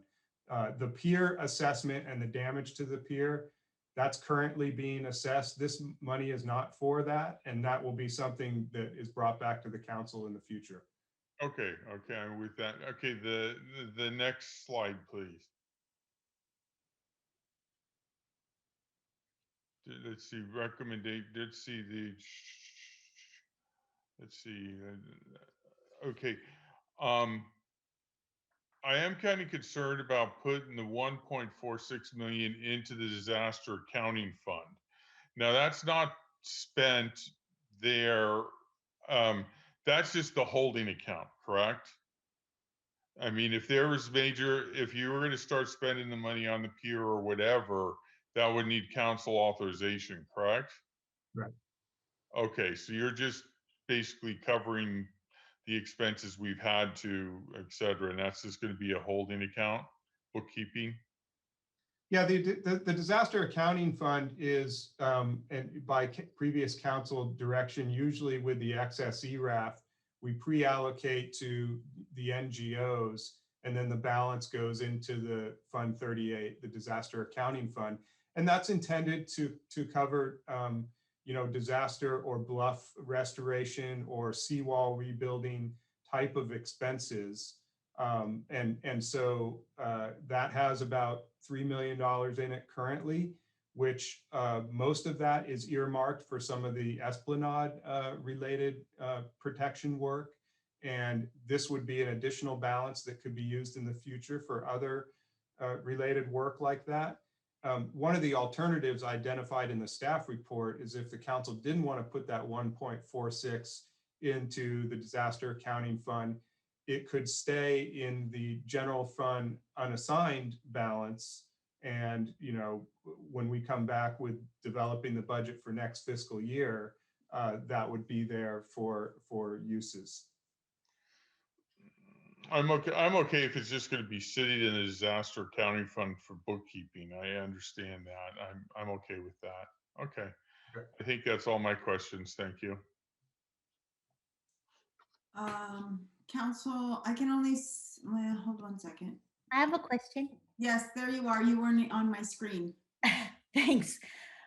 So about the childcare reserve, I understand that that's why we have childcare reserve, but does it like zap it? I mean, is it, I'm worried about the childcare reserve. So can you, Yeah. my The mind, balance remains about several hundred thousand, 300,000 to 400,000 in the childcare reserve. Is that correct? Right.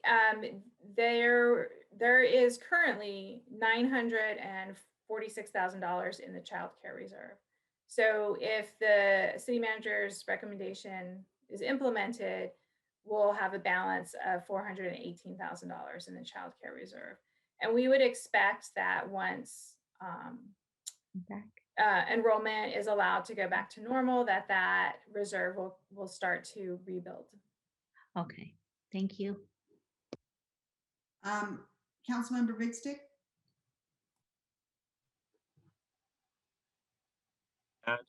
The 1.46 ERAF, you put a couple alternatives. Is there, does it really not matter which one it's in because we have to put it somewhere, so we're just going to put it somewhere? Or is there a substantive difference between keeping it in this disaster accounting fund versus the general fund balance?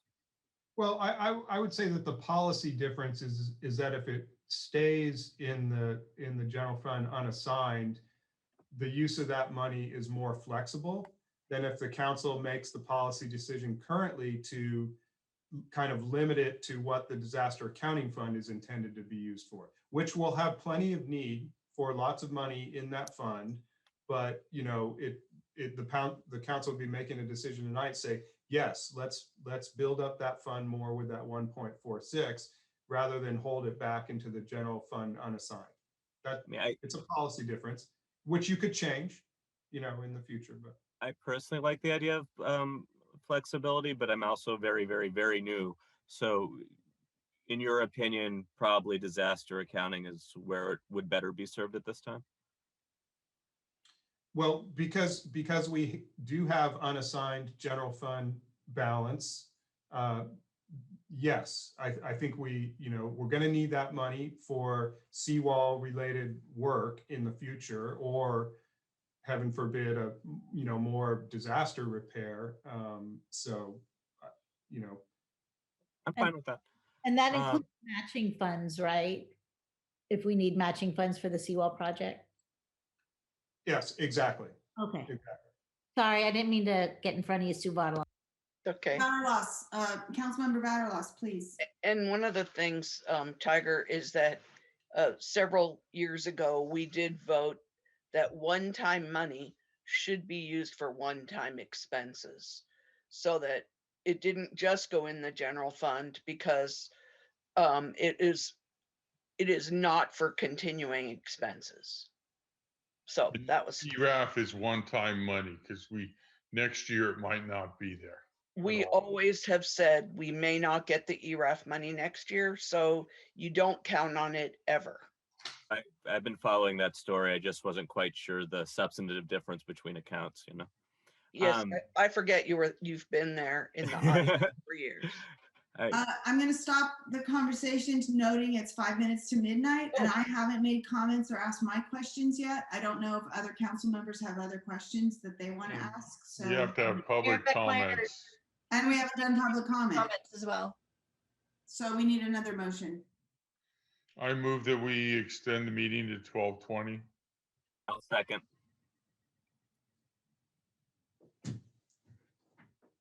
To extend the meeting to 12:20, moved by O'Neill and seconded by Big Stick. Councilmember Big Stick.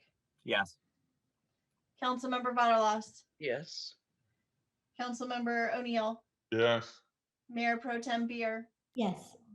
Mayor Beckmeyer. Yes. And vote to extend to 12:20 passes 5-0. And I did have 1.5 more quick questions. Does another council member have a question? I will defer to my fellow council members and go last. So you may speak and ask your questions, Councilmember Big Stick. Thank you very much. For number 7, and again, dovetailing off of Councilmember O'Neill's question, but the last wording in there is motor pool operations study. What does that mean? Yeah, one of the recommendations out of the Public Works Department wide study was to look at some much more detailed analysis of our motor pool operations, and our Director Peterson could elaborate in more detail if the council desired, but some very motor pool specific strategies and tools, and so that study is related to that. Does it have anything to do with looking into a possible eventual conversion to electric vehicles? Or has that already been studied, or is that anywhere in the scope? I don't believe so, but. Yeah, I can just answer that really quickly. Lisa Peterson, Director of Public Works. So it actually is not looking at electric vehicles, but what it is looking at is it's reviewing the appropriate asset management software that's going to need to be used in that section. Also, vehicle utilization study, long range replacement plans, and condition assessment. These are all things that were highlighted in the original management partners report that council received back in 2019. So it's just following through on those recommendations. And Thank you very much. On that, City Manager, would you please arrange to get a copy of that study for Councilmember Big Stick? Oh, the management partners public works study? Yeah, certainly. Yeah. Thank you. Other questions, Councilmember Big Stick? No, thank you very much. Anyone else? Okay, I can defer my questions until we have public comment, if we're gonna have any, and I'd like to open public comment on this item.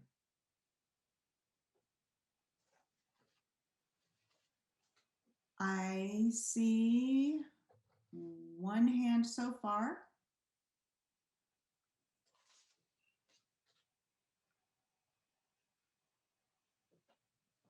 Mayor Beckmeyer, Elizabeth Brooks, your Deputy City Clerk. We have one hand raised. Aaron Macias, please state your name for the record.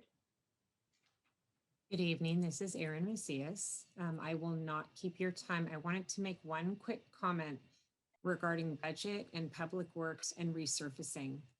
When resurfacing is done, I think that the city residents should be given a 5-year warning, and they are required to replace their sewer laterals, because there is nothing worse than a beautiful resurfacing only to have the roads completely destroyed. That happened in front of my house. When they resurfaced my street, it's never been the same. Other cities, other municipalities do that. They give the residents a warning and they're forced to comply, or the city does it and liens their house. It's not a pretty picture. It's something we have to do. Our sewer laterals in the city of Pacifica need to be replaced, and we know this. This is a major infrastructure problem that is polluting our creeks. We need to get on it, and resurfacing and sewer laterals need to go hand in hand. Thank you. Thank you. Seeing no further hands, I'm going to bring it back, close public comment. And some of my questions touch on the same areas that Councilmember O'Neill brought up, but I did want to just ask about the facilities reserve balance. I'm looking at packet page 276, item 2, the first paragraph. And this is, the request is to transfer $195,000 to the capital improvement fund for the Civic Center relocation. And then the last sentence in that paragraph says the facilities reserve balance is $205,000.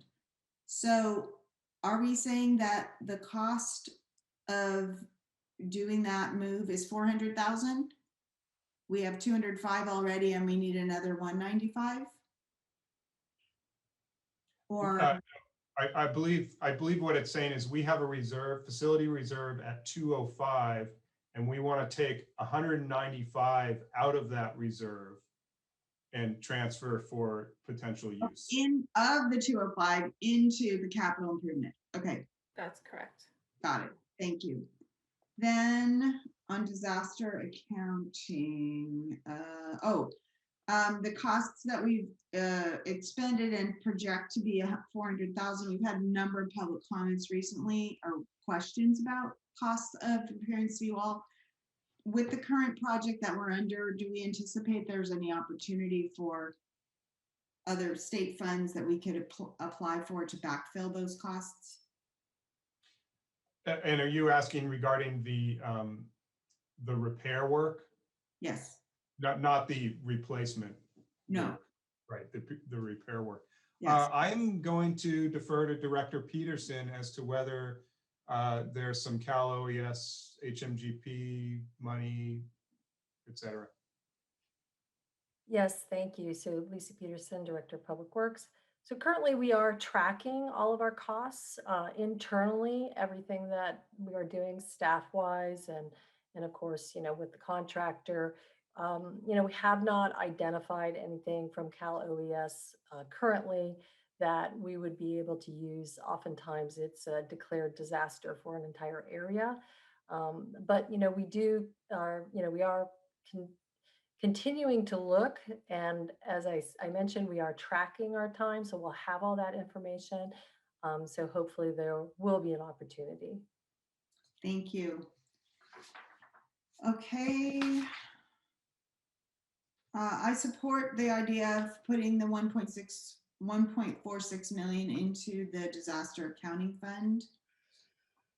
And our shortfall, or our net shortfall, projected shortfall for this year is 863,600 on packet page 273.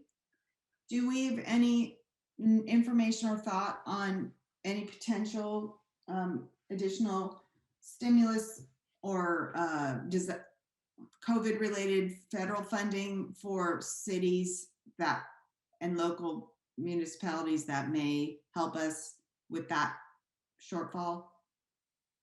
Do we know? Have we heard anything further? Yeah, no, nothing specific as to how. I mean, we're told that in the stimulus bill, there should be funding for local government, but I don't know what form exactly that's going to take at this point in time. So, you know, whatever form it does take, we've been still tracking all of our COVID related expenses.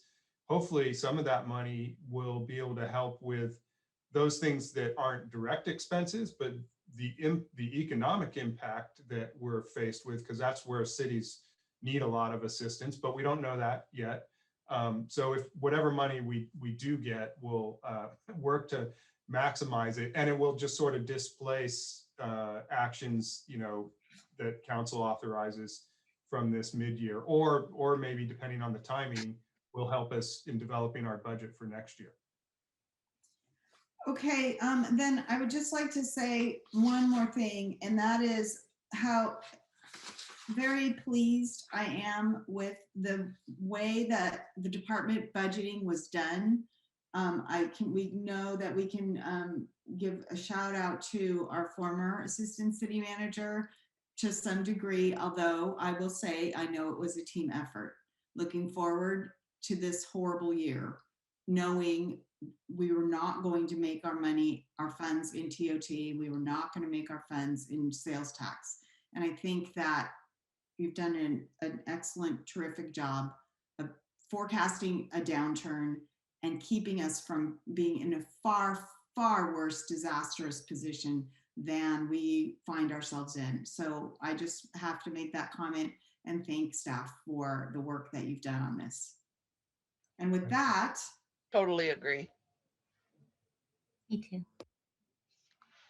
So if we could get a kind of a motion on the recommendations and a vote then. I move that we approve the recommendations per the item. Second.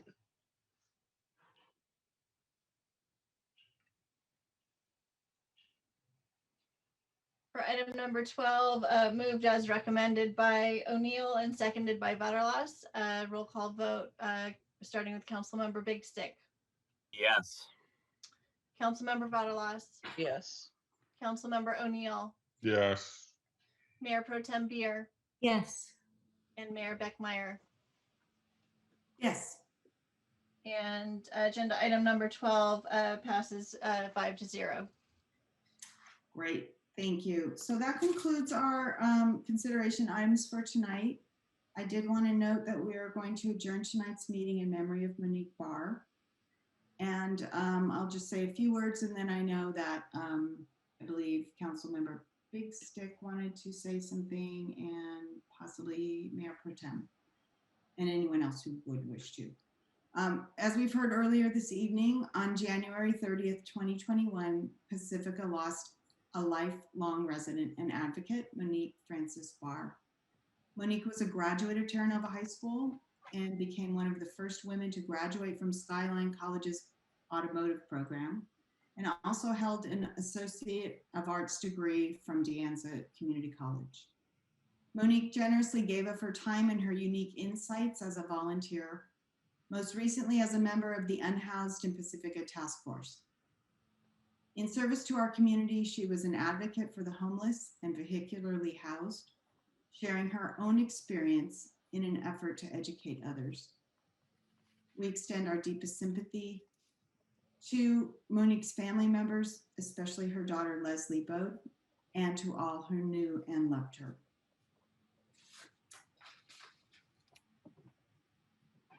Council members? Yeah. So the first time I met Monique was at 5 a.m. in the morning at a homeless count a few years back, and she was there to assist as somebody who was in the know with where to look for the homeless folk. And there she was as somebody who had been living it, and I'm not sure if she was quite out of it yet then or not, and taking her time to make sure that there was an accurate count for the sake of our community, to make sure that we had the resources we had. And she was somebody who fought like hell, and she always fought with the fullness of her heart, and her voice will be missed thoroughly. Yeah, I'll just echo what everyone has said, especially, you know, the ladies who spoke earlier, because they, more than I, had the opportunity to really work closely with her. And I didn't have that opportunity as much as I would have liked to, but I can tell you she was really strong, and her voice is going to be missed very much. So thank you.